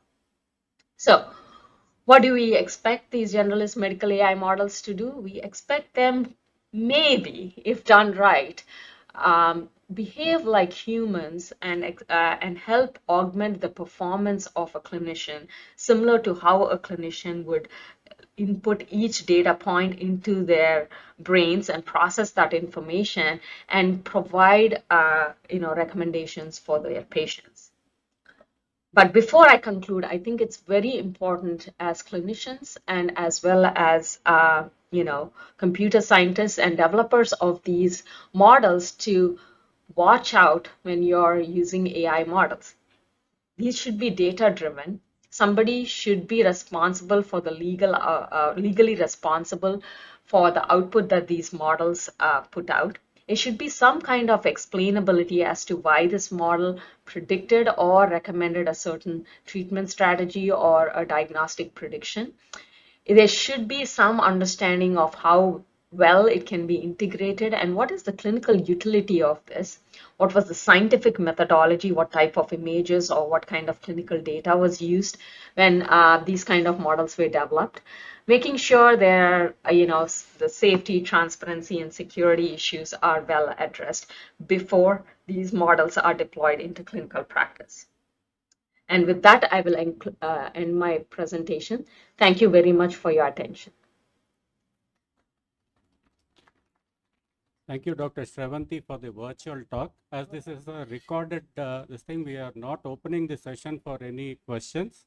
And with the permission of my co-chair, we are closing this session.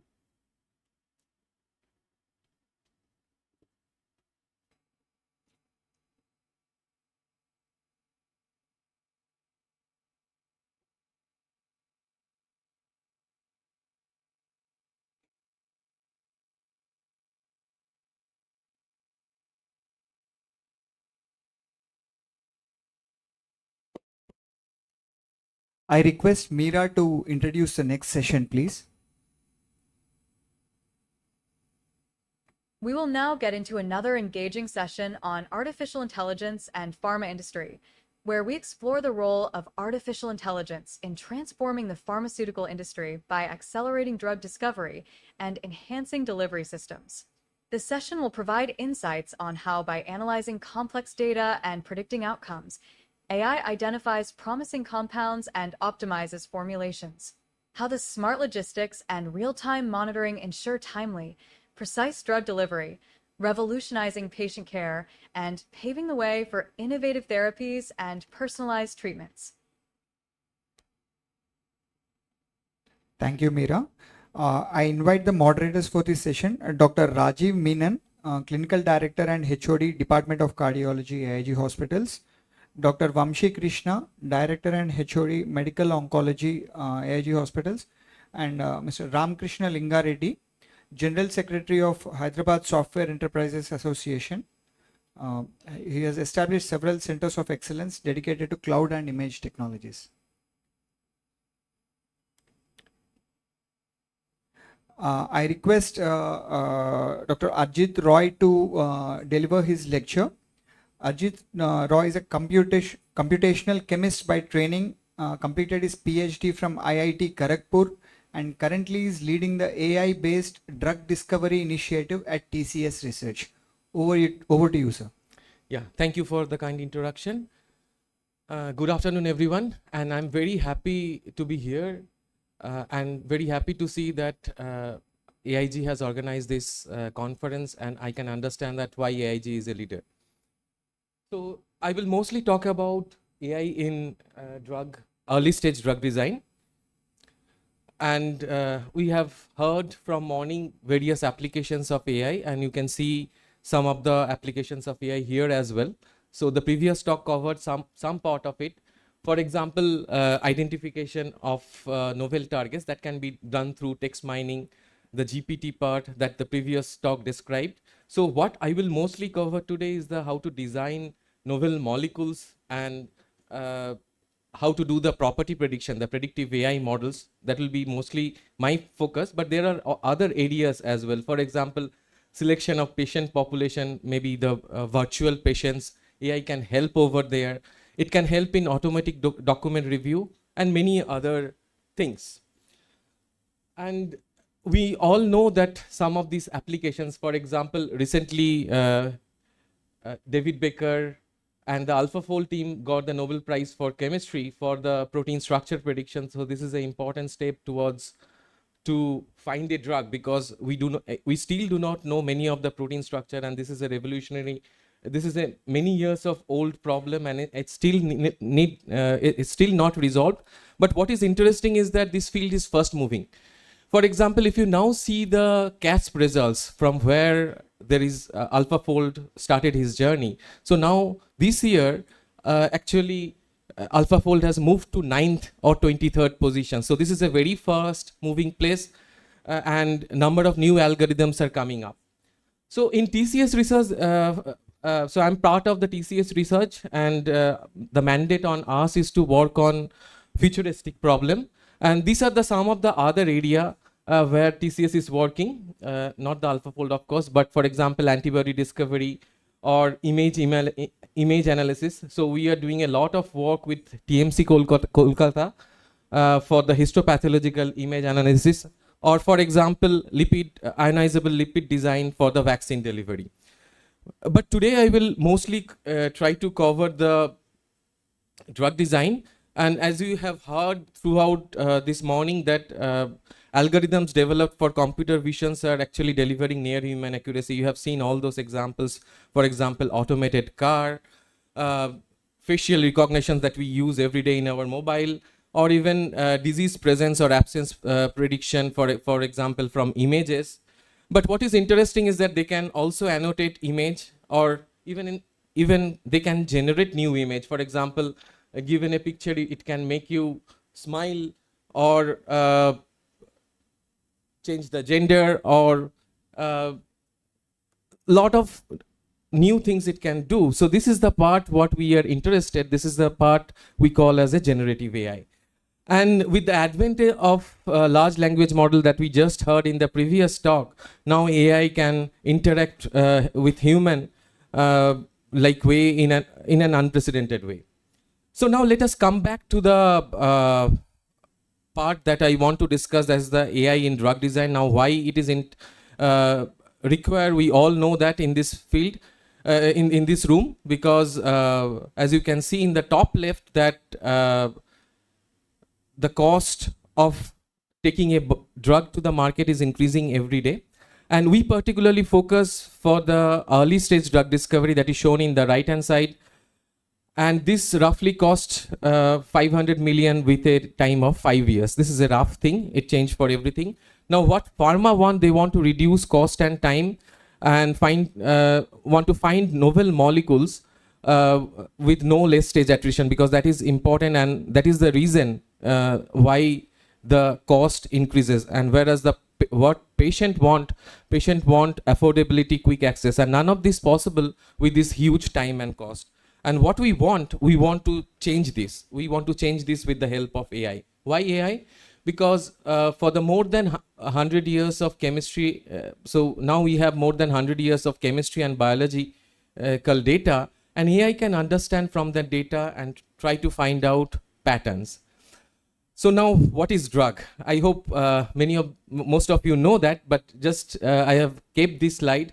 So basically, we need to find a key for the lock, and the lock can be mostly proteins, or it can be RNA also.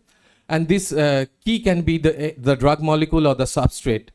Now, the challenge is that why it's a very, very expensive process, because we know certain locks, certain keys, but for the particular lock, how to find that key is not so easy. And normally pharma depend on a library of molecule. This library may consist of few thousand or maybe few million or even billion molecules. But trying to find a particular key is still a difficult job. On the other hand, what we know that there is a huge chemical space that is available, maybe 10 to the power 60 or more, and people has never explored that chemical space. With AI, what we can do, we can explore this chemical space. How we can do, I will come in a later slide. And the other problem is that often there is a late stage attrition, and the reason for late stage attrition is that there might be the molecule may not satisfy some certain property like the toxicity, or it may not cross certain barrier. So AI also offer solution over there, and one can take help from predictive AI.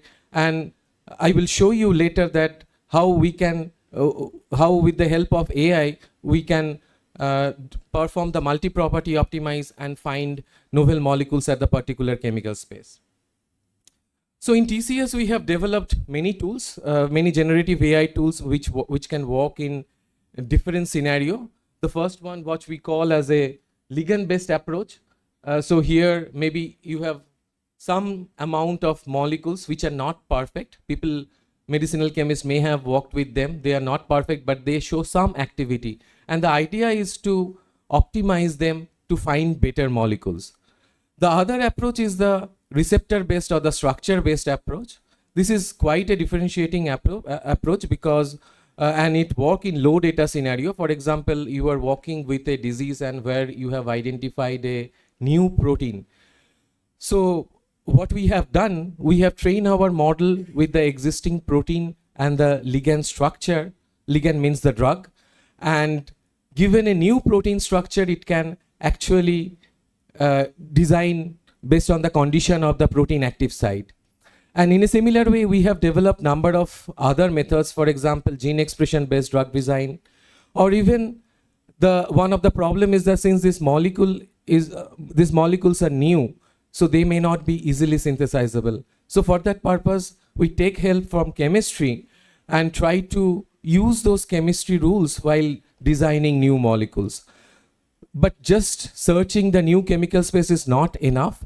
So we also need to take care about the various properties, because that is the reason why there can be various late stage attrition. So at the same time, we have developed number of predictive AI model, and through multi-property optimization, we try to search at the particular chemical space which satisfy all the properties, all the drug-like properties. So why AI models can be useful here? Because the molecules can be represented in a various way.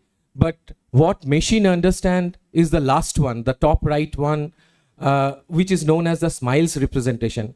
It has a well-defined grammar.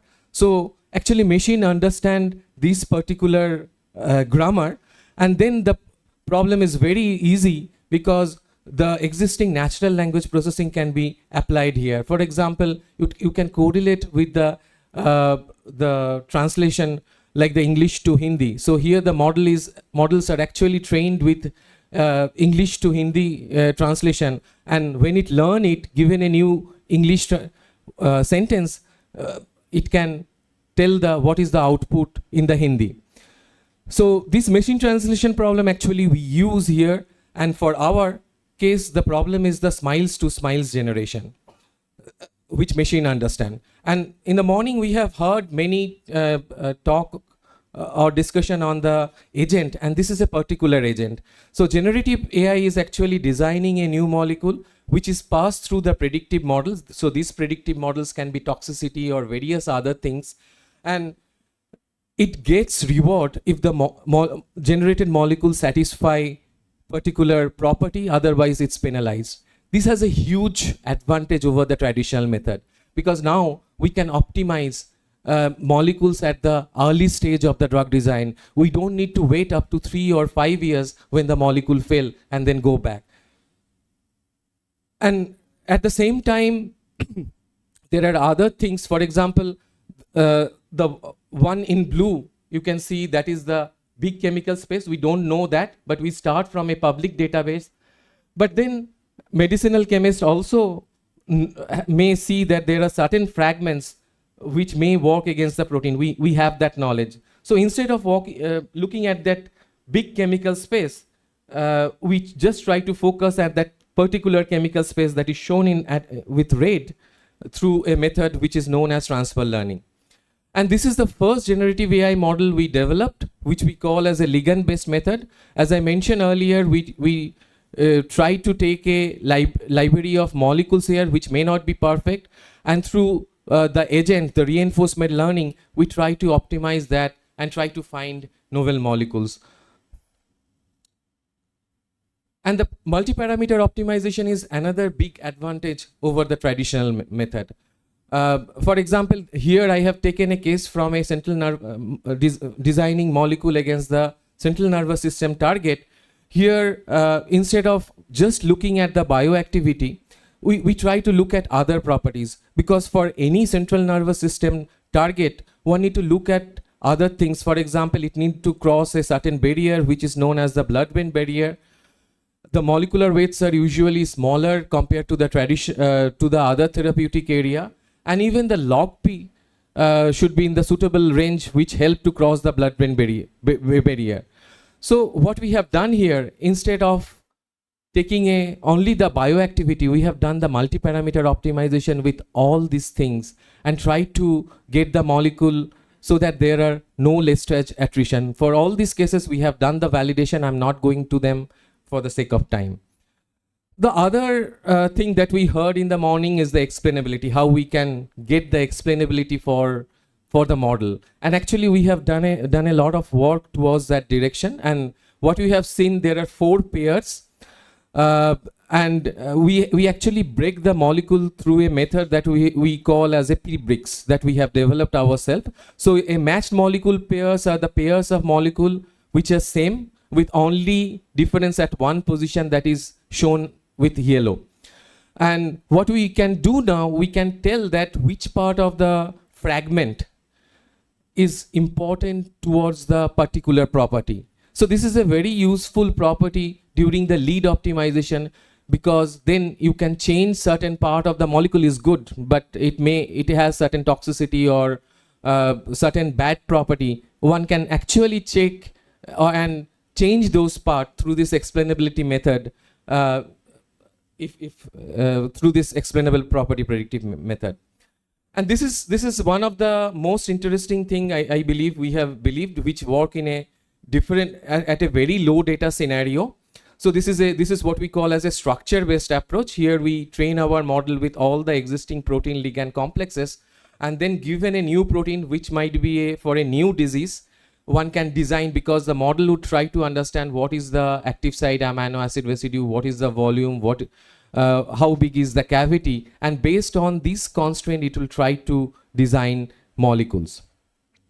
Similarly, not only protein, we are also trying to work on the RNA, because what we know that only there are 700 roughly human proteins which can be druggable. So if we can work on RNA, maybe we can find diseases for many other diseases. So that's what another part we are working.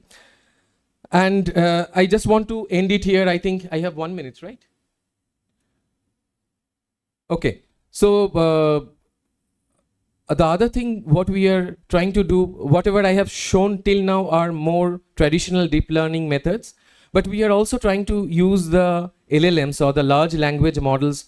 And what I'm showing in this particular slide is that how to extract chemical reaction data from literature. For here I have taken example from patent. So here when we supply so we have a method which can detect which is the reaction containing paragraph, and when we supply that to the large language model, it can tell what are the reactant product, what is the yield. So in this way, the data is always a problem, and in this way we are starting from scratch and trying to develop a good database that can be helpful for chemists and drug design community. So these are some areas which need careful consideration. The quality of the data and the data size is always important. So while we were working on the gene expression data, we found that most of the data are not useful.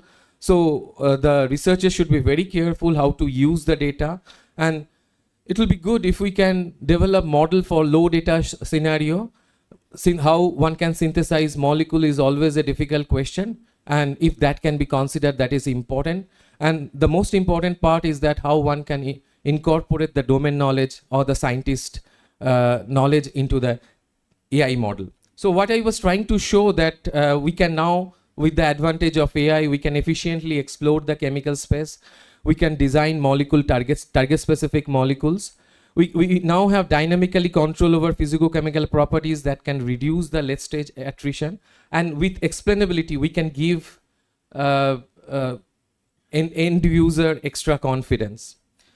So these are some of the publications, but what we believe that the future of molecule discovery will transform into design and engineering with AI, not only with drug, but even with molecules, other molecules. And that's what we are seeing with our clients, where the design and engineering will be done by generative AI and the predictive AI.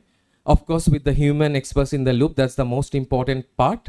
And AI assistance can also be required for the knowledge exploration, because often we have seen the data is not there, or for pharma, most of the data with the pharma, and they are never interested to share that. So I'm not sure that how quickly we can go to the multimodal model, at least for this space, because the data is very limited. Only there are few limited data. But I'm hopeful that gradually, as people will generate more open source data, will be in that space. Thank you. And these are the people who have worked in these projects. Only few of them I have named, and some of them are in the audience. Thank you.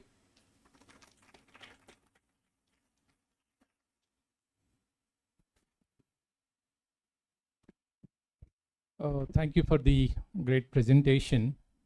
Just to set the context, yesterday FDA has released a guideline document for review related to use of AI in drug discovery. It applies to both drugs as well as medical devices. So AI as a technology has evolved, and it's been used. We are yet to get the first approval from FDA on AI used new drug. And we are very close to that, is what we feel. Do you have any context about any of the Indian pharma companies using your services? Not for the drug design, because as you know that most of the Indian pharma companies have generic businesses. Very rarely they do new drug discovery. So not many Indian pharma company, but for that antigen antibody work, we are seeing, we are working with a biotech company from Pune. So that's a more of a vaccine design. But not for drug, there are very limited. But what we have interacted with some of the CRO companies, because these CRO companies has approached us that you have a great technology now, whether we can work together, because some of them has the pharma customers from outside India, but in India, no, because of the generic nature of their business. I think they are pretty much seems to be in the comfortable zone of making whatever their business objectives. Dr. Nagesh Reddy got told in the morning about the typical resistance that comes towards the change. If you look at the technology that has evolved, I think we have great platform to use our AI engineers in India, but we are yet to get that integration of the domain specialists who are keen to use this technology to invent the drugs. As you could see, it takes about $4 billion for a new drug to be discovered. Majority of it goes to the clinical trial side of it. But with the FDA is endorsing a lot of technology use rather than going for the real clinical trials, especially like using a good simulation practice. You can actually simulate some of these clinical trials and reduce the cost and also the time, and use those technologies to fast track all that process.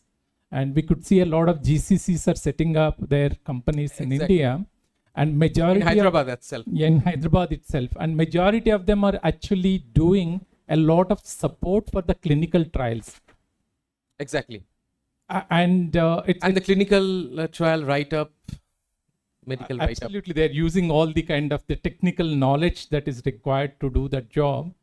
Unlike in healthcare, I'm very glad to see this event and participating in this in terms of where we are saying, and we are setting up the global standards and going towards the right direction in terms of becoming the AI hub for the world.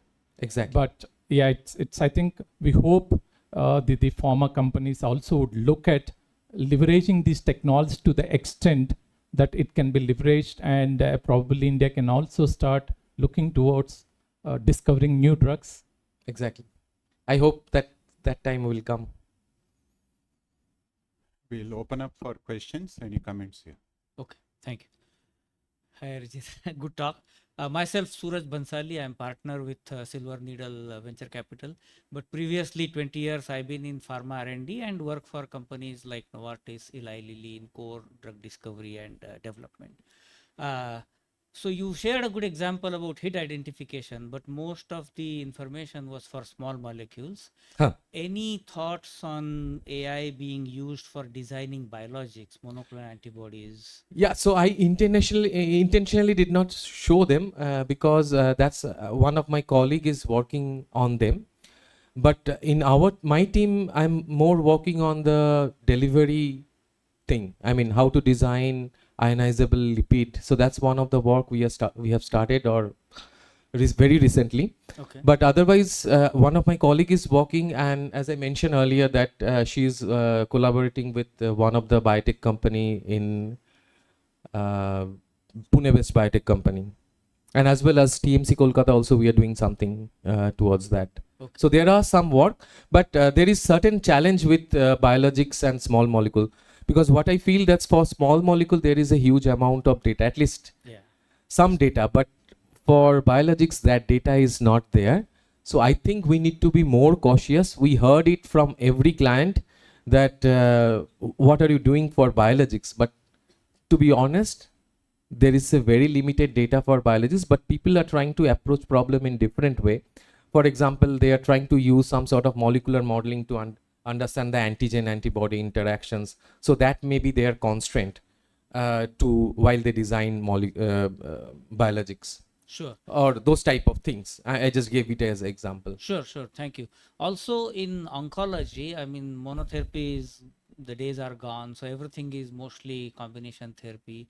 Hmm. So within small molecule combination therapy, is there any AI being used to design? Exactly. molecules?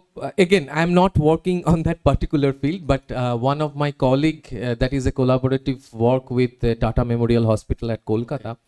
So what we are doing, we are trying to work at the DRP, that's drug response profiling. So you have a plate, you have a patient's specific organ, and then you try out in that 64 different drugs or combination of drugs.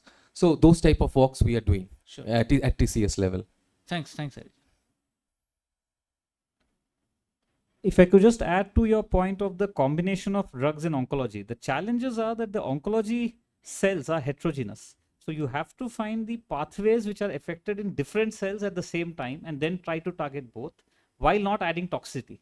And unfortunately, the AI and the system seem to work, but when you actually put it in a human body, there's too much of toxicity. So that's agree. the challenge. I agree. I mean, when I was with Novartis, I worked on a drug called ribociclib. It's approved Kisqali. And I was running 20 clinical trials simultaneously, combining with many different drugs. But that was 6 years ago. So I thought maybe with new advancement, if you have progressed and cutting time down, that would be great. So Yeah, I think in interest of time, we'll just take one last Yeah. comment and we'll go on to the next session. So I've been doing a lot of international trials. The trials in Can you say loudly? So I've been doing a lot of international, multinational trials from oncology point of view, but what works in the lab does not work in the human beings. And now we are trying to simulate in the a computer. Would you think that they would be closer to humans accepting, I mean, whether it would be successful or not? So I think, again, the question of data is the important part. And I think now number of hospitals are collaborating among themselves. For example, I know that number of cancer hospitals are in India are collaborating to do the clinical trials. Now there are many approaches. People are thinking about organoids and other things, and I know that some of my colleagues are working closely with scientists with this organoid model. I think this can be a game changer for future. But I think we need data, the particular data for the simulating, so that it is very close to the human model. I think we are not yet there, but let's not say that AI cannot do here anything, because we need to be very careful what AI can do, because it is a data-driven approach. So when that data will come, I think it can revolutionize things. That's what I feel. Yeah, thank you, Mr. Atul Rai. A wonderful presentation. I think we'll have a round of applause for him. We'll move on to the next presentation. It's going to be quite exciting. Mr. Kinjal Saxena, who is the CTO of AIG Hospitals. He'll be talking to us about what we have done in the last 6 months, and be ready for some exciting AI presentations.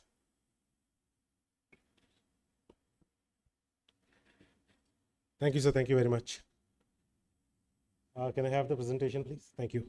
So what we are now about to see is some of the real world artificial intelligence applications that we have developed right here at AIG Hospitals. You have already seen the indigenously developed polyp segmentation that Dr. Rakesh demonstrated in the live studio colonoscopy. Now what we are about to see is 4 new products that we have built right here at AIG. The very first one is a public health initiative. Today, government is providing almost every initiative or help possible to the mother and expecting mother and children. If you look at ICMR data, one of the biggest killer in India is death happening during pregnancy, both infant as well as maternal mortalities. In order to address it, we at AIG Hospital have tried to help and come up with a concept which is called as Janani Mitra. Now, what are we trying to do here is we are trying to address the challenges, because while government is giving all sort of benefits like free food, free medicine, free tests, everything, but somewhere it's not as effective as it should be. So we have tried to create a very simple progressive web app. You don't need to download any app. There is no Android, no iOS. You can simply click on a link and an app opens up. And what it can do is mothers can raise SOS, because while everything is going fine, everything is hunky-dory, no problems at all. The problem happens when actual emergency happens, whether the water breaks, whether the infection happens, or whether an early labor occurs. And that is when mothers need SOS. What we have figured out is the main reason for maternal and infant mortality is the time when the mothers or the born infant reaches from the village to the actual emergency or the NICU or a critical care unit somewhere in the district. It takes from 2 to 6 hours. We have raised SOS, AI-powered health monitoring, AI-powered answering, and as well as AI-powered anemia detection. So what we are about to see is complete coverage of the entire 3 trimesters, as well as the time post that when the child, for the neonates, up to 28 days. And obviously, certain parameters can be checked and answered post neonatal stage as well. So the very first thing that comes up is a diet chart. So now this is not a normalized diet chart based on, as you can see on the left, whether you are vegetarian, non-vegetarian, what kind of medical condition the mother is having. Based on that, we have up to 400 diet charts which are given to the mothers. Now, something that is that should be noted is on the right screen at the bottom, you will notice is bowls and glasses. Why are those important? Those are important because to give actual hints to mothers and family members to see how to measure it, because they can say 1 bowl of rice. Now 1 bowl of rice could be any measure, and this is what we have tried to just very simply provide. Not much of AI there, but this is where artificial intelligence comes in. Now the biggest problem happens is when mother or the family members have some question. So in such cases, the mother or family members can directly ask question. The bot works in Telugu and English. తీసుకునే ఆహారంలో ఉండవలసిన పోషకాలు ఏమిటి?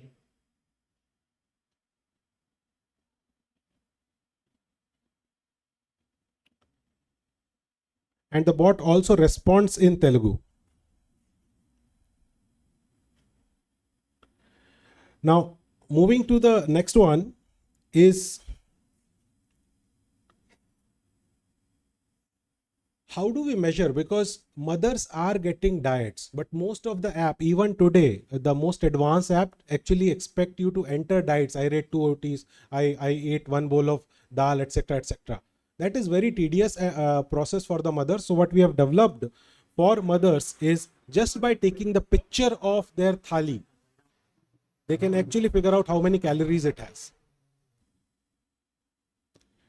Now, on the similar fashion, what we did is we put another thali which has only rice in it. Now the difference is in the first thali it had almost 800 calories, but when the second thali was taken picture of, as we all know, it is a much less nutritional value of this thali.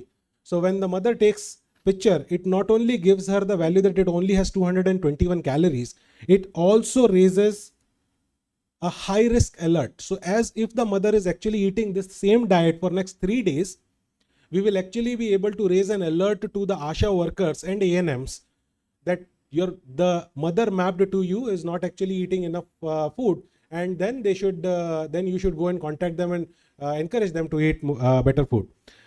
The next, last but not the least, the feature which is available in this app is by looking at the nails, tongue, eyes of the mothers and longitudinal data, we will be able to predict if the mother is trending toward anemia or not. So they really do not need to go and get a blood test done. We should be able to predict it and then raise an alarm to the respective ASHA workers. So this is one public health initiative that we from AIG Hospital have already done. This actually gives the risk score. We have also started a pilot project in Andhra Pradesh in Kodair Mandal, And these are some of the mothers, and our team have actually gone and trained them. Just a very quick testimonial of the mother. ఏదైనా health problems ఏదైనా వచ్చినా కానీ వెంటనే హాస్పిటల్కి వెళ్ళడానికి కుదరదు కదండి sir. అందుకే జనని మిత్ర యాప్ ద్వారా మనం ఎంత తిన్నాం, క్యాలరీస్, బ్లడ్ ఎంత ఇంప్రూవ్ అయింది అంతే తెలుసుకోవచ్చు sir. Okay, so I'll quickly move on. The next initiative that we have is a machine learning initiative, which is called as iSafe, which is intelligent swift action via early alerts. So what does it really do? In AIG Hospital, we in the IP wards, we actually have code blues which happen when the patients are actually in the ward. We have built a machine learning algorithm based on which every 4 hours when the vitals are taken for the patient, this algorithm runs and it actually highlights what are the highlights if any particular patient is at high risk. We have a 24/7 medical emergency team on site. Now, as these alerts are highlighted on this portal, they quickly go check those patients and actually see if they need to be moved to ICU or HDU. And that's how we are actually able to reduce our code blues on site as well. We have demonstrable data on this. The next AI initiative, you all must have already interacted with her, at least seen her today. Her name is Mira, Medical Information Robot at AIG Hospitals. I remember this. So this is Mira is Dr. G.V. Rao sir's brainchild. And what we have done is Mira is the first human-like robot in any Indian hospital. Mira is also copyrighted by AIG Hospitals. That means there cannot be another Mira. And the core purpose of Mira is actually to leverage her to answer any of the normal patient questions that we may have. For example, when you come out of a doctor's consultation, what generally happens is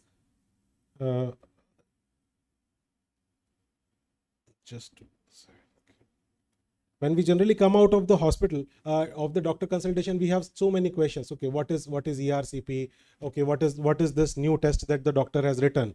So what we want to do is the patients can actually go to Mira and ask her those questions. I'll quickly.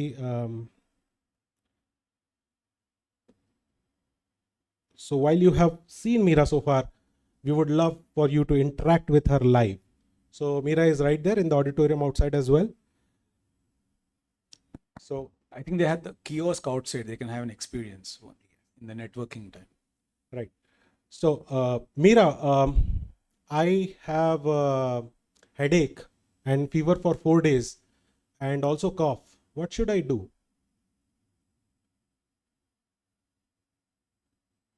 So there she goes. She's thinking right now. It's important to consult a healthcare professional for a proper evaluation and treatment plan. Headache, fever, and cough can be symptoms of various conditions that require medical attention. Please seek advice from a doctor for personalized care. Does this answer satisfy your needs?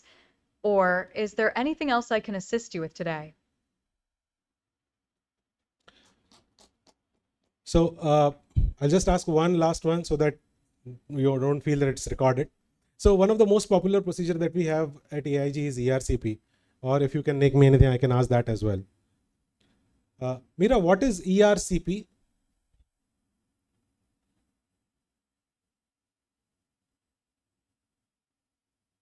RCP stands for endoscopic retrograde cholangiopancreatography.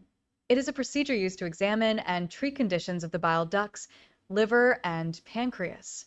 During ERCP, a flexible tube with a camera is passed through the mouth into the digestive tract to diagnose and sometimes treat issues like gallstones, blockages, or tumors. It's a common procedure performed by gastroenterologists. This answer satisfy your needs? Or is there anything else I can assist you with today? All right, thank you, Mira. So you can all interact with Mira right outside the kiosk. Just one notice, please close the door because she reacts to all the sounds which are around you. The last but not the least is today, one of the biggest problem that most of us face when we are interacting with a doctor is while we are there to consult with them, most of the doctors, because of the rapid increase of electronic medical records, are actually busy typing because they have to enter those records.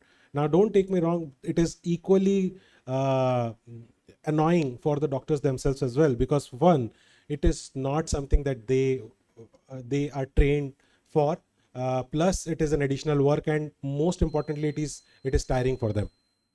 So what we have built is something called as Prism. What does Prism do? So I'm just going to start recording here, and as you all know, the circle is moving, that means the recorder is on. I'm going to enact myself as a patient as well as a doctor. So when the patient comes in, the doctors generally ask, क्या problem है आपको, आप कहाँ से आए हैं? The patient generally may answer, sir, Madhya Pradesh से आए, पेट में बहुत दर्द है 2 हफ्ते से, कभी कभी बुखार भी आता है, सर दर्द भी होता है. डॉक्टर में आस्क, उल्टी उल्टी होता है कुछ, वॉमिटिंग आता है? नहीं सर, वॉमिटिंग नहीं आता. अच्छा, और कोई प्रॉब्लम? सर कॉन्स्टिपेशन भी रहता है कभी कभी. अच्छा, ये डॉक्टर में आस्क, आपको पेट दर्द कब से शुरू हुआ? सर 2 हफ्ता पहले पुष्पा मूवी आया था, पुष्पा मूवी देखने गए थे, तो पुष्पा मूवी देखते देखते वहाँ पे वो पॉपकॉर्न अच्छा नहीं बना था, पॉपकॉर्न खा लिया, वो उसके बाद से पेट दर्द हो रहा है. And so on and so fourth, you can have all the nice histories. You can, अच्छा आपके मदर फादर को कोई प्रॉब्लम है क्या? हाँ सर, फादर को बीपी था, मदर को शुगर था. ठीक है. आप स्मोकिंग अल्कोहल कुछ लेते हैं? हाँ सर, वीक में 1 पैकेट सिगरेट पीता हूँ, और रोज 1 पैक विस्की भी पीता हूँ. ओके, ठीक है. So now after all this thing, the doctor में आस्क, ओके कभी कोई पहले सर्जरी हुआ है आपका? हाँ सर, एक एंजियोप्लास्टी हुआ था 2 साल पहले. ओके, ठीक है. और कोई शौक, और कुछ करते हैं आप, और कभी कहाँ होटल में रह रहे हैं? सो all I'm trying to say is I can have any non-medical conversation as well in between. At the end, the doctors may say that, you seem to have developed a gastric ulcer, and for now we will give you pantoprazole 40 mg once daily before breakfast, and if you have fever, take Dolo 650 SOS. Until then, we'll do some tests, get a complete blood picture, endoscopy done, and we'll see you after that. So now, as you see, all I have done is just clicked one button, and the whole purpose here is to establish the doctor and patient eye contact again in the consultation room, so that the doctors and patients are actually having conversation only, whereas the artificial intelligence can actually take care of the rest. And this is what happens, as you can see on your screen.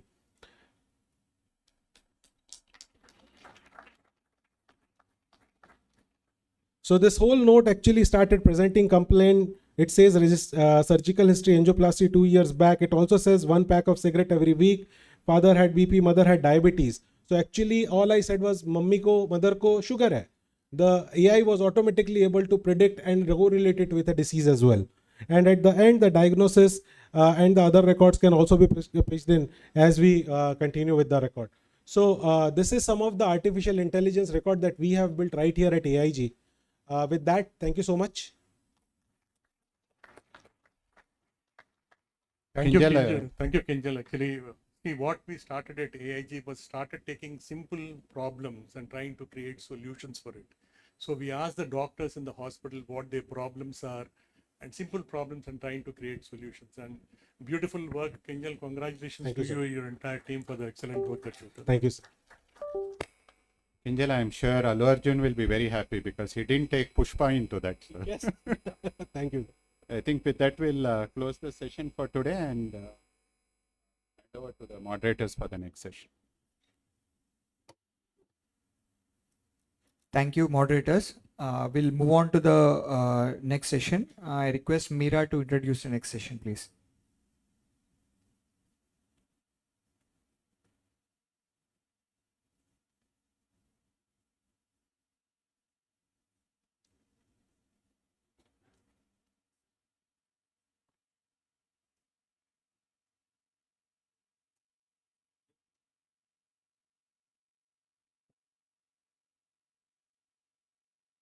where innovation meets opportunity in the world of artificial intelligence and health tech startups.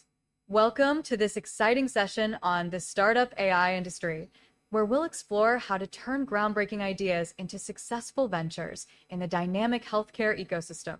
We are thrilled to bring to you the visionaries as they unveil groundbreaking solutions, transforming patient care through artificial intelligence.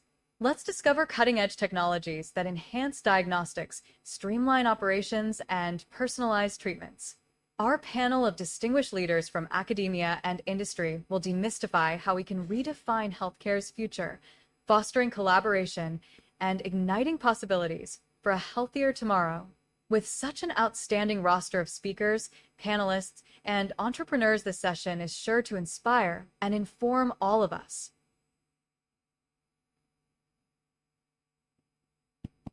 Thank you, Meera. I now invite the moderators for this session, Dr. Madhu, HOD, Department of Dentistry, AIG Hospitals, and Mr. Kinjal Saxena, Chief Product and Technology Officer at AIG Hospitals.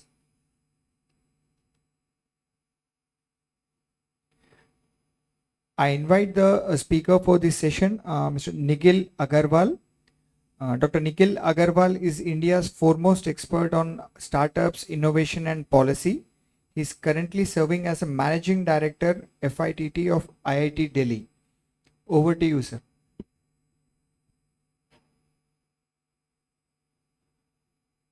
I'll tell you the story so that wakes all of us. So irony was that morning we heard Dean Ho. How many of us were impressed by Dean Ho's story? I think everyone. And then certainly he was a part of discussion since morning. And some of us went to the speaker's lounge to have food. And as we saw the biryani, the discussion of Dean Ho was going on. Then we took the biryani once. The biryani was very good. Then we took the second helping of the biryani. And then I remember Dean Ho said that 20 hours of fasting you have to do. I don't know about the fasting, but I'm sleepy now. So thank you very much, Dr. Nagreddy, for inviting us, Dr. Rakesh Kalpala, for my very dear friend, Dr. Madhu Vasapalli, who I partner on a lot of initiatives, and many other friends whom we have worked in the past. The healthcare opportunities and startups are bringing the new grounds, what we have seen today since morning. So in this particular session, I'll not cover any examples to you, but I'll give you some of the facts that what's happening in the healthcare, how big is the opportunity, how the startups are changing the ecosystem, and the institutions like IIT Delhi, AIG, how they are changing the landscape. Today, I'm representing IIT Delhi. I'm in a hospital, and morning I received a call from a friend. He said, "Where are you?" I said, "I'm in AIG Hospital, Hyderabad." He said, "All okay." The first question he asked me, "So why the heck you have been to hospital?" We run a program with AIMS as a School of Instructional Biodesign, where I sit on a board of that instructional biodesign. And whenever I go to AIMS, I have the same feeling, why the heck I'm going to the hospital? Why is the engineer go to the hospital? Now, if you come to the hospital and if you ask any of the doctors, other than the doctors and medicine, everything is engineering, including AI, including the display technologies, including the projections, including the mics, including the data that is produced. Everything is patient, medicine, and doctors, everything is engineering. But the funny part is that engineers don't come to the hospitals and doctors don't visit engineering colleges. So we have designed our education system is such that if you come to Delhi, the two most finest institutions are only 5 kilometers away from each other, AIMS and IIT Delhi. The only time our students visit AIMS when there is a party. And the AIMS girls come to IIT Delhi, you can understand why, because we also have a party. But what is happening, what is started changing is now the engineering institutions are coming to offer medicine. IIT Kharagpur was the first institution to set up the medical school. IIT Kanpur, I just completed my tenure for 5 years in IIT Kanpur. We set up a medical school. We raised 1,000 crores to set up a Gangwal School of Medicine. Rakesh Gangwal donated 100 crores. There are other big donors who comes forward and set up the school there. Now the idea was that when the engineering and medicine comes together, we can produce solutions. The data which was come to us a couple of years back, and I was absolutely, I would say, shameful or embarrassed to see that data. Many of you must have seen that data. Many of us has come to the airports. A lot of people you may not know, but 99% of the communication equipments, what we see in the airports, is imported. 85% of the hospital supplies is imported. What we are exporting? Great talent. We are importing solution. It's irony. It's a real problem and also an opportunity. So when engineering and medicine comes together, we produce solutions. So this is what is happening. This is what should happen. And I'm so glad the institutions like AIG is taking the step forward. And I'm happy to hear the terminologies which we normally like to hear only in IITs or engineering colleges, the real in-depth terminologies. It's a music to the ear. And immediately, in fact, since morning, I'm taking notes and calling people, hey, this is where you need to discuss. Hey, this is where you have an opportunity to apply something. The AI will be supporting our healthcare economy all across. If you look at today, the broad data, 150,000 startups that are there in India, which are recognized by DPIIT. To be exact, I think 157,000 startups. Close to 6,000 startups are AI startups. And AI healthcare is not new. One of the foremost reason, in fact, we have close to now 40-50 companies in biotechnology, agriculture and AI. In total, IIT Delhi, we manage a portfolio of 200 plus startups. 25% of our portfolio is now the healthcare portfolio. The real challenge is that we don't have access to the patient data. If you are producing a solution, if you are making a medical device, there are not such guidelines that exist in India which can certify a medical device. Post-COVID, all these discussions started happening. There are almost 600 AI in health tech startups in the country. Some of the companies have done exceedingly well, like Healthify.me is a fairly popular company. They started in 2012.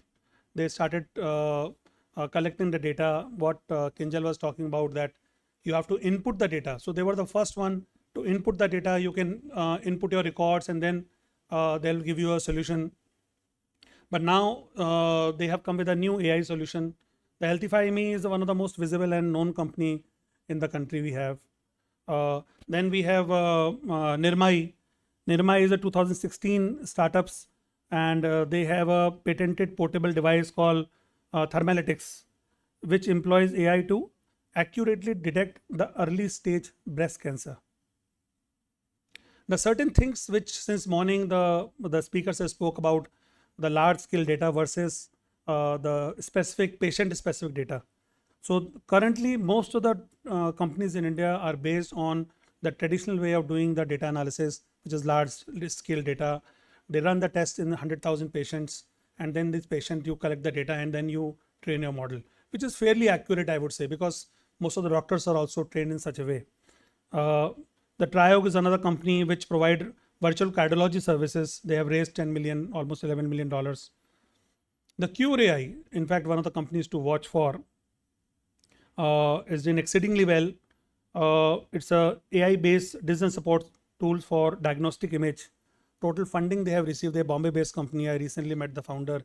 Was almost $123 million that they have raised. So why this is happening in India? Why I am telling you all this? If you look at this is India's opportunity. Close to 11 billion budget has been planned for digital infrastructure and healthcare. It's already been announced as we are sitting today. We're talking about AI since morning. A lot of people you may not know, but Government of India has already approved 10,800 crores worth of AI mission, out of which 7,000 crores we are investing to buy the GPUs. More importantly, India will become probably the first nation to be one of the leaders in quantum. We may not be the first one, but maybe a third or fourth in quantum. We have gone rapidly ahead. 8,000 crore quantum mission we announced last year, NQM National Quantum Mission, and now the India's we have 400 and plus companies are working on the quantum problems, not only in quantum communication, quantum cryptography, building of the quantum computer. Quantum computer, what we see today of AI, will become a kid when the quantum computer comes in. Quantum computer will be probably 1 million times faster what we see the current AI computers. And we have already started seeing some of the snippets of the quantum computer by Google and IBM. If you look at the telemedicine market, which is $5.4 billion by this year, the medical tourism market, AIG is one of the leaders in medical tourism. Apollo Hospital is one of the leaders in medical tourism. Medanta in Delhi is one of the leaders in medical tourism. It's a huge opportunity for medical tourists coming to India. Middle East, Africa, Asian countries, because we were exporting doctors, and if rather than exporting doctors, if we are able to provide world-class hospital facilities here, we can invite people to come here and get the same level of treatment. The e-health market is booming. Almost 11 billion market will happen this year. And by 2032, we are predicting this almost 18 billion market will be AI in healthcare. This is a whole new category which is opening up. India is already a global leader in pharma. We all know about it. We have seen our might during the COVID time. And we have a technology capability and house to skill software and computer engineers. Another very interesting thing which is changing, some of you may have noticed, particularly those who have very close linkages to Silicon Valley. Recently, I went to the Valley and somebody asked me this question, hey, AI means another Indian? Because every other Indian is a CEO. You land there and you assume that this guy will become a CEO of Google or somewhat, or, and start. In fact, we used to count that how many, today in Silicon Valley itself, you'll be surprised to know, we have one data available from Penn IIT Association, 30,000 engineers are there in Silicon Valley. 8,000 IITians are there only in the Middle East. And I was amazed to see where these people are coming from. So practically you are running the technology workforce there. Now what is changing? Now you will feel proud of this. Very interesting. Dr. Reddy, you will also enjoy this story. So IIT Kanpur director is Professor Manind Agrawal. I asked this question to him and he is a BTech, MTech, PhD, assistant professor, associate professor, professor and director in the same institution for 40 years. So I asked him a question, the placement season was going on. Sir, when you graduated in 80s, what was the placement scene and how has the placement scene have changed this year? He said, when I graduated, around 230 people graduated with me. 220 went abroad. 8 of them become an IAS officer. 1 of them become an industrialist, and only I am the professor. Now, this season, we have graduated 1,047 engineers. And what you will be glad to know, 95% of our IIT Delhi engineers have decided to take jobs in India. People are not going abroad anymore. I went to Silicon Valley, they told me, I went to a couple of incubators and met, yaar bande bhejo yaar, bande nahi aa rahe hain. I said, what should I do? He said, we are going to Mexico, we are going to Chile to hire people now, engineers, because Indian bright engineers are not coming to Silicon Valley. And I was so happy to hear that. And I said that to among the friends, in 10 years time, we will produce more innovation in the world than any other country in the world. Because when these engineers and doctors will come together, we will do something positive. we should not be just become the borrower of the innovation, we will become the exporter of the innovation. Because the opportunities, as it said, opportunities always lies in the challenges. So there are a number of challenges that you can see. There's a funding and resource allocation challenge, data infrastructure challenge. Startups can work and develop data infrastructure. Medical tourism is a challenge. AI can streamline the whole medical tourism industry. It can work on multilingual communication. I always show this to multilingual people. We take it very easily. You know, probably a lot of people you may not know, but India is the most multilingual country in the world. Have you seen this? I'm sure everybody has this note. Have you actually read this properly ever? You know, there are 16 languages. We are the only currency in the world where the 16 languages are printed on the back. No other country, we have 27 official languages, 850 dialects. There was no space to put more languages, we have stopped at 16. So more than multilingual communication, outside India, we require within the country. Healthcare, health data standardization. Everybody collect the health data in same different way. If you look at the health recording at the Uttar Pradesh, Telangana, Andhra, everywhere the data sheet will be different. Somewhere it is in yellow, somewhere it is green, somewhere, and it also have political flavors. It is true. But ultimately, if the AI has to read those data and convert this health into digital records, how do you standardize this? How do you make this understand? It's very challenging. So there is an opportunity. Elderly population growth. We are the youngest country in the world. We are very proud of it. But what we are not realizing, in 25 years of time, people are talking about Viksit Bharat. We will be the most elderly country in the world. Things will change. Are we getting prepared for it? Do we have infrastructure? Are we creating solution for accessibility?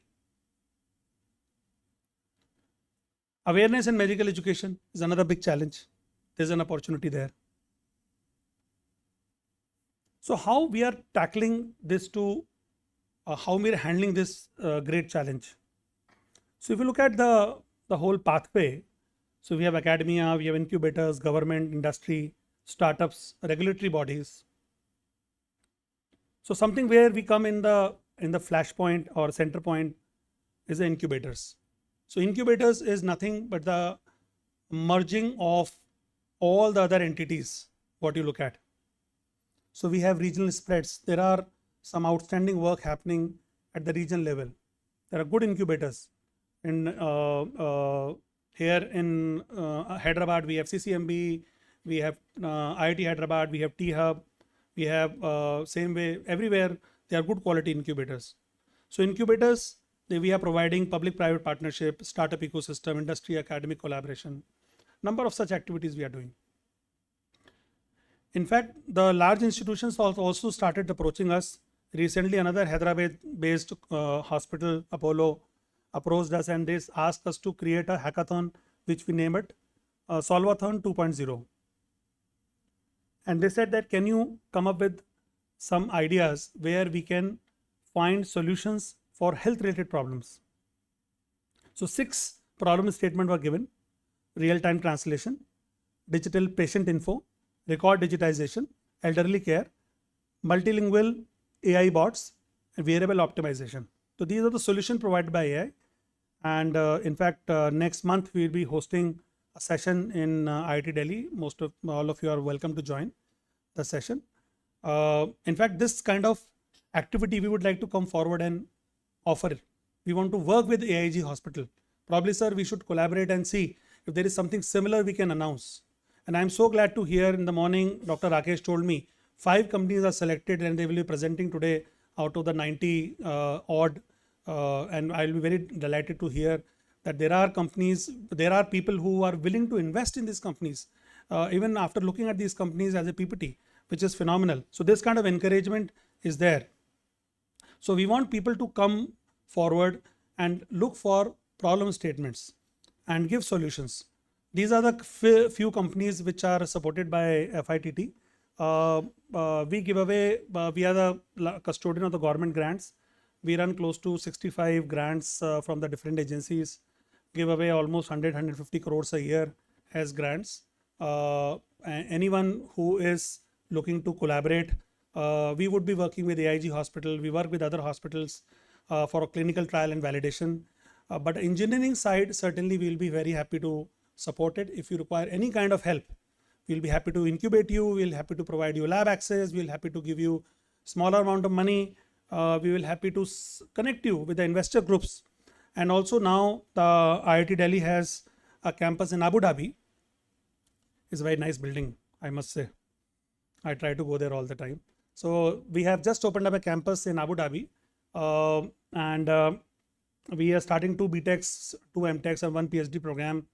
And we are opening up the India's first incubator in Abu Dhabi, first global incubator in Abu Dhabi, probably this month itself.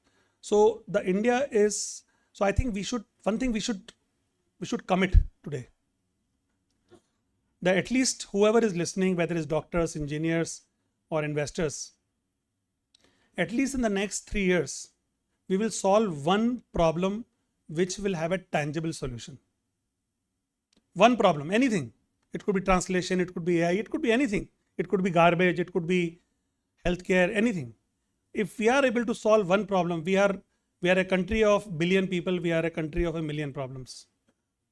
Let's solve one problem. There is enough opportunity, let me tell you. There is more funds than the good quality startups. 75,000 accredited angel investors, 1,600 AIFs, $23 billion, even the funding vintage has come in the last quarter. And I can give you data after data. There is no dearth of money. The only dearth is a good solution, workable solution. So kindly come forward, collaborate with us, collaborate with the AIG Hospital, collaborate with the IIT Delhi, and we will go out in all way, whatever we can, to provide you support. Because next time when I come onto the stage, I should not be hearing India will become Viksit in 2047. We should be committing ourselves that we will beat that deadline and we will become Viksit much, much ahead of 2047. Thank you very much.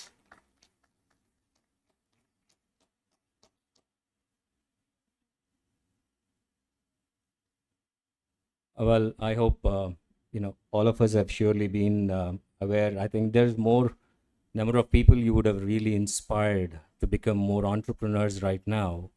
And the kind of data that you kind of projected, I'm sure people will be really looking forward to be turning more into entrepreneurs who would have meaningful solutions that the country looks forward to. Besides, I'm sure you've seen the facilities here, and I'm knowing that your presence here and also with the real kind of connections, I'm sure we're going to do a lot more together in times to come. Thank you so much. Thank you, sir. Thank you.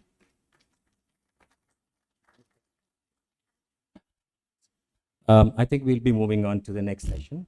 Yeah.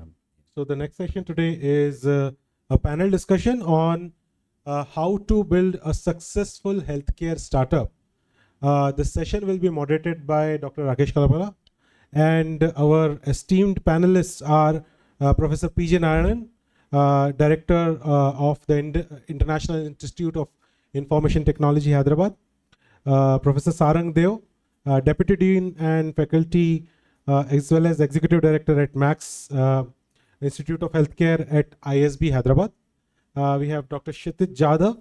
He is Assistant Professor at Quetta Institute of Digital Health, IIT Bombay, as well as he is the Chief Project Coordinator for the Center of Excellence, Ministry of Education.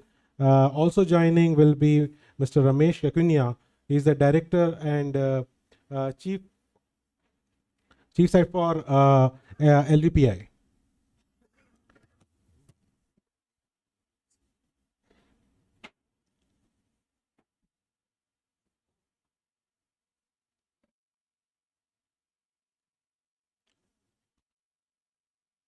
So thank you, Kinjal. So after Nikhil Agarwal's fantastic talk, I think many of you must be having some goosebumps, especially about the patriotic India and now the entrepreneurship and the innovations and technology what we are looking forward. So let's go to the panel discussion. I have the star-studded panel here, and Kinjal has told you. So there's one from the technology side, the IIIT director, PJN, he's fondly called, and the professor of operational management, deputy dean, Sarang. In fact, I was attending Sarang classes a while before, and now I'm making him a panelist in this. Kshitiz again. So Kshitiz is basically a doctor who was working at Koita Center for Digital Health, IIT Mumbai, Bombay. And then he was picked up by Ministry of Health, and he is now heading the project director on AI in healthcare in the Ministry of Education, Central Government of India. And Ramesh, of course, dear friend from LV Prasad Institute. So in fact, in Hyderabad, I think after AIG, LVPI is the one which has got the maximum innovations in technology. So I think there are a lot of young audience, young friends here who are dying to start up and then get into the startup industry. So I'll just run the panel in 4-5 verticals or 4-5 points. So one is when you want to start up the do a healthcare startup, what you need first is concepts of foundation. Second, the business model, exactly how to prepare. Then what technology and innovation you're going to have. And then of course, the team building, which is very, very important, which Sarang will give you the overview. And again, you have done all this, but again, patient engagement, that's where AIG comes in. So without that, you cannot go.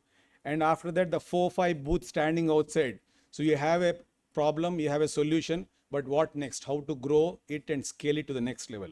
That is something which is very, very important in the ecosystem of startup. So let me first get to the concepts of foundation. So I'll start with Professor Narayanan. So Professor, what do you think or recommend to understand the healthcare? What are the research methods you want to emphasize on when somebody wants to have a startup in the healthcare? Thank you, Rakesh, and thank you, AIG, for inviting me in this. It's a pleasure to be here. So today, AI and healthcare is all very, very big. Today, we have been hearing just that. I'll give the academic perspective. From academician, we are excited by the problem, the difficulty of the problem, the new techniques that we apply to, and so on.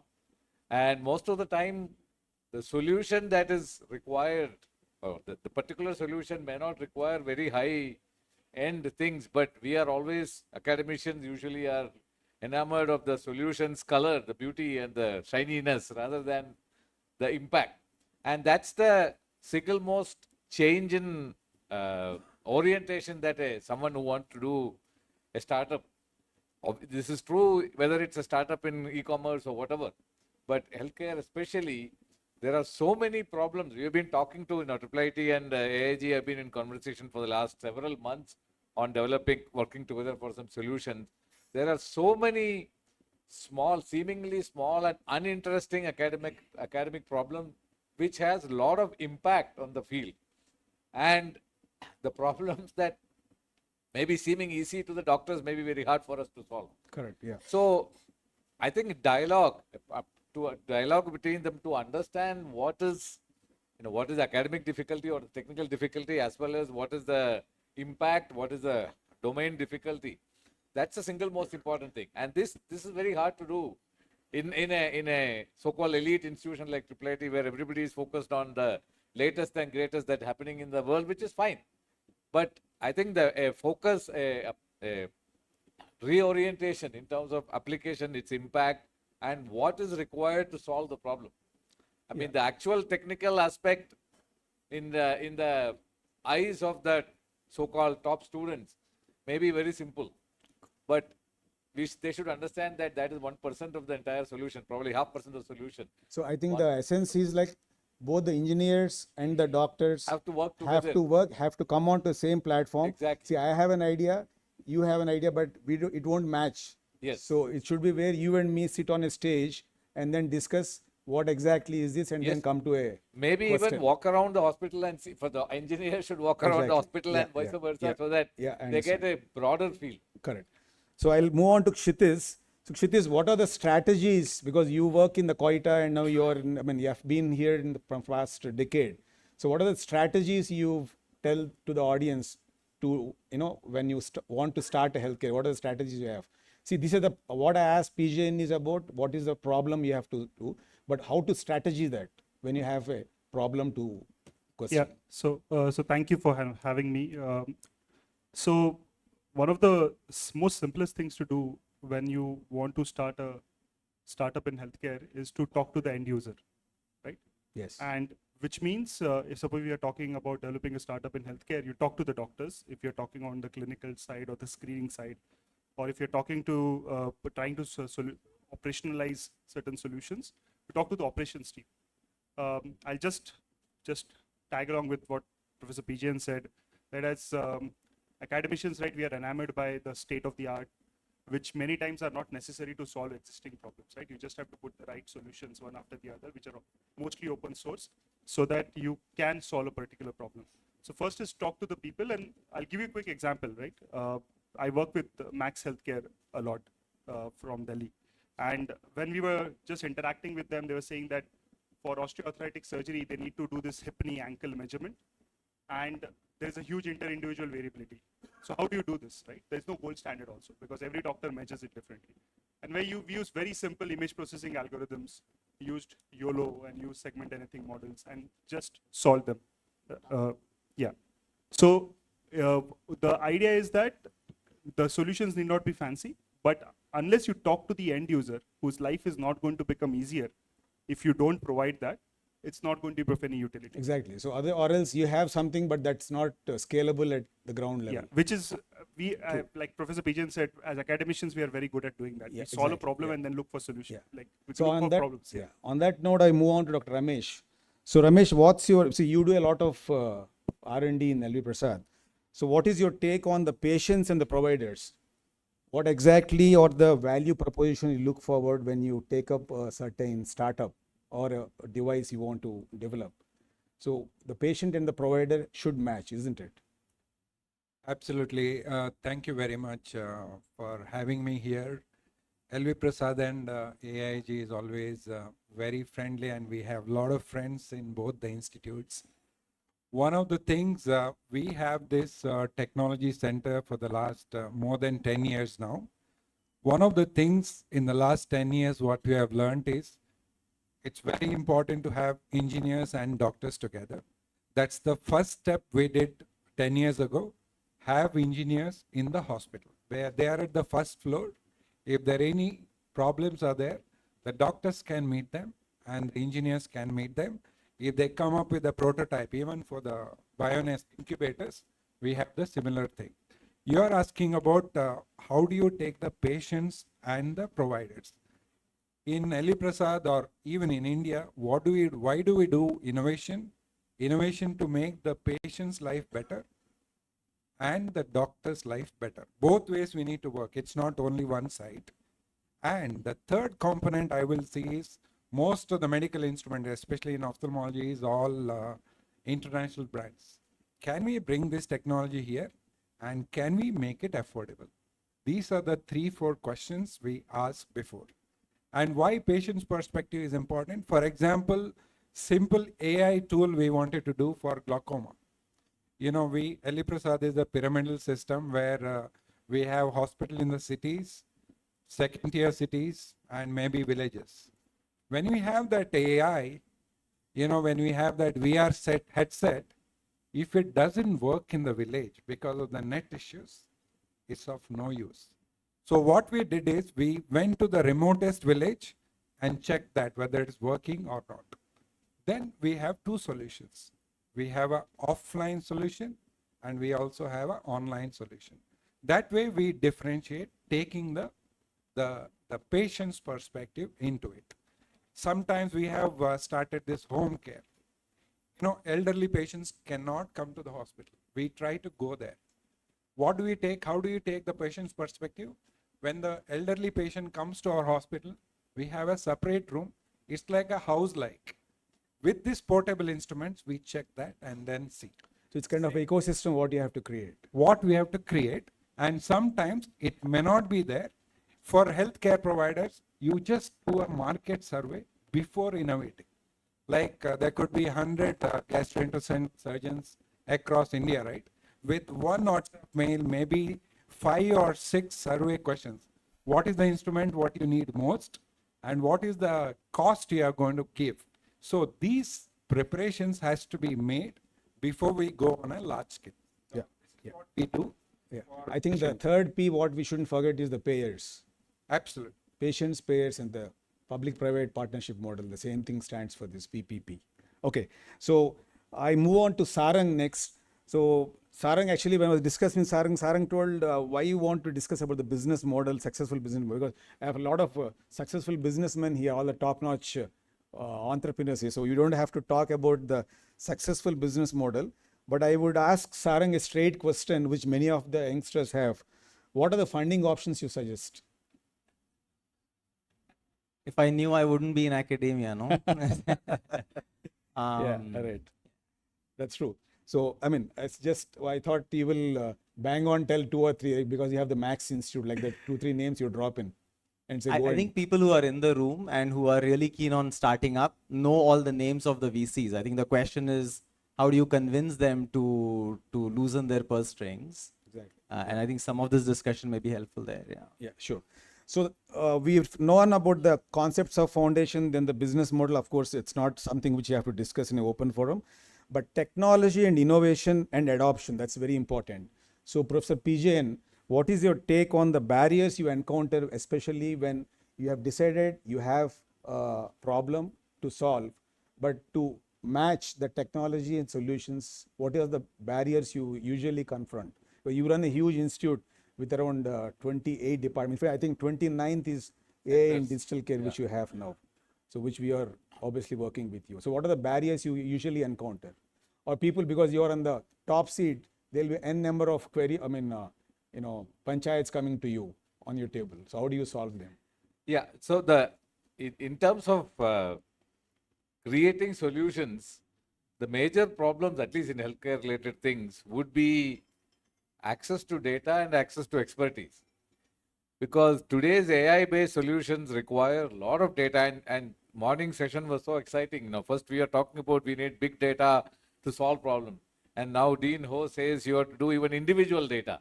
And individual data is, of course, has to be put in the context of the big data, then only it can be interpreted also. So this, actually, we have been trying to work with different hospitals or partner with people. There is, I'll be very frank here, there will be there is a feeling among the ecosystem, medical ecosystem, that data is so precious, we should not give it to anybody else. Yeah, that's okay. True. And that, from our point of view, we find it as a big barrier because we cannot collect the data. And once the data comes, of course, we also need the ground truth or the gold standard and the correct interpretation. That requires expertise. So understanding the domain, I will say this all involves understanding the domain or getting true access to the domain is the biggest barrier for the academic institution. The understanding is much easier if the barrier is transportation or some e-commerce, etc., because there is less, because there's genuine concerns about privacy and data going out. I'm not belittling any of those things. So on that note, I think, Kshitiz, if I'm not wrong, there is something called as federative AI, where you have anonymity and then you don't have to be really... I think federated learning is a mechanism by which data can reside in in the respective servers. The learning algorithm will come here and collect only the critical part that's required for the machine learning understanding. Sure. So you are not compromising anything there. This is still a nascent technology. It requires, I don't think it's just off-the-shelf solution that will guarantee everybody, etc. But I see the barrier as getting deep access into the domain, which involves data and expertise. Sure. So I think, Kshitiz, the next question to you. So there are so many healthcare systems. There are almost around 50 plus startups. In fact, when we have told, there are 75 startups which have pitched in. So how do you, what's the advice for them to make sure that they sink into the system and then convince the investor as well as the end user, in short? So I think if you convince the end user, the investors might get convinced anyways because you get paying customers. Right? That's a very pragmatic answer. Right. So one thing that I always tell the startups who come to for advice is that don't try to change the existing workflows of doctors. right? Whatever you do, you have to actually build on the top of the existing workflows so that the doctors don't have to change a lot of their processes because they're already overworked and overburdened. So the first advice that I give, and which you'll potentially see in one of the presentations also, is that there are existing deployments that have already happened within hospital ecosystem, and you have to leverage those to develop your solutions. You cannot expect that you go with a de novo solution and expect the entire hospital to change their entire workflows. So that is one, if there's one advice that I have to give to healthcare startups for deployment in hospitals, this is what I do. Okay, thank you. So I think we know about the business model, technology, innovation, and all those stuff. Team building and operation, that's the most important thing. So I would say that the perfect man to talk on this is Dr. Nagesh Reddy, but anyway, because he is the one who has got the best team probably in the country, and then build up and retaining them, that's even more important.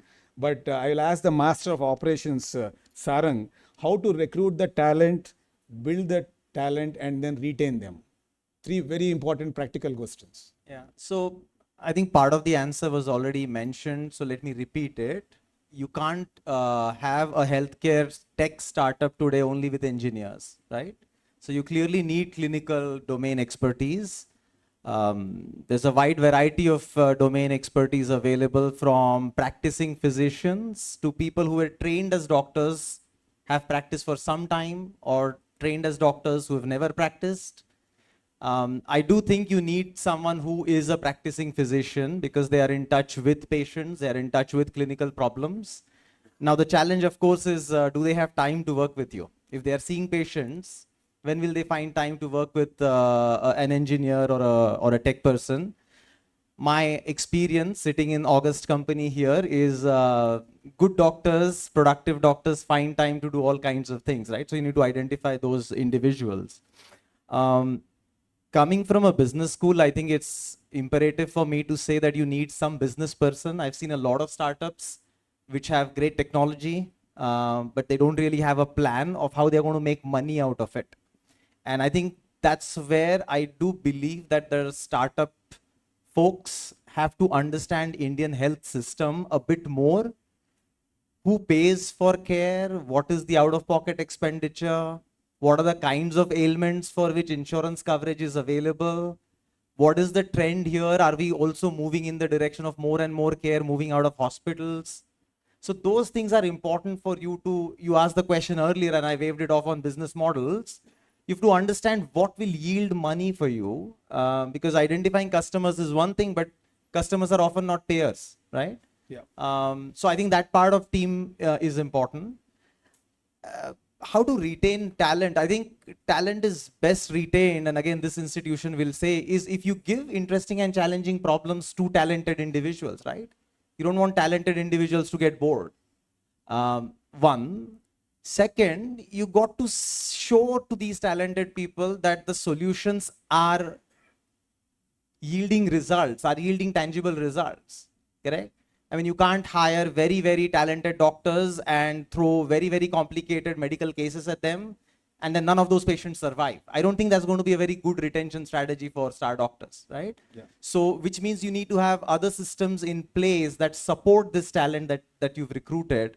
I mean, I just want to resonate with some of the points made earlier.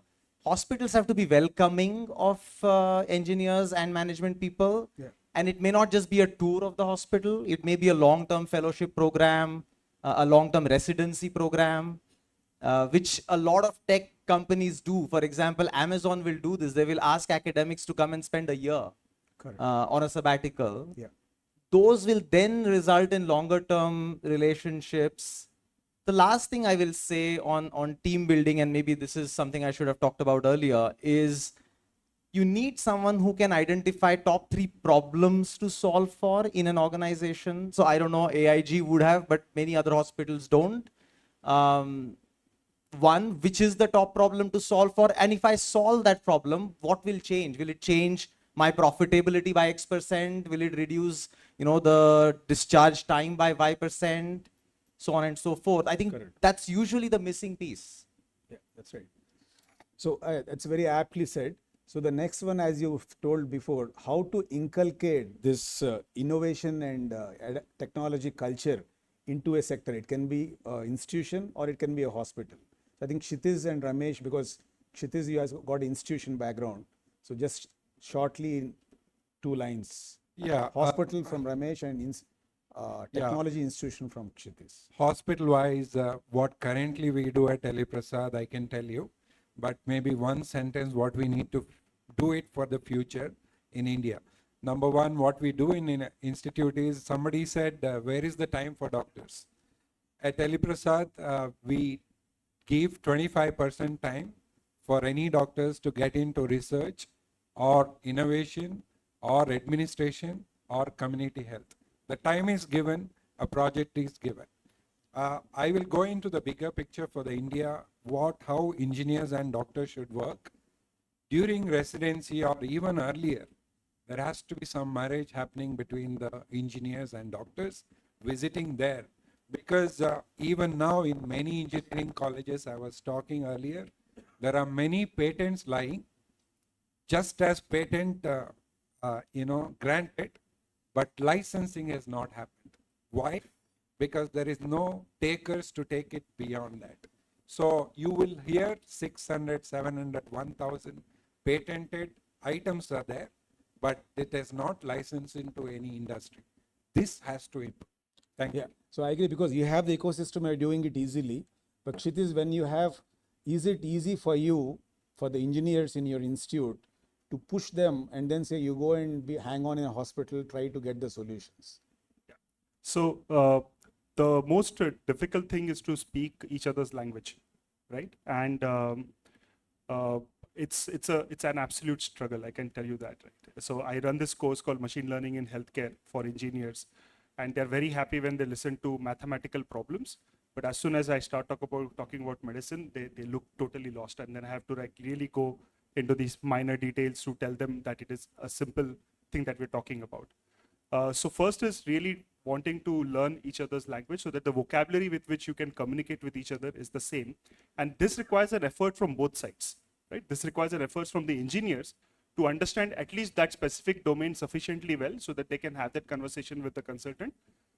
And it requires certain effort from the doctors as well, that they understand at least the basics of AI. If you're talking about AI right now, right, for technology, understand at least the basics of it so that you can not be lost in the conversation that you're having, so that you can deliver the problem statement in a format that the engineer can consume and process, right? So that would be the first. Got it, yeah. So I think that's very apt. So we have to understand each other's language, and then exactly.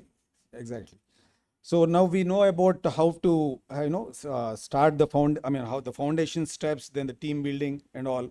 So the next part, what all people are looking forward is, I think, for Sarang, how to grow that and then scale to the next level. I mean, don't tell me you have to have a very cozy relation with the VCs, angels and investors. That's fine, but how? Yeah, I'm going to take a slightly contrarian view, Rakesh, here, okay, which is a lot of innovations don't scale up because either they are not good or they are not required. So I'm going to say the following, because the discussion is on AI. Any time that you come up with an AI solution, you have to ask how much of what this solution achieves can be achieved without AI. So just sort of say, okay, AI gives me this much. Tech without AI gives me something less than that. A very basic non-smartphone based tech gives me something lower. And improving the current workflow gives me something more, right? So a challenge often with the scale up is that you're really trying to get a very marginal improvement over what can be achieved without that AI solution, right? And I think smart people see through this. That's one. Second, I think, is again, rehashing the same point. You're not able to understand the business model, the operating model in which you are. And so if you let's take this, right? If I have an AI solution that predicts length of stay for an incoming patient, right? And with high level of accuracy, take whatever area under the curve you want, right? How much is a hospital willing to pay for such a solution? How much will AIG pay for such a solution? I don't know. right? Because just predicting a length of stay with high level of accuracy does not necessarily modify the discharge planning of the hospital. If it does, how much money do I save by reducing length of stay by an hour? I don't think any of the hospital has that calculation.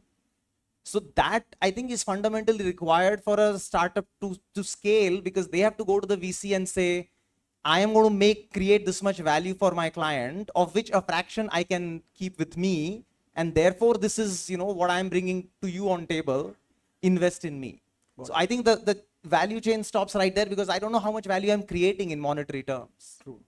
I think you need a mentor, not only for the startups in terms of building up it, but also for the business model. So I think every startup should have 2 or 3 kind of these people who can, one, support the technical side, one, the scalability, and then they have to have somebody who will handhold them. And there are many people who are doing this, but there should be some startup, each startup should have a 101 relation with this. So I have 3-4 minutes more. Before I close, I want a final recommendation from each one of you in 1 or 2 sentences. And then, because getting these stalwarts on one platform is not that easy, so I would ask audience to have 1 or 2 questions each to them if you have anything in your minds. So the final recommendation from Professor P. Jain on IIIT Hyderabad. I mean, I think we have made all the right points about the key has been just dialogue between the communities, and that is the recommendation. I also would take 1 minute, because the audience is very good here, about a story that I repeat about AI in healthcare. This is a story told by Michael Jordan, one of the famous, the key machine learning people from Berkeley professor. He tells the story, 2004, his wife got pregnant. They took a ultrasound, and the ultrasound showed some white patches, and the geneticist said this is Down syndrome markers, 1 in 20 chance of Down syndrome. And the follow-up is amniocentesis, which is 1 in 20 chance of mortality for the fetus. So this man, being an engineer and a machine learning person, he didn't take anything. He went and studied the literature and found this whole, the Siemens machine that on which this was built was made in 1990s. And that hardware is upgraded later. And the resolution is now 10x from when this algorithm was developed. And he concluded that this is sensor noise, not actual white. He went and told the geneticist, this is sensor noise. And so she says, apparently, that's why we saw a lot of spurt of cases when the new machine arrived. And then he says, on that day, maybe 1 million people got the ultrasound across the world using a similar machine. And a good number of them took the amnio, and some babies died unnecessarily. So I think we have to be very clear on what we are building, with human doctors looking at things. I mean, there is so much bonhomie about AI, which I also want to join. But I think we should keep in mind that ultimately we are looking at a solution rather than, AI or anything else. Yeah, that's a very valid point. I think the med engineering colleges is going to be the future. It's not only medical college, only engineering college. It's going to be med engineering universities. Sarang from Indian School of Business. I think my recommendation, if there are startups sitting in the room, is to really think very hard about what problem to solve for. If you're smart, don't pick up the first problem that comes your way and solve for it. Yeah. Or because there is a solution somewhere, you just apply it here. I think you should just pick brains of very smart clinicians and administrators and say, what's the top problem? And how much will you gain if I were to solve that problem for you? And for the medical fraternity, I do think there is a need to put out grand challenges. I think it's a must. And not grand challenges from a science point of view, but for healthcare today. And I'm not talking about public health, right? I'm talking about hospital-based inpatient care. What are the grand challenges for India to solve? We don't have a list. Thank you. Kshitij. Yeah, so my giveaway would be, don't be enamored by... So in fact, you are the government representative. Yeah. Oh, yes, true. So from my perspective, right, from an application point of view, I think anybody should not be enamored by the beauty of a algorithm, but trying to see that potentially a lot of open source work is already there, a lot of solutions are already there. They have to be just put in the right order to solve a particular problem once you identify the problem correctly. So instead of trying to beat something super or make something super fancy, and because of GenAI, everything has become GenAI kind of a scenario. Maybe you don't require GenAI, or maybe you require some simple image processing algorithms to solve your problems, which are available. So you don't need to reinvent the wheel, just identify the right problem and try to solve it with what is already existing. Okay, thank you. So Ramesh, let's talk our language. There are many doctors here. So what's your take-home message for if at all they want to do something in tech and innovation? Something? In tech and innovation. Yeah, I would say you should speak our language. Collaborate with the people, mainly engineers. Collaboration will really lead to better solutions. And you don't have to be an engineer. Doctors need not be engineers, because ask for help. There is definitely help available in our country. Collaborate. And if you are a startup engineer, I would say collaborate with doctors. And if they are doctors, at least 2 out of 10 doctors here can innovate something new in the next 10 years. Contribute to that, so that Dr. Singh, Dr. Nair, Dr. Reddy, Dr. A, B, C, D, the difference between the 4 doctors is almost negligible. This is where AI can take it forward for precise care for the patients, and the doctors always identify a disease by patterns. AI also looks at patterns. You know, can we use the patterns by imaging or looking at the patient or analyzing the symptoms? So can we reduce the doctor's learning by reducing this pattern recognition?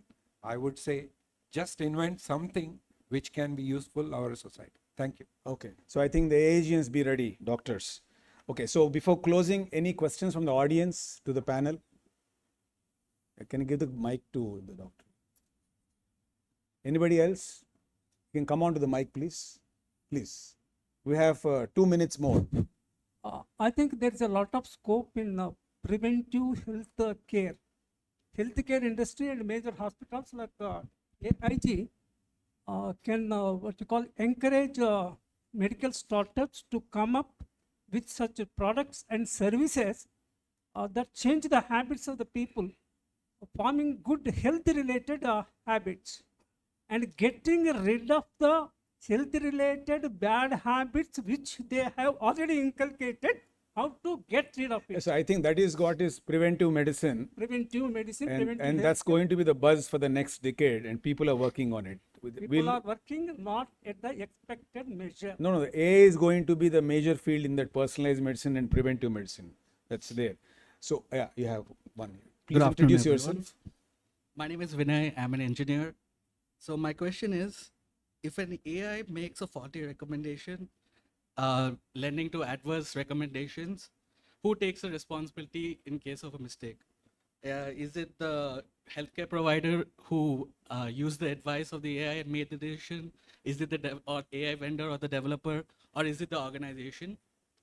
And is it going to change when it's AI assisted versus autonomous? So it's basically ethics in AI. I didn't touch upon because I thought it's too boring, but you asked it. Any one of you, please. No, I think AI should always be seen as a helper or someone who helps, gives advice to the doctor. The doctors, who with their experience, should take the decision and be ready to face the consequences also, the responsibility. Because otherwise, if you leave things to AI, you don't know what will happen. And it has to be a helper. So it's a human in a loop scenario, right? You use AI to narrow down to a particular set of options, but the final decision is always from the doctor. So the doctor will have the responsibility associated with it. Right. But as an engineer, if I'm trying to work with a clinician, trying to Vinay, we have a tea break, so we'll discuss there. Okay. The last one. Please introduce yourself. Yeah, my name is Ram. I lead the Deloitte University. PJ, nice meeting you here, sir. Sometime back, I attended in IIIT the algorithms everywhere. So that talks about the transparency that is needed. But I think, when it comes to healthcare, one thing that I see is AI will play a major role. But how are we validating these AI systems so that there is safety, there is, people trust the systems that we have? Any experiences that any of you would like to share? Thank you.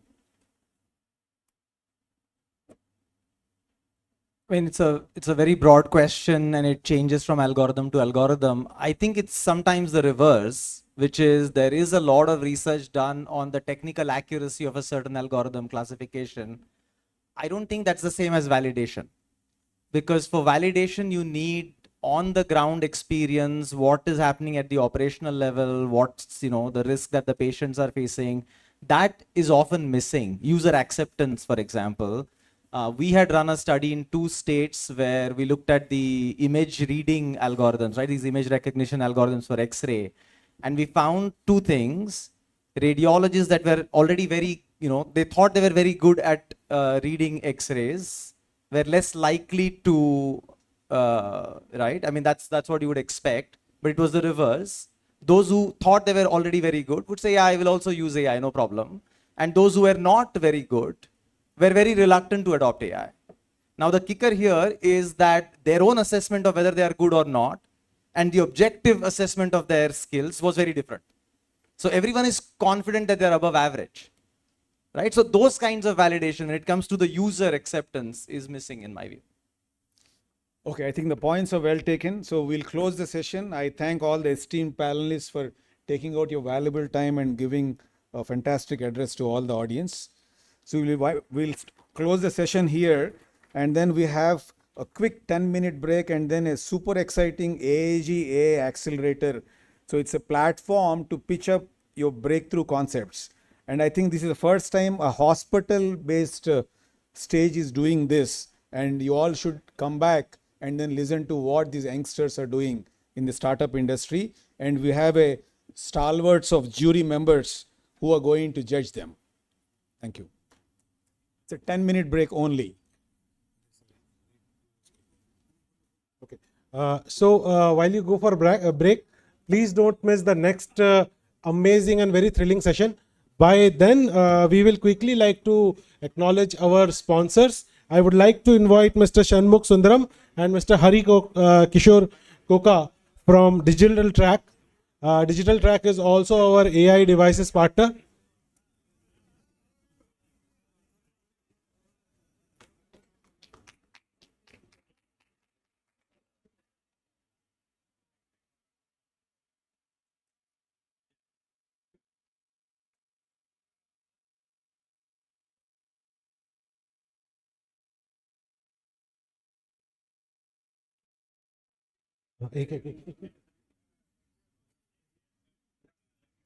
Next, we would like to invite upon Mr. T.V. Chalapati Rao from Orange Business.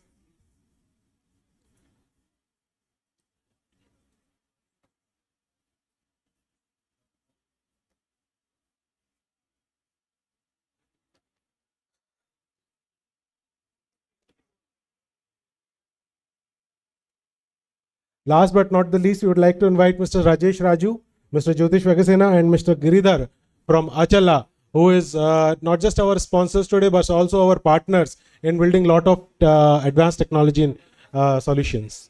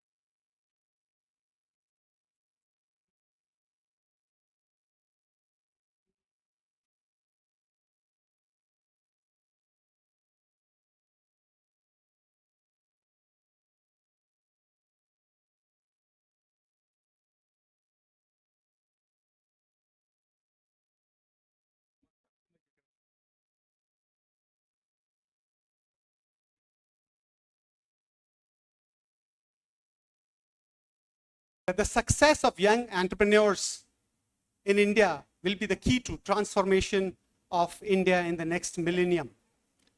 And in the IT world, it's called startups.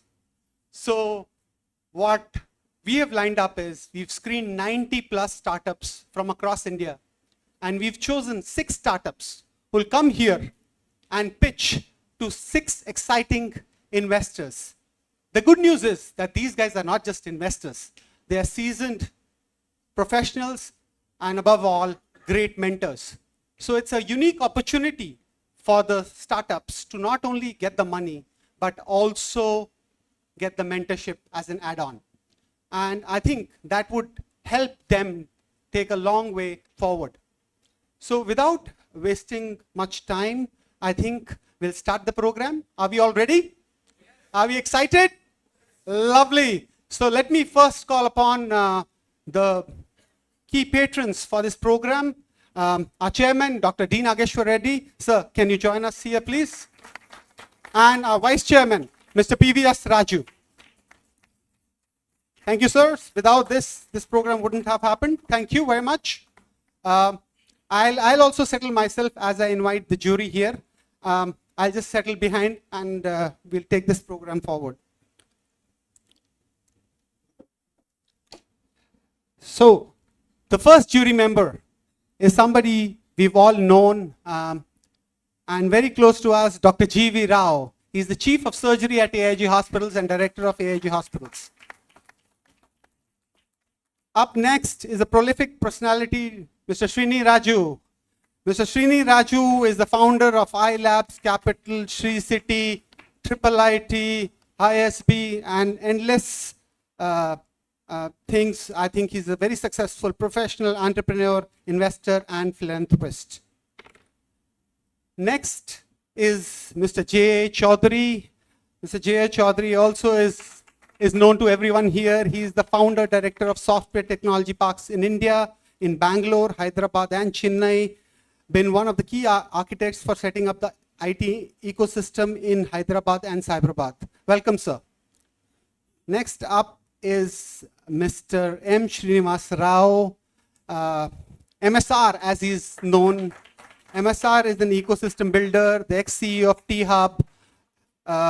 He's a serial entrepreneur, and today he's representing Webcure Capital Advisors, who will be primarily investing here. The next personality who will join us on the jury is Mr. Vikrant Varshne. Vikrant is the managing partner of Succeed Innovation Growth Fund and has had several successful investments. Thank you, Vikrant. And last but not the least, we have Murli Talasila with us. Murli, can you join us, please? He is a seasoned CXO and YouTuber with a checkered career in innovation, product development, and forensics. He's also a well-known mentor in the ecosystem. So thank you, jury. The way we've structured this program is that we will be having 6 people coming through, 6 startups. Each one will be given 7 minutes for a structured presentation, followed by 8 minutes of question and answer. Jury members, if you like any company, we would love you to stand up and tell that you're gonna invest in the company and mentor it. Please, whichever one you like, we would love to hear it real time, and we love to join the startups in their success, right? So let's start with the first one. We have Turocrates as the first company. Turocrates is represented by Maulik Shah from Mumbai. Welcome, Turocrates. Please.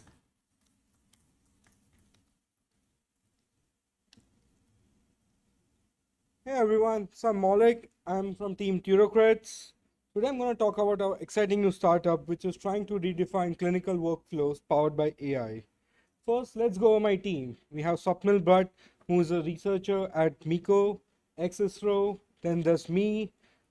I work 5 years in the AI/ML space, building MLOps pipelines. Then we have Dr. Devansh Lalwani, actually a final year student turned ML engineer, and he's really passionate about everything he does. And last and not the least, Dr. Shadid Jadhav, who currently heads the Koita Center of Digital Health at IIT Bombay. Again, yet another doctor turned engineer. So today, these are the problems we are trying to address and the solutions that we provide. So first being data is not interactable. Right now, data lives in silos in like PAC system, LR systems, like EHR, EMR systems. What we are trying to build is like an agentic framework on top of it with like voice capabilities, which can just like work through all of those. So an example could be what's the create trend for a patient for the last 6 months. Second, reporting is time consuming, right? Like a doctor has to go through each and everything and build a report yourself. So what we are providing is an automatic report generating option just using voice commands and using your own custom templates. So we'll see an example of create an OT summary for an uneventful like laparoscopy normal post-op care. Now coming to like the AI bits of it, right? So right now data is localized and due to like various compliances, it's hard to share. So what we provide is a service where we come to you to fine tune your models for you and use it locally. The last and not the least, they are not interpretable. So that's where explainable AI comes in, right? Where using user like human understandable feedback, we can just develop confidence in the doctor that like the output is valid and should be like considered. So now let's focus on the first half of the pipeline, right? Where we are building the agentic framework to work our system. And here's like a very brief demo about it.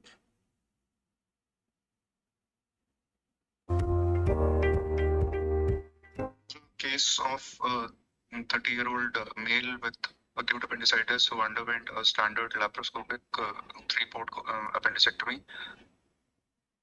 Intraoperatively, the following findings were there, and the appendix was adherent to the parietes, and there was no evidence of Meckel's, and there was no collection in the right iliac fossa. No major complications were encountered, and root hemostasis was good, and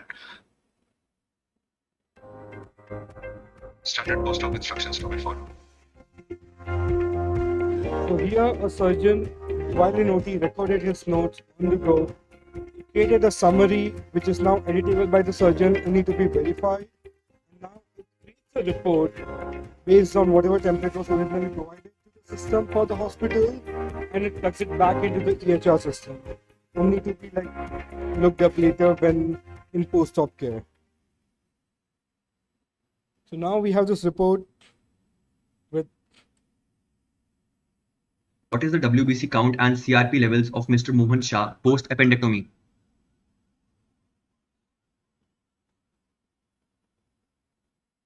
all right, so here we can see after report, the patient probably was in post-op care for a few days, had a few reports. The doctor just walks in, talks to the system. On the histopathology slide for the appendix.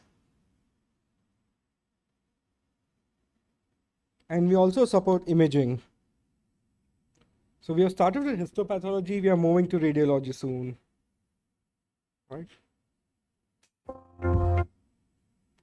So now coming to the second half of the solution where data is not in, data is not like shareable. So what we do here is help you identify what data you have, come up with like an AI-based solution on how the solution would fit in your clinical workflow.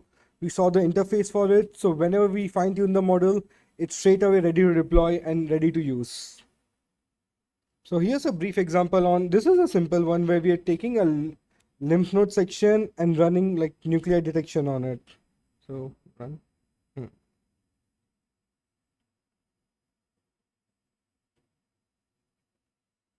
So here what we do is like we run a simple job on it. It detects all the nuclei and gives you the output.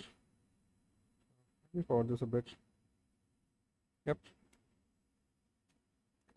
And now the next problem we are tackling in the histopathology space is one, convert fresh frozen WSIs to like formalin fixed images, which are just easier to read for the pathologists, cell counting and cancer classification and segmentation. We are working with the pathologists based in Mumbai to help identify those. So now where are we and where are we headed? The company was very recently founded in October.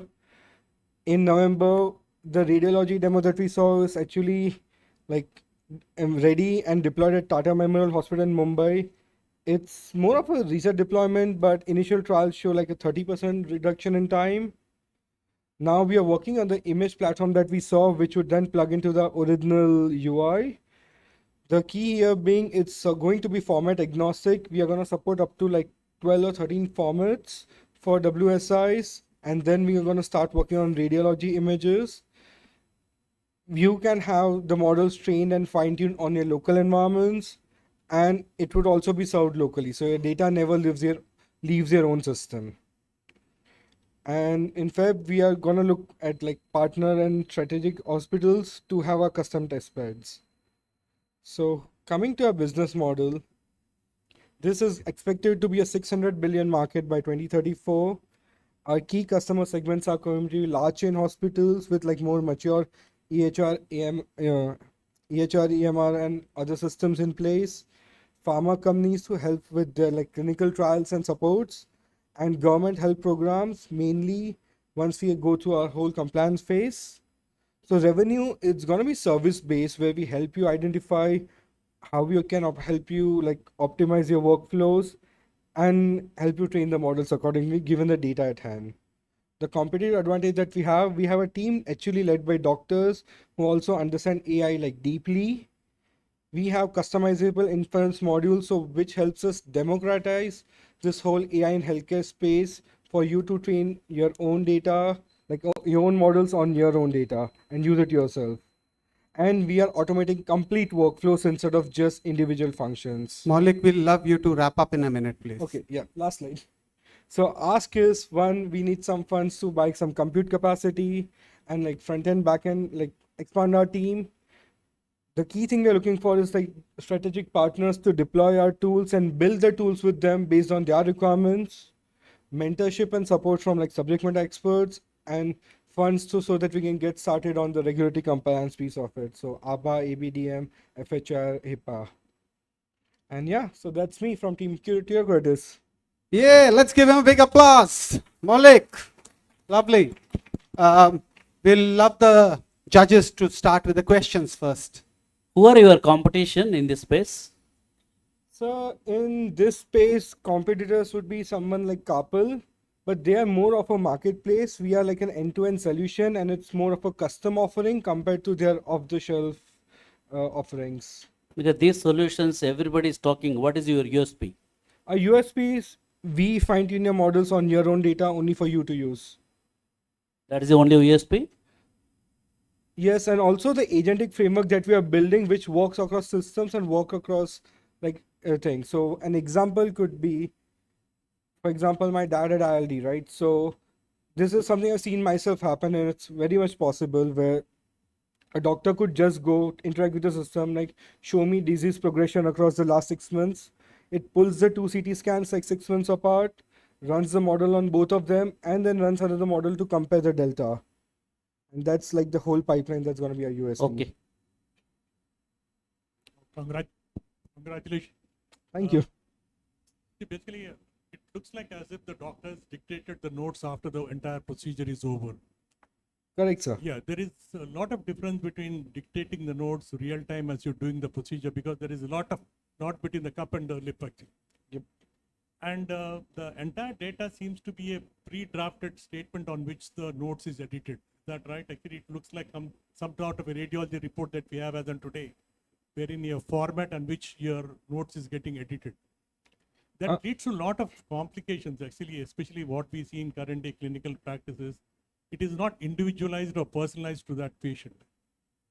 Do you have a solution for that actually? Or?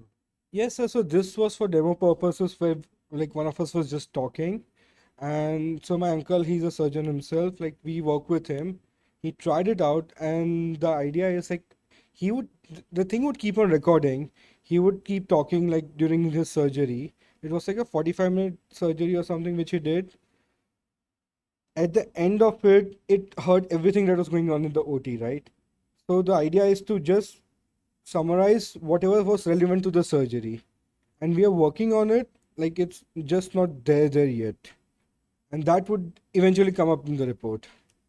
And the template is whatever the hospital wants the report template to be. Hi. Your presentation did refer to PACS and EHR. Is it fair to assume that you're thinking that every hospital has their own PACS and it's cloud ready? No. Then how will they give you the data? So the assumption is they don't, but if they have the data digitized somewhere, we plan on working with them. And the idea is have some of these PAC system and LIS systems be our vendors. So we go, if the hospital does not have an offering yet, we go with them. And it just works out of the box. And you understand PACS and EHRs are native and sometimes they may not even have an API to integrate. Yes, I understand, sir. So that's why we need like one testbed deployment to get started with to understand all of these problems. What's your TRL level? Sorry? Do you have a direct level, TRL levels? What are TRL levels? Sorry? Technology readiness. Technical readiness. We haven't worked on those yet. For a health tech or a med tech solution, generally TRL levels define how much time would you be taking to reach to the market and Okay. what's your current readiness. That's an industry terminology which most of these companies go through. It would be a good idea for you to map yourself on that. Okay, I'll look into those. Thank you. Actually, 3 questions for you quickly, and you don't have to answer all of them today, but I'll try. But one is, you didn't mention how much money you need. One. Second is, how will you make money? And third is, what about security and privacy? So how much money we need, that's going to be a broader discussion. Like as much as you can give me, I'll take it. But no, so we need money to grow our team by like 2 more engineers and buy some compute capacity. So around Have even an order of magnitude number? 1 crore, I guess, 50 lakhs. I can make it work. So we are currently bootstrap. It's just us working like from our homes right now. And we have some borrowed compute capacity, but that's about it. How we plan on making money, so like that is something we need to sit down and drill down. We are hoping, not even hoping, envisioning a subscription-based model for the reporting thing and a customized solution-based like service type thing for the whole like bring your own data to a table will help you train AI models on it kind of solution. Like truly customized to begin with. And that's why we want to start slow with like some testbed deployment where we build the solutions with the hospital itself. Like you tell me what your problem is, we'll do it for you.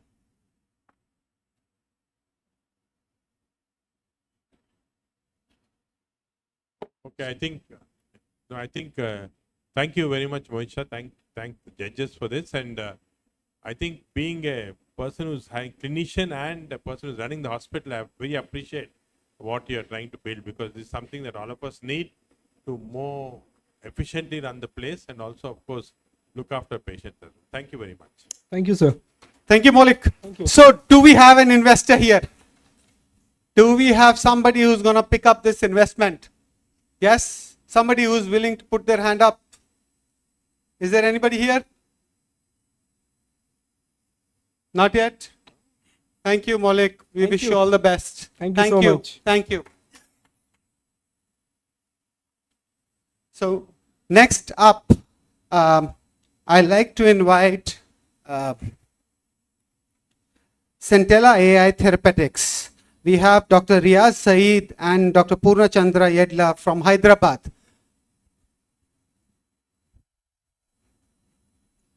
Before I start, Cappy, you remind me of the IPL auction.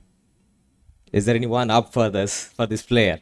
Anyways, going forward, it was in the year 2013 while I was doing my postdoc. I used to design molecules for multiple cancer targets and design them, synthesize them. And I used to reach out my co-founder, Dr. Purna, who is a cancer biologist, and then ask them to screen the molecules which I designed. And they used to give me the data. And I go back and then see which structure is working and which is giving the better result. And then I used to do my iteration. And then again, I used to go back to Dr. Purna. And then he says like, Dr. Riaz, how many times you come back to me with iterations? Like, can you fix this with smaller iterations with less time and cost so that you can save money, and then also we can accelerate the early drug discovery process. Above all, the patients are waiting, right? With that frustration in India, 2013, we started in 2021 our journey called Centella AI Therapeutics, and then with a motto to accelerate the early drug discovery through human and machine intelligence. We have been backed by D-Labs ISB, and then we got our seed funding from them, and also we got our grants from IT, and then also attend incubation centers, and then NASCOM AI as well. So this is a quick snapshot. I'll just hang on here a while because I'm going to dive deeper into all these aspects since I'm not giving a detailed overview of this, but as an investors, probably you can take a look at this. Like problem statement is for a new drug to come to the market, it would take 10 to 15 years of time. I'm sure most of you are aware of this, and then 90% of the clinical trials are failed, and majority of the due to the safety and efficacy. And then what Centella is trying to do is to fix this problem in the early drug discovery process by introducing generative AI platform, which is IP worthiness, and then our enterprise platform is ready. And then with our business model, and then is huge opportunity, and then TAM, SOM, and then probably I can take all these questions offline once you're ready with that. So we already have 7 co-development partners. I'll be sharing, and then 2 wholly owned programs. And this is the typical drug discovery value chain, which starts from a target discovery to target validation to an FDA approval. And majority of the value chain is getting impacted by AI. If you see the clinical trials and post FDA approval, or the AI is widespread adopted. However, the early drug discovery AI adoption is still in the, I would say, in the evolving stage. So this is how the traditional versus AI drug discovery approach looks like. Like it takes for a drug discovery, traditional drug discovery process from hit to lead identification, it would take anywhere 6 to 7 years, and then close to $1 billion. But with an AI intervention, you could reduce the time to 60%, cost by 25%, and there are already molecules, close to 70 molecules in various phases of clinical trials. So this is a recent BCG report which shows the number of molecules that are there in clinical trials, and then which have been already launched. 1 molecule have been launched, and then there are multiple targets have been identified by AI, multiple proteins and small molecules. And Centella's AI specific intervention is in the early drug discovery with the design, make, test, analyze cycle. If a specific target protein is being given, then you cannot design a drug that gets approved by FDA just like that. So you have to do multiple iteration design, make them in the chemistry laboratory, test them in the biology, and then analyze the results. So that's where we built our proprietary platform called Cascade, which is trademarked and then patented platform. As a traditional drug hunter, I have 2 problems as a drug designer. So what should I design and how do I synthesize? So these are the 3 AI workflows: Cent, GenAI, Virtual, and AdMatch, which helps to design novel drug-like IP-worthy molecule using the generative AI platform, and then screen 1 billion up to 1 billion molecule under 24 hours, and then also predict multiple endpoints of toxicity, absorption, distribution. And the next one is how do I synthesize those molecules once I design? So that's about Centella synthesis. So this is the architecture, and then we applied 2 patents for this. Ours is an IP intensive company. We focus on tech IP as well as science IP. So tech IP is already there, and then we are planning to apply our science IP in the next 3 months. So this is rubber meeting the road. All this is good when you talk on virtual, but the molecules which are designed by our platform are being synthesized and then validated in real-time biology, and then we have some very interesting results than the standard molecule on target called epigenetic target called HDAC. So we could reduce the time and cost by 25% to 40%. And these are the current partnerships we have. We are working on multiple disease targets and multiple disease indications as well. We are working on our own IP as well as joint IP as well. We have made our partnership with Albert Einstein College of Medicine, working on immuno-oncology targets, and then University of Catanzaro Structural Genomic Consortium we are working, and then we are also doing a couple of case studies with the Mark. So this is our engagement model, 3P strategy. Our platform, which is enterprise ready, extremely data secure, built on Microsoft Azure, multi-tenant architecture. Your data is extremely safe. And then this is a PaaS model, platform as service. The second one is partnership model, where our subject matter expertise, like we are a team of 30 people spread across bioinformaticians, medicinal chemists, cancer biologists, informaticians, AI engineers. So we go and reach out the pharma company, say, hey, this is what expertise we have, and then we can help you accelerate the early drug discovery with a co-development, co-joint IP sharing. And the third, This gives you the sustained revenue with the partnerships, and then first one also. The third one is the blockbuster revenue where you work on your own IP. And these are the recent M&A and some of the deal examples. And this is our team. Majority of the times, I shamelessly take the credit of all my team. And then I am Riaz. I come with close to 15 years of drug discovery experience. I'm a trained medicinal chemist. Around 60 research articles I published, inventor of 3 patents. One of the patent with Harvard Medical University is currently in discussions for out licensing. And Dr. Purna is an ex-AIGN, and then he's a cancer biologist, molecular biologist, and also precision medicine expert. He leads the early drug discovery biology division. And Mr. Sandeep is our CTO with 21 years of experience in IT products. Jeevan is an pharma industry veteran who takes care of our US operations and sales and marketing there. And then we have our clinician scientific advisory board from Professor of Endocrinology, Mr. Dr. Antonio, and Mansoor from Radiation Research Department, and then Venkat is an ex-Apple India head. These are the people who are helping us and advising them. So I'm here standing before you because I know we are working on a gigantic task. I cannot do this alone. Hence, I want you to take this opportunity to accelerate the early drug discovery to help the patient. As Dr. Jensen says, the patients are waiting. So I'm here and standing asking within 1 million ask. So the other formalities can be discussed offline. So thank you very much for this opportunity, and then I'll be happy to take your questions. Congratulations again. Can you be a little louder, Doc? You're not audible.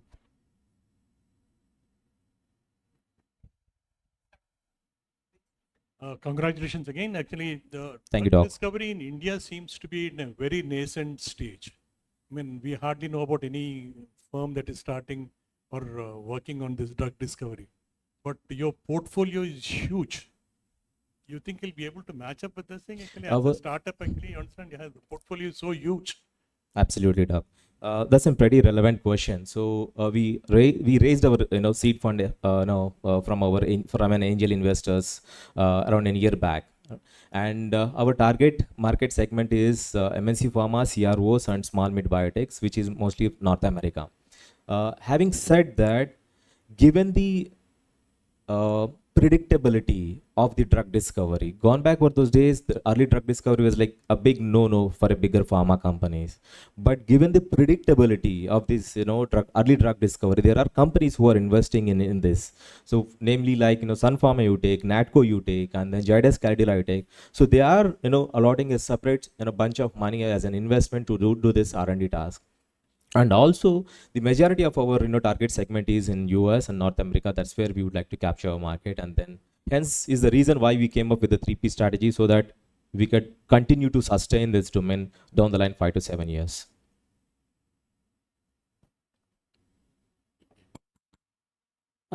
Excellent presentation. But whatever little knowledge I have on the pharma industry, particularly in Hyderabad, most of them, they have their own scientists, their own people who are doing this drug discovery using AI and other tools. So how do you think that you will be able to get new customers? See, India itself is a big market for you. I don't know why you are only focusing on US. So did you try to attempt to get any customers for your tool? That's a pretty good question, Doc. If you see our AI platform, there's a specific tool called retrosynthesis, wherein when you design a new molecule, you have to synthesize in the chemistry laboratory. While I was doing my PhD, I must have synthesized 2000 chemistry. I must have put 2000 chemical reactions, out of which only 10% were successful. But what our AI prediction tool can do is, you give your target molecule as input, it can predict what is the best route to design that molecule. A plus B gives C. So you give C as input, it predicts either A plus B gives that, M plus N, X plus Y with right optimal condition, and who are the vendors also that. So that is one module we are giving to the pharma companies which are in India, which are bulk drug or generic drug companies. So that is one of the revenue line we have already chosen, and then by this month end we are going to deploy our tool in 2 of the CROs within Hyderabad. We do reached out to multiple companies, and then probably by this month end we will be deploying there. Yeah, we have early tractions, and then we are a revenue generating company as well. I saw, I mean, obviously, a lot of information on your slides, but can you identify one or two use cases and what are you doing for that pharma company so that we are able to appreciate your solution in real life? Right. See, the validation, the use cases. One is the use case which we have done on our own with the one of the slides which I showed on epigenetic cancer target called HDAC. So on which where our platform designed the molecule generative AI, and then we synthesized them in the chemistry laboratory real time and tested them in the biology. And what the generative AI molecules which generated has shown a better efficacy than the standard drug. That is one of the use cases which we have done. And the other use cases we are working with is Albert Einstein College of Medicine. We are working on an immuno-oncology cancer target. Take the use cases of working with the pharma company and what are you doing for them? Can you come again? With the pharma company specifically, what are you doing for them? They generally come up with their target for a specific disease target, and they ask us to build a use case. Let's say if it is in leukemia target like BCR-ABL. So they say like, pick up an exact use case that you are working with any one pharma company. that's what I'm telling. Like we have taken one. I cannot disclose the target for the IP reasons. Okay. So they generally come up with a disease target XYZ. What we do is we take the target, do the IP search, and then see what is the data available on that, and then train it on our model, and then generate new drug-like molecule, and then vet them with our human intelligence. So it's an hybrid of human and machine intelligence. So once we have the satisfactory results, then we propose them. These are the molecules you can synthesize in the chemistry laboratory and check them in the biology. So how would any pharma company manage and maintain their uniqueness if drug discovery would be democratized like this? Pardon, can you come again? How would a pharma company maintain their uniqueness Mhm. or their capability in future if drug discovery could be democratized in such a way? If you are able to do this for today for pharma company 1, you Mhm. could do this for pharma company 2 as well. So you're asking, can pharma companies democratize this technology? Is that what your question is? Saying, are you No, can you disrupting that keep your mic a little closer because it's scattered. Your voice is scattered. Yeah, please. If one pharma company can do it, then the second pharma company could also engage you to do and replicate the solution for them. How would they maintain their uniqueness? The pharma companies you're talking about. So there will be always risk of incumbents and then the new entrants. So that's where you have your USP coming in. Like there are close to 300 plus companies across globe with different use cases using generative in the drug discovery, and majority of them are from tech. Majority of the founders are from techies. They are from. How much revenue are you generating as of today? As of around 10K, we just recently started generating our revenues. 10K USD. Yeah. This is life to date revenue. Yeah. So each of these engagement coming from pharma companies not substantially large. No, not substantially large, bigger companies. Our focus is initially with the small mid biotech companies, followed by CROs, and then followed by pharma companies. So we want to have more social proof building in, and then with that we would like to hit the US market. Is there a need for any regulatory approval for your solution? No, not needed. So you would as long as you deal with the preclinical data, chemistry, biology data, the regulatory hurdles are very minuscule. But when you have to do with the patient data, then the regulatory things come into picture. However, our entire platform is regulatory compliant in terms of whatever the European or FDA guidelines is. So this would then be comparable to a drug discovery lifecycle SaaS platform. Yeah, you can name that way. Yeah. Who are your competition for this platform? In India and globally? Globally, there are quite a many, like in silico medicine, Benevolent AI, who are already in the space, and then did their such kind of build the platform, and then. And where is your USP then? Our USP is like one is our core drug discovery experience. We are a traditional drug discovery scientists who sees the problem statement from a science context rather than a technology context. We come up with a science background, a drug discovery background, and then build the platform and then validating in science. But majority of the times, globally, it is the other way around. And that is one USP. The second USP is our algorithms, which are patented. I just want to dig deeper on the BCR-ABL example you have given. Yeah. In the Philadelphia chromosome situation, which is BCR-ABL target. I'm a new pharma company, and I want you to help me a new kinase inhibitor. We already have a targeted therapy for CML or AML, whatever you take. Now tell me, how do you pitch to me? That's a pretty good question. So first of all, before pitching it to you, I need to understand your pain point. So if it is BCR-ABL, now if you wanted me to design an inhibitor, like what specific mechanism of action you are looking? Is it a competitive inhibitor? Is it a covalent inhibitor? Is it an allosteric inhibitor? I want to design a new drug which can compete with the existing kinase No, inhibitors. if your problem statement is not clear, I cannot cater you. I have Take one and take so yeah, let's imagine you wanted to have, let's say, an allosteric inhibitor, which see, one is there are two kinds of drugs. One is first in class, best in class. Look, what kind of target you are working. Target can be very well explored, but the inhibitor you wanted created a novel one. So in such cases, you choose a new mechanism of action, let's say allosteric inhibitor. So what I would do is, if there is no literature, I'll use my platform and then try to predict the new allosteric site from the BCR-ABL and then design a molecule and say this is how I can propose a new molecule. Hang on, you designed a molecule that's on a desktop SaaS platform. There is no chemistry involved.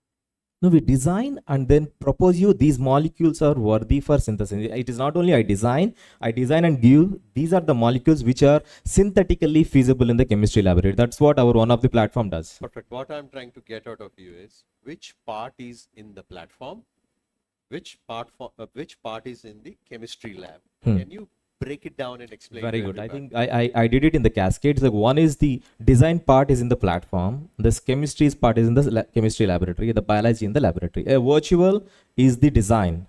Design is always virtual, and then the actual execution is in the chemistry and biology. So it's ideally takeoff, level flight, landing, design, chemistry, biology. So last question. Yeah. Extending J.A. Garu's question. What does your SaaS platform do? Is it a service platform or just a la carte? No, it's not an a la carte. It's not a la carte. So it's a SaaS platform specific to your needs. Like in case there are, it's an, end-to-end platform and a modular one. You can choose whatever you want. There are four modules, AI modules. Like if you want a toxicity prediction, you can choose that. If you want a retrosynthesis, you can choose that. If you want a generative AI solution, you can choose that. Or if you want a virtual screening, you can choose that. Or if you want, we're coming up with another target identification, and some of them are talking about combination therapy and drug repurposing. So they will be added, so you can choose that. It's sort of semi a la carte and then buffet. Right. So, Dr. Riaz, we'll have to stop. One last question I'll take from one last question. Right. So most of the Indian pharma companies, they're not doing the original molecules. Absolutely right. So they take the existing molecules and say how to improve. Absolutely. Many times, instead of taking 3 tablets, you take it's one process chemistry basically. Yeah. So so which one your system works better? There are two use cases, Doc. One is whatever a specific module which we have called retrosynthesis is being used in the process chemistry. So once you get a new drug discovery, you get an IP. Once the IP is cleared, or like the IP patent is expired, then they go for the generic drugs which you are talking, or Reddy's or the big companies starting. So ours is a novel drug discovery, and then there is one component, generative AI component, which caters to the novel drug discovery, and there are components of our own platform which can also help process chemists or APIs or active pharmaceutical ingredients or generic drug companies who can use this. And there's a business model we are also coming up with wherein they can use their own data and then bring their own GPU, and then they can have their model established on there, so that they don't have any issue with their data coming on our platform. Yeah. Fantastic. So we'll pause here, Dr. Riaz. Certainly, Capri. Anyone with an interest level to invest and mentor this company? Anybody? We'd like to talk some more from WebGear.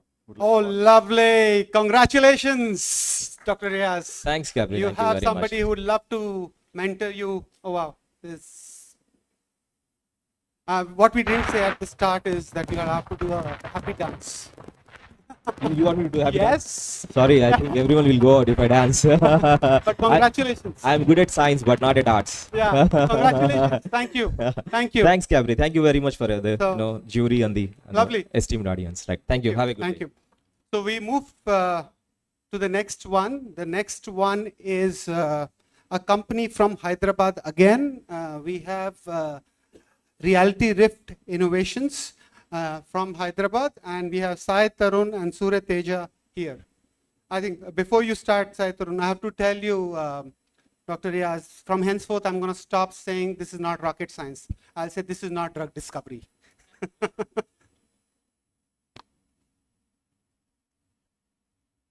Good evening to one and all. My name is Sai Tarun Kakirala, representing Reality Rift. So Reality Rift is specializing on making complex medical information accessible and actionable through advanced 3D visualization. So for a great company, we need a great team, and I'm proud to introduce mine. Myself, CEO and co-founder, NYU robotics engineer graduate.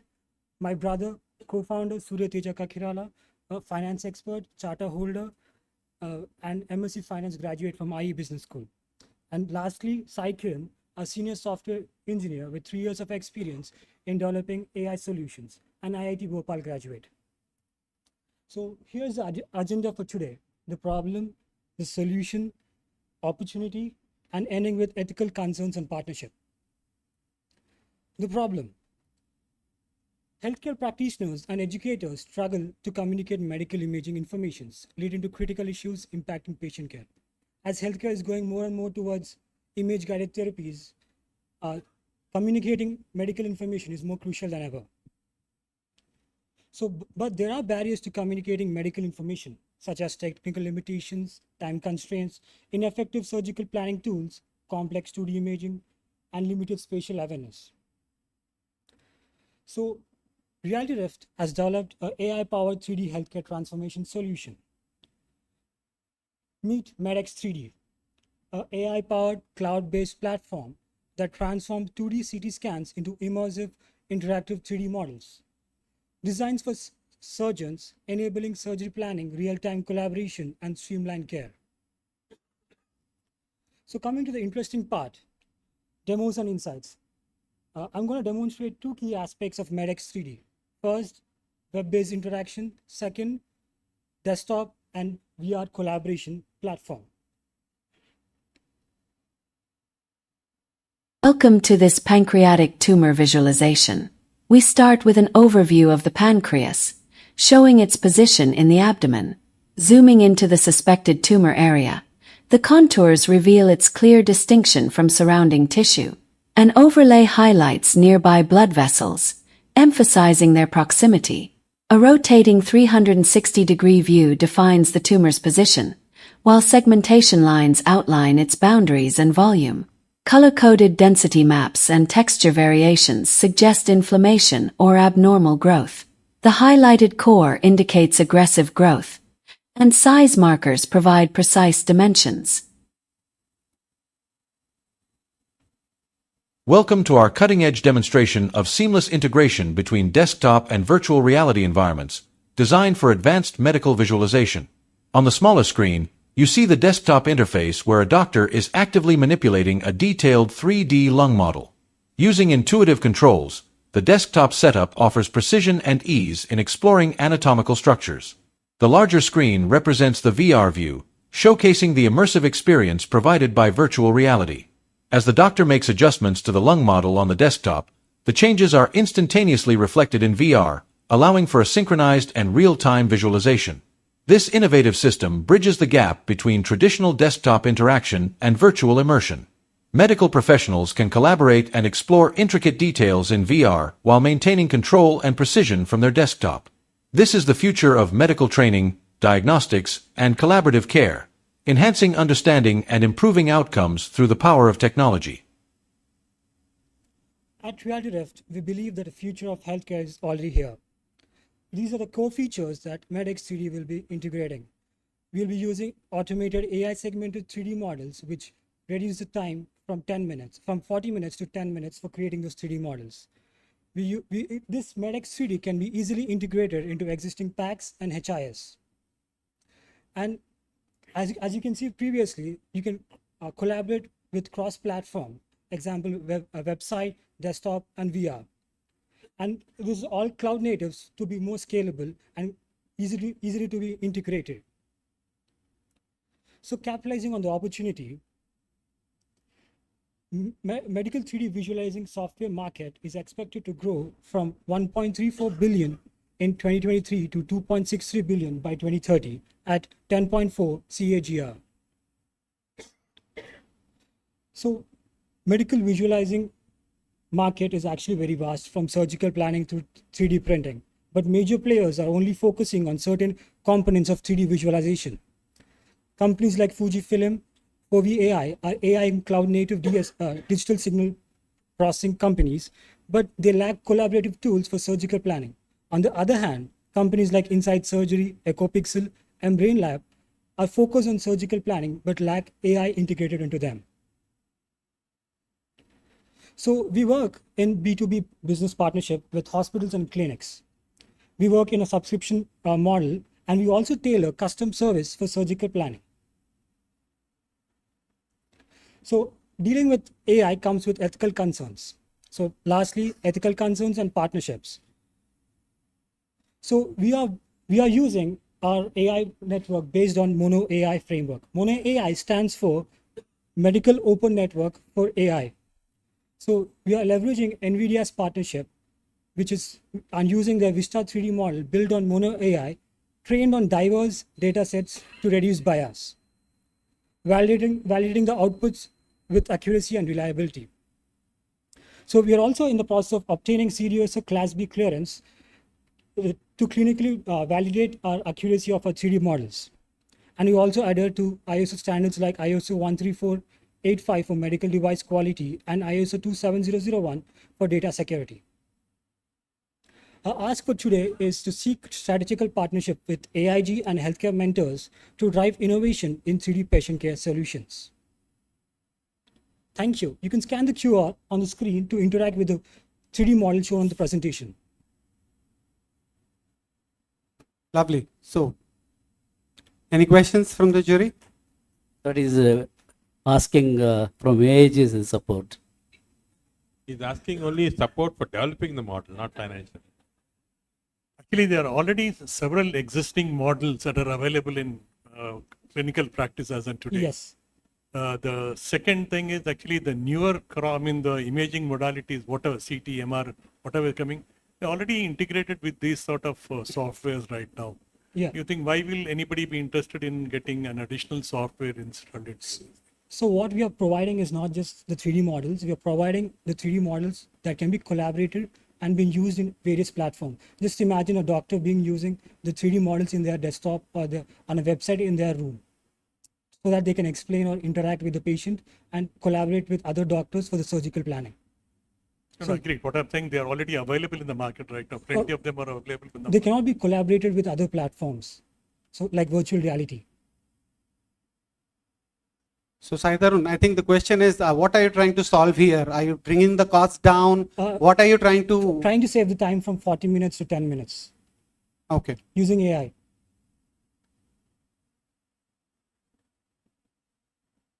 What's your current stage? Is somebody started to use your product? So we are at an MVP stage. We have finished it. Now it should be applied for clinical validation by CDSCO, then get into the market.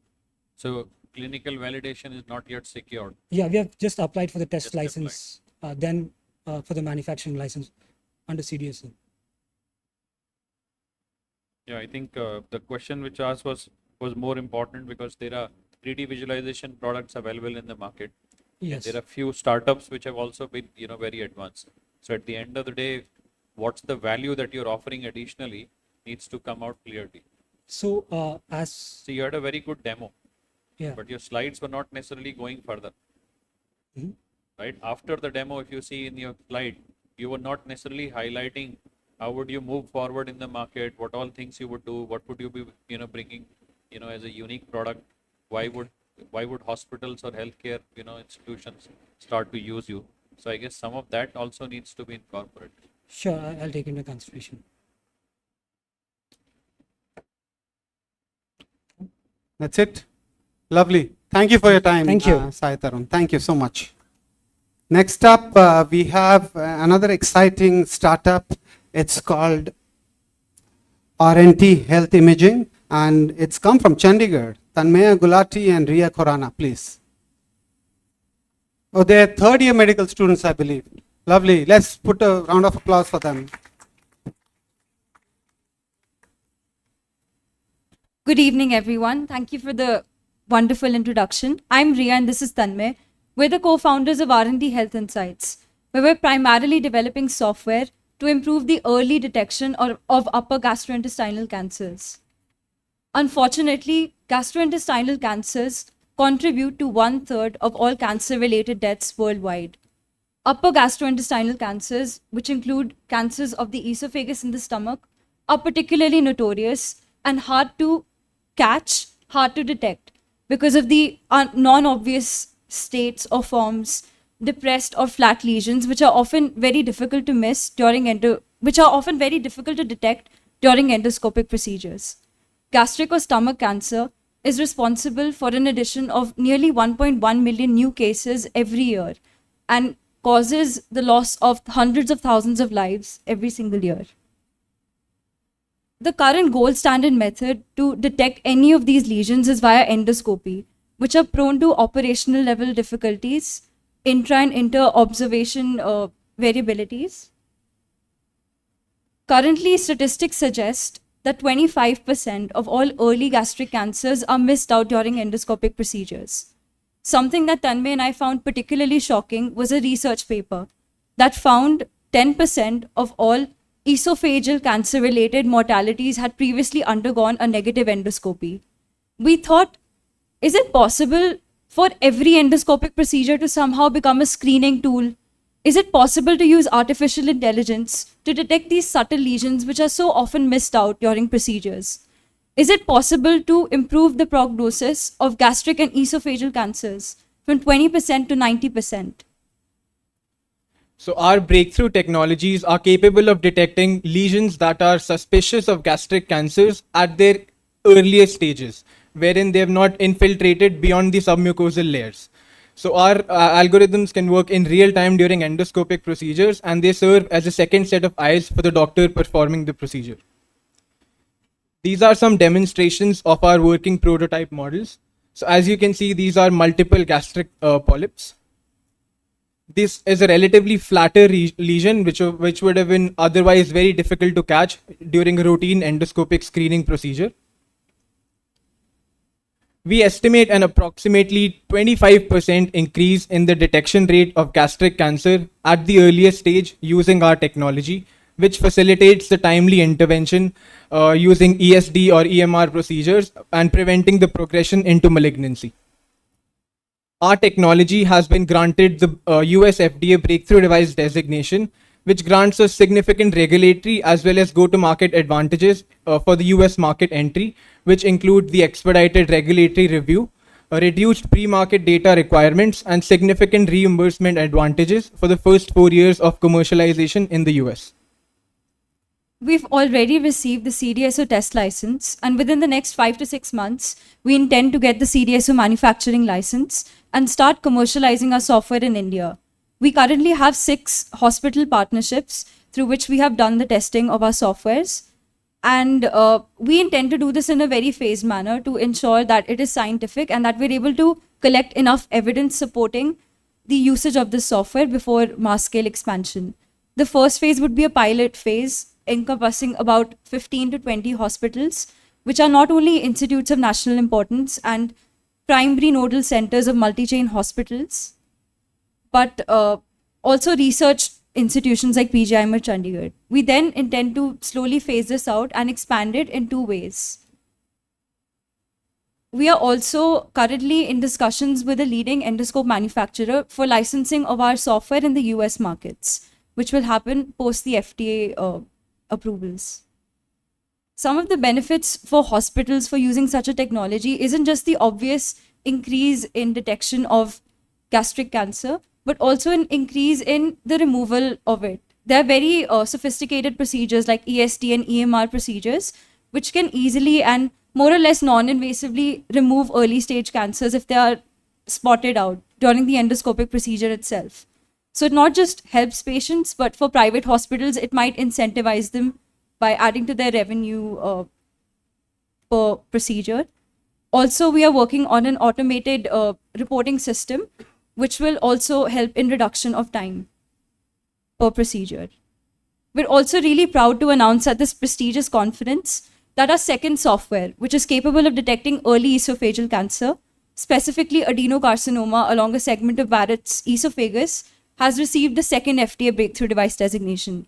This happened 2 weeks ago, but we wanted to unveil this news at this prestigious conference. these are some of the organizations that we have received grants and mentorship from. We are looking to raise 50 lakh rupees. We have so far raised 1.25 crores in grants. This additional amount will allow us to expand our research centers, expand our hospital partnerships, and also allow us to play in other areas that we're very interested in while bringing this into the market. Thank you so much. Congratulations, and I request my managing partner Vikrant to look at funding your startup. Thank you so much. Sir. Wow. Wow, that came in too quickly. Yeah. Please get your age verified first. Too young. Let's give them a big round of applause. Thank you. Lovely. I just want to comment, I'm afraid that Riya and Tanmay are not going to complete their medicine and drop out. No, I think a good pitch. I think you made it look simple also.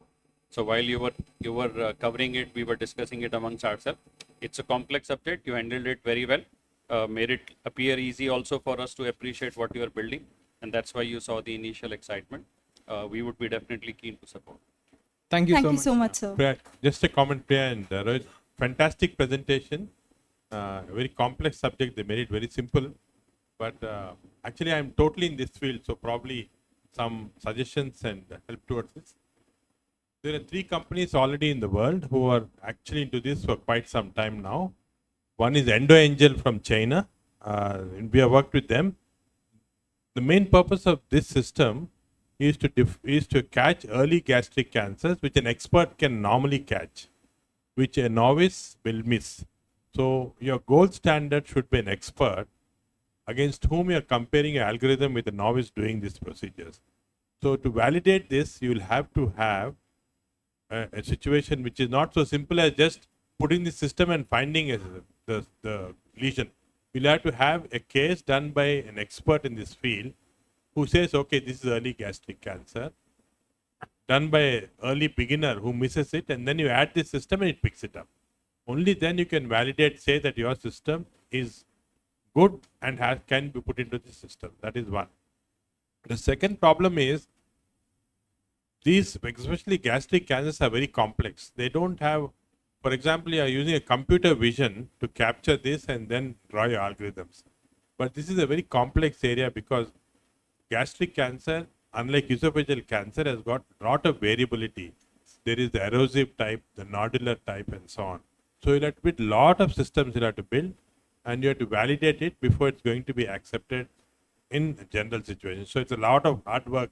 It can't be just fight in hospitals. You have to do thousands of cases to validate it before it actually can be used as a tool that can be done.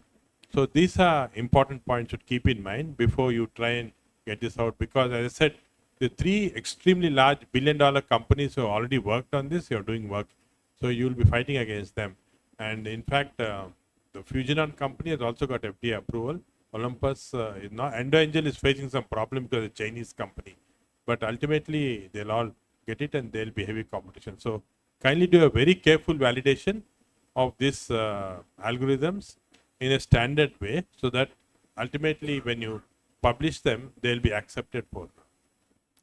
Definitely. Thank you so much, sir, for the advice. We'll definitely follow this, and we would love to obtain mentorship from you and somehow collaborate with AIG on this. Sure, thank you. Thank you so much. Thank you. Thank you. Thank you, Tanmay and Riya. Thank you. Next up, we have Meenal Gupta from Noida, and she represents Eosophy Solutions, right? Meenal, please.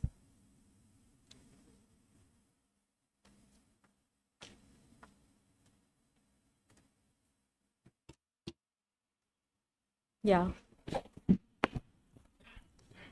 Thank you. Hello everyone. I am Meenal Gupta from Eosophy Solution. I am the founder of Eosophy Solution.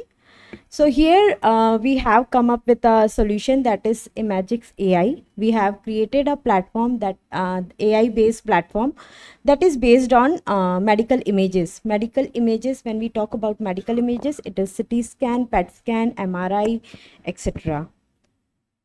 So talking something about Eosophy Solution, it's a cloud-native AI-powered healthcare technology. which basically support for diagnostic diseases for radiologists, oncologists. We were appreciated by Mr. Narendra Modi on IMC in Delhi in this year. And when you see this different markings, we have been, so here we have been deployed into 13 states in India, where when you see this Northeast region deployments, these deployments were done in 3 months. So this deployment was in very tough terrains, and our team has deployed it where when you talk about even 4G has not reached, and our solution has been reached over there. So we can talk in detail how 4G has not reached and how AI solution has been deployed over there.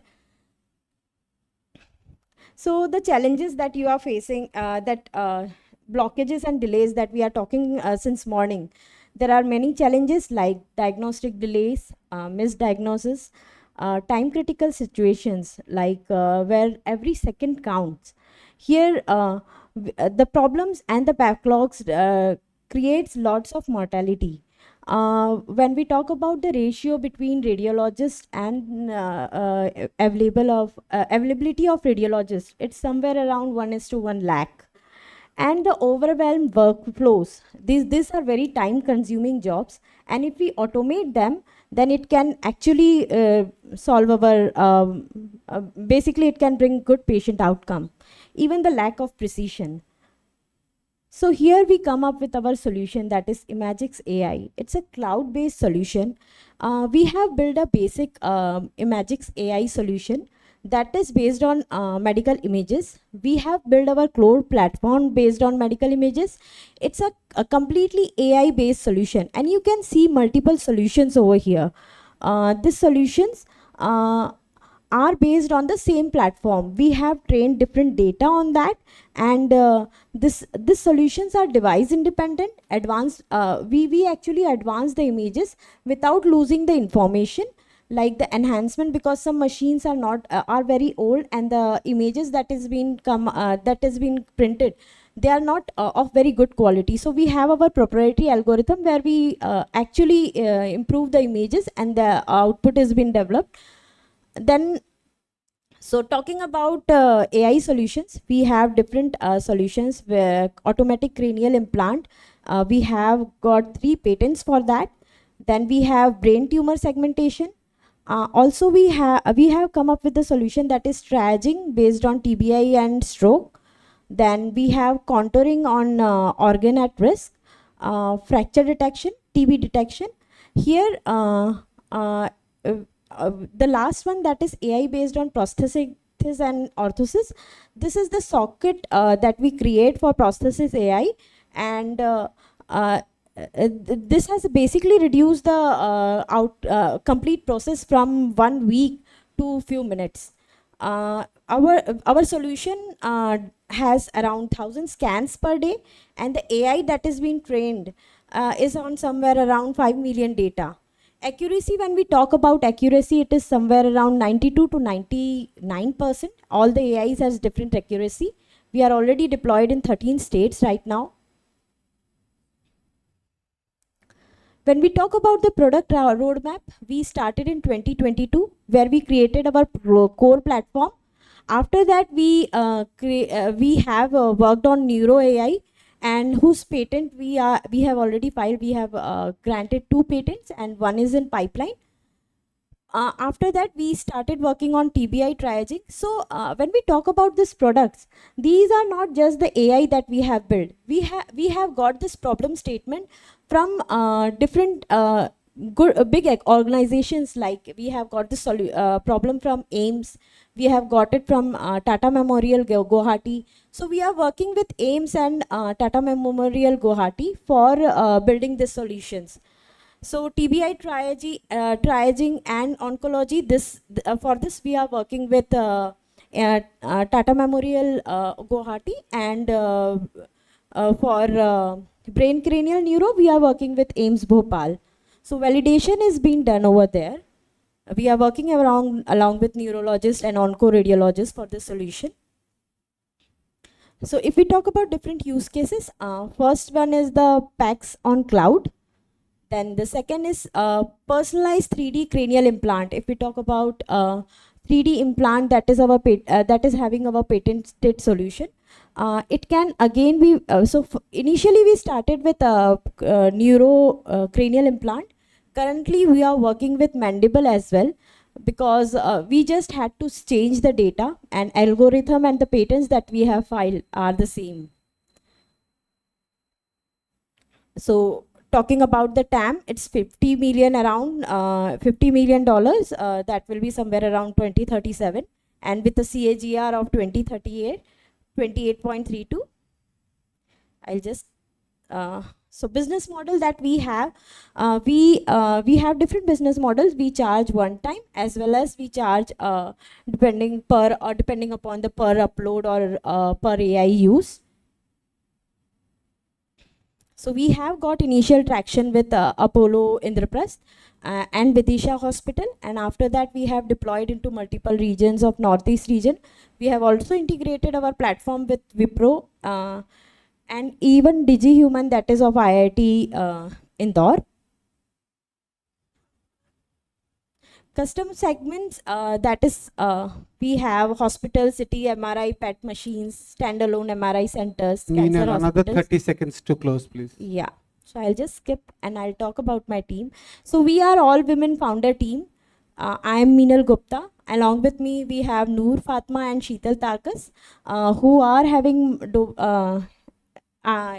industrial experience of around 20 plus years. We are into IT sector. I have been working into different cancer solutions, different onco solutions since 2004.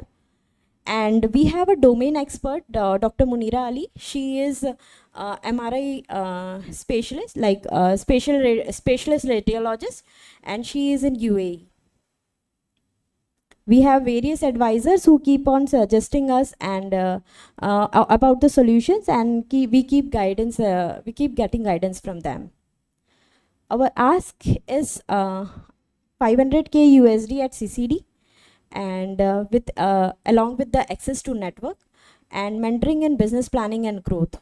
We'll be utilizing this amount for expanding the team, for deployment scale, IPs, patents, FDAs, etc., and finally for marketing. These are our few accomplishments. I think Meenal will pause here for questions. Sure. Meenal, keeping it simple, you have a cloud-based PACS. Yeah. And you have some add-on modules which are models. Yeah. Is my articulation correct? Yeah. So we have cloud-based PACS, and on top of that, for radiologists, surgeons, doctors, we have different AIs trained. What's your revenue now? So last year we had around 42 lakhs. This is across 13 states you have. Yeah. What is the revenue per image / per lab you integrate? So our initial deployments were per hospital basis, not per image basis, because we had deployed in government hospitals. So per deployment initially we have charged 2.5 lakh. But there it was only our basic cloud solution being used, not the AI being used. So how do you integrate with various modalities of different vendors? So we have we have almost ported our solution for all the machines like GE, Johnson. So we have like our engineer goes to the place, they deploy, because machines are not directly connected to internet. So we have one plugin solution that is to be deployed over there, and then finally it is connected to cloud to upload this data on our cloud. So what's the gross margin for every install or every image? So now if we talk, gross margin is somewhere around 70 to 75%.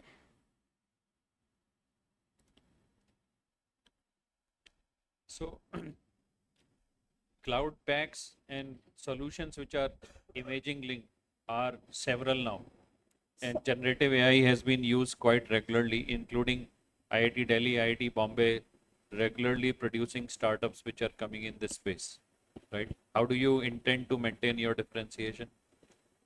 So we have already, I understand there are many startups who are coming into this segment, but before coming into this segment, we have already tested our solution and it is accepted. So we had multiple deployment into multiple states, and our solution is already been accepted, and they are looking positive for deploying our AI as well. So yeah.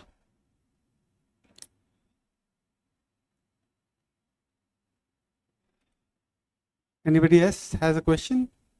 That's it? Okay. So, is there an interest from anybody? Yeah. Sorry, Meenal. Yeah. But big cheer and applause for Meenal. Thank you for coming down here. They say last but not the least, we have Astromeda Space, represented by Rajagurunathan Krishnaswamy and Kaviraj are from Bangalore. So Raj, over to you.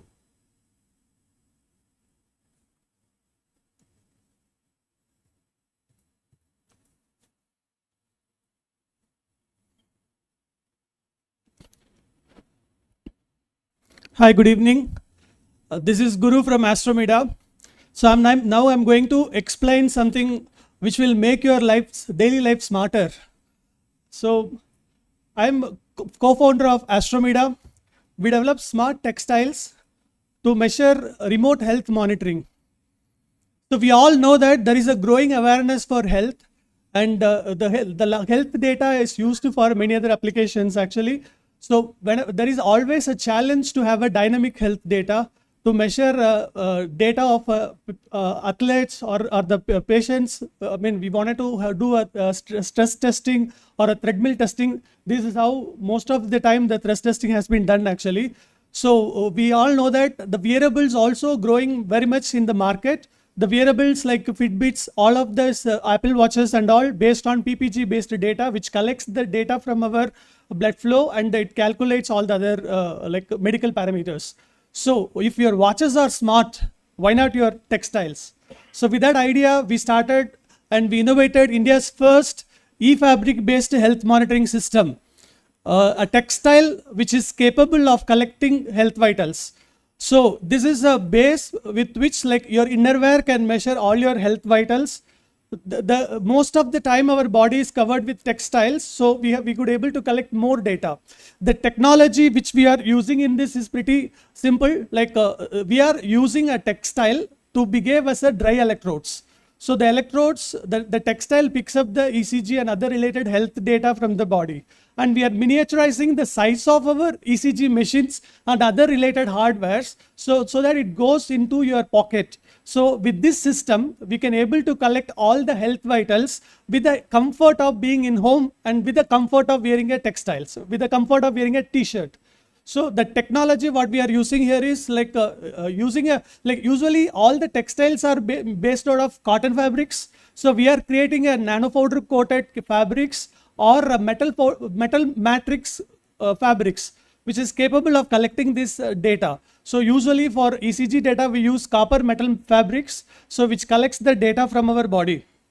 And this whatever the data collected or sends by help of our AI/ML algorithm, which predicts and give you an insight of complete insight of our health metrics with the help of this data. So all these fabrics are wearable as well as washable. And these are all the data which can be collected with that. So whatever you are collecting with your smartwatches, the general health parameters can be collected. In addition to that, we can able to collect a 3-lead ECG, 5-lead ECG. From the top body we can able to collect, and also like electromyogram, which is like muscle activity, thermal analysis, your skin activity. So basically your physiological as well as psychological data can be taken from this fabric based health monitoring system. And mostly we use garment based material throughout our innovation. So it is not an extra sensor we are putting in onto your body. And also we develop algorithms like it's AI algorithm which predicts and collects the data and process into a similar data which can be used by the medical practitioners actually. So we have a mobile application as well as web applications. And also AI/ML algorithm which predicts the data. Whenever we do ECG, it's like a single segment data. So when you collect the ECG for a longer time, 8-hour data or like a kind of 1 week data, the AI algorithm processes the data and gives into insights which can be converted into. So all these irregularities can be monitored with the help of our AI. And we can add in our tool, we can also add in other health data like our blood data, and this gives complete insights of your health well-being. We also have support.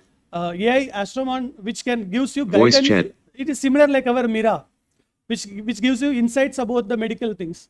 So whenever we talks about the tech, the main thing is validation of it actually. So this is how we validated. We have compared a regular ECG machine with our fabric-based health data. We can able to predict all the irregularities as measured by the regular BPL health machines actually. In addition to that, we have validated our product with the NABL labs and we have got the certification for the accuracy of the readings from our device.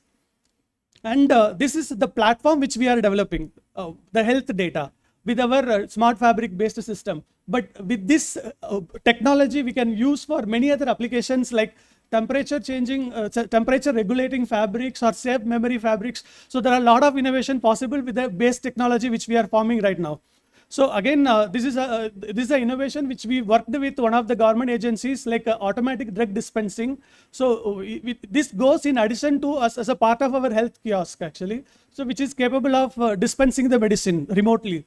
So this is a market opportunity available with us actually. So we can use this for occupational healthcare, defense healthcare, or a child care.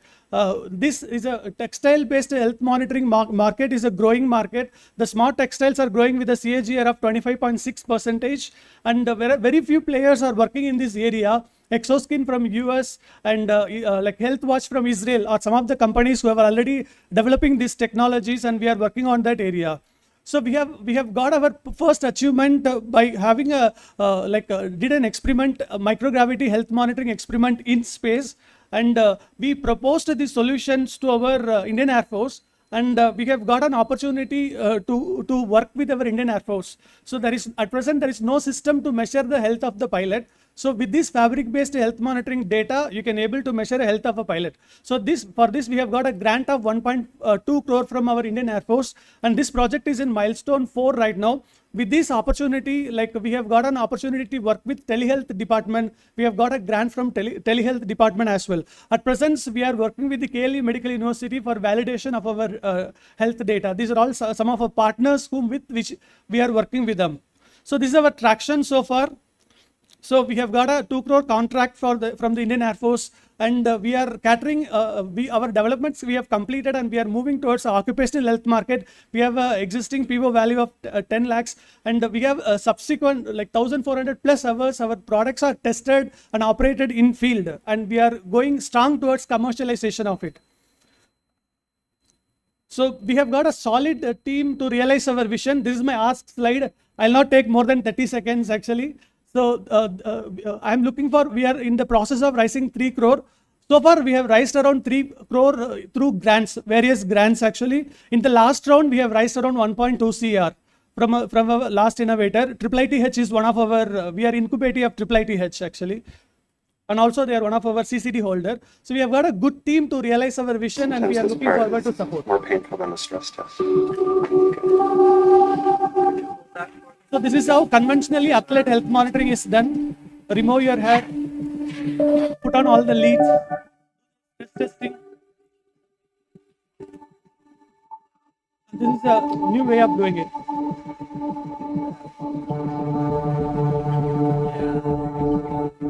So this was simple demonstration of the product. So thank you so much for the opportunity. Looking forward for congratulations. Wow. Have you taken the patents for this? Sir, we have 3 patents in process for Indian this. patents or Indian global? patents. I think you should take global patents. Yes, sir. I would like to mentor you and see how we can support you so on the much, investments. Thank you so much. Wow, that's quick. Great concept, actually. I think this can be easily translated to our application on the clinical side also. Yes, sir. Two questions, actually. One, there are a lot of other things that can be, where this can be incorporated. I mean, the clinical side, we talk not only about the dress, we can talk about the dressings that are used for the patients, Yes, the sir. stockings that are used for the patient. Maybe all this can add on to the thing, actually. Yes, sir. The other thing that we wanted to know, like, what is the cost of the thing, and are there any way that you're trying to reduce the cost of these things so it can be used? Yes, sir. Sir, to answer your first question, yes, this medical textile, smart medical textile is a growing area actually. Number one, the health monitoring using textiles. Apart from that, there are smart wound healing and other applications which is coming in. Thermal coating, all these are coming up in the technology side actually, which we are working on. Number two, this definitely reduce the overall process time of TMT or other related things. Even we are talking with the insurance company also to use this for a spot assessment for their injuries. Yeah, you started Yes, sir. comparing with the wearables, okay? Yes, sir. And compared to that, does it measure more parameters than a wearable? Definitely, sir. That's- Sir, all the wearables, Fitbits, like PPG based data. So it is taking the data at one place. So in our case, since it is textile based data, we are following clinical Intho-1 triangle method to collect the ECG. So around the body, we picks up at the regular intervals to collect the data. The second question is, I know something like Samsung, wear watch or something. Compared to that, what would be the cost of this? Sir, cost comparison, this will be, I would say that 50% of the cost of existing Apple watches and the Samsung watches. Thank you once again. Wow. Beautiful concept, actually, because we are involved in patient care. Yes, I think my management will agree with me. Both my chairman, vice chairman, Dr. Reddy and P.V.S. Rajgar will agree with me. I think we would be very glad to partner with you and also validate this in our own. Wow. So that Guru, would be you got great, sir. two. That's a great. Now you have to dance. Now it's mandatory. Who wants to see him dance? But congratulations, Guru. Yeah, just a final two questions. One Yes, is, sir. People are very skin sensitive. They have sensitivity to a lot of things, and even sometimes wearing different types of garment, normal garments, causes problems. So have you tested that? It's possible that if you have so much of this carbon and all inside, some of these people can have skin rashes and all. That's one thing. Yes, sir. Here we are not using special garment throughout our body. We are only using at the places where we are picking up. That is just electrode points actually. So regular other places, it can be of any regular things which is skin touch. And what happens to the garments? They are washable garments? It's or- a washable, wearable as well as washable, sure. But it comes with number of washes because we are testing it with respect to the number of washes. So usually it is 25 plus washes. It is coming very good, sir. So, Yes, sir. We had interacted with you. Yes, sir. In past, so good to see your progress. Last time when we interacted with you, I guess your focus largely was on the the defense applications. Yes, sir. Yes, sir. You seem to be pivoting now for B2C applications. Yes, sir. B2B application, sir. B2B. Yes, sir. So this would still be a B2B product. To start with, we are focusing on B2B. The product is not B2B. First, we are focusing on B2B market actually. Yeah. So like basically occupational health monitoring as well as the post-discharge health monitoring is the area we are focusing actually. So once we prove in this area, then we will go for B2C, sir. So we had obviously invested in another company in the similar space where dynamic monitoring was happening through textile based product, but that was specifically for glucose monitoring regularly using Yes, sir. temperature. Patches, yeah. And the not patches but socks. Yes, But the biggest thing that we have struggled is that the product is working well, but the product is not getting miniaturized to be fitting into the foot inside the shoe. Yes, sir. In your ad, I saw the product was kept outside the garment. Yes, right? sir. Yeah. Is this how it would be when people would be wearing shirt? It can be customizable anywhere actually. It can be customizable since it is completely textile based. Even we have a stall here. I would love to show you the live demo actually. So this can be customized based on the requirements, and also the size of that depends on the number of sensors we are picking up from that. So it can be further reduced, sir. Okay. And have you done the unit economics around it in terms Yes, of sir. price to sell Yes. versus price to Yes, sir. manufacture? I mean, cost. And also we have like in the stage of like commercializing right now, and we have got some good orders also. We are working with the event management also for marathon health monitoring, etc. So we are getting some good traction, sir. Most of the people are very gung-ho about you, so Yes. I will do some negative comments. Yes, sir. You have too much going in the deck, first thing. You're saying occupational health, you're saying health monitoring, you're also saying fabric. Eventually, you have to decide you are a device company or a fabric company. Device That's what company. J.A. Garu will do eventually Yes, sir. to you. Yes, sir. So you should start thinking, you can't be everything to everybody. What is that you have to be? You have to start thinking and making that journey. Yes, sir. Thank you so much for your comments, sir. Thank you, Guru. Thank you. And congratulations. So we've had 3 successes tonight. Let's clap for them.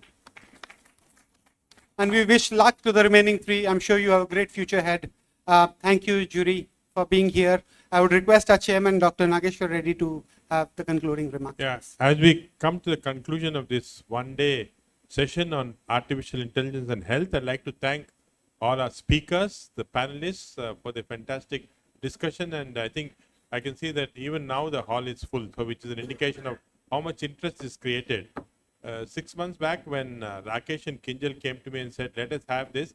Usually we have this every year, but we have it as AI and digital combination. They said, this time let us have it only as an AI in healthcare. I was worried. I thought, who would be so interested, doctors or engineers, to sit whole healthcare for one day and what is happening? Who are the startups who would be interested in pitching up their products here? I was very pleasantly surprised that we had over 900 registrations. In fact, we had to stop our registration. And we found that throughout the whole day, we had the halls full, people listening. And I'm sure if we had a larger hall, larger number of people would be coming. We had extremely happy that we had a lot of youngsters coming in there, large group of youngsters. Many of them are doctors who just passed out, engineers who just passed out, interacting, networking with a lot of leaders in this field. And this has been a very heartening experience for us. In fact, there's been suggestion, Mr. J. Chaudhary suggested this, that we should actually do it every 6 months, not every year. I'm not sure. We'll have to put it into a team and see how it goes. But obviously the interest, especially in Hyderabad, and we also had a lot of visitors, audience from rest of the country also, seems to be extremely high. So let's discuss whether we should do it much more often. I think all of us, especially at AIG, has been enriched by this experience, and we do hope that artificial intelligence becomes a big driver in healthcare. And I'm sure the next few years, as this we'll be seeing many new advances in this area. Thank you very much and have a good day. Dr. Garu, I want to congratulate you, and also, see, this is going to democratize quality health care across the nation. Even the poorest fellow also can get at a lowest cost very good health care. My request to you, every 6 months have this kind of saying, and also enable a lot of startups who are across the pan-India.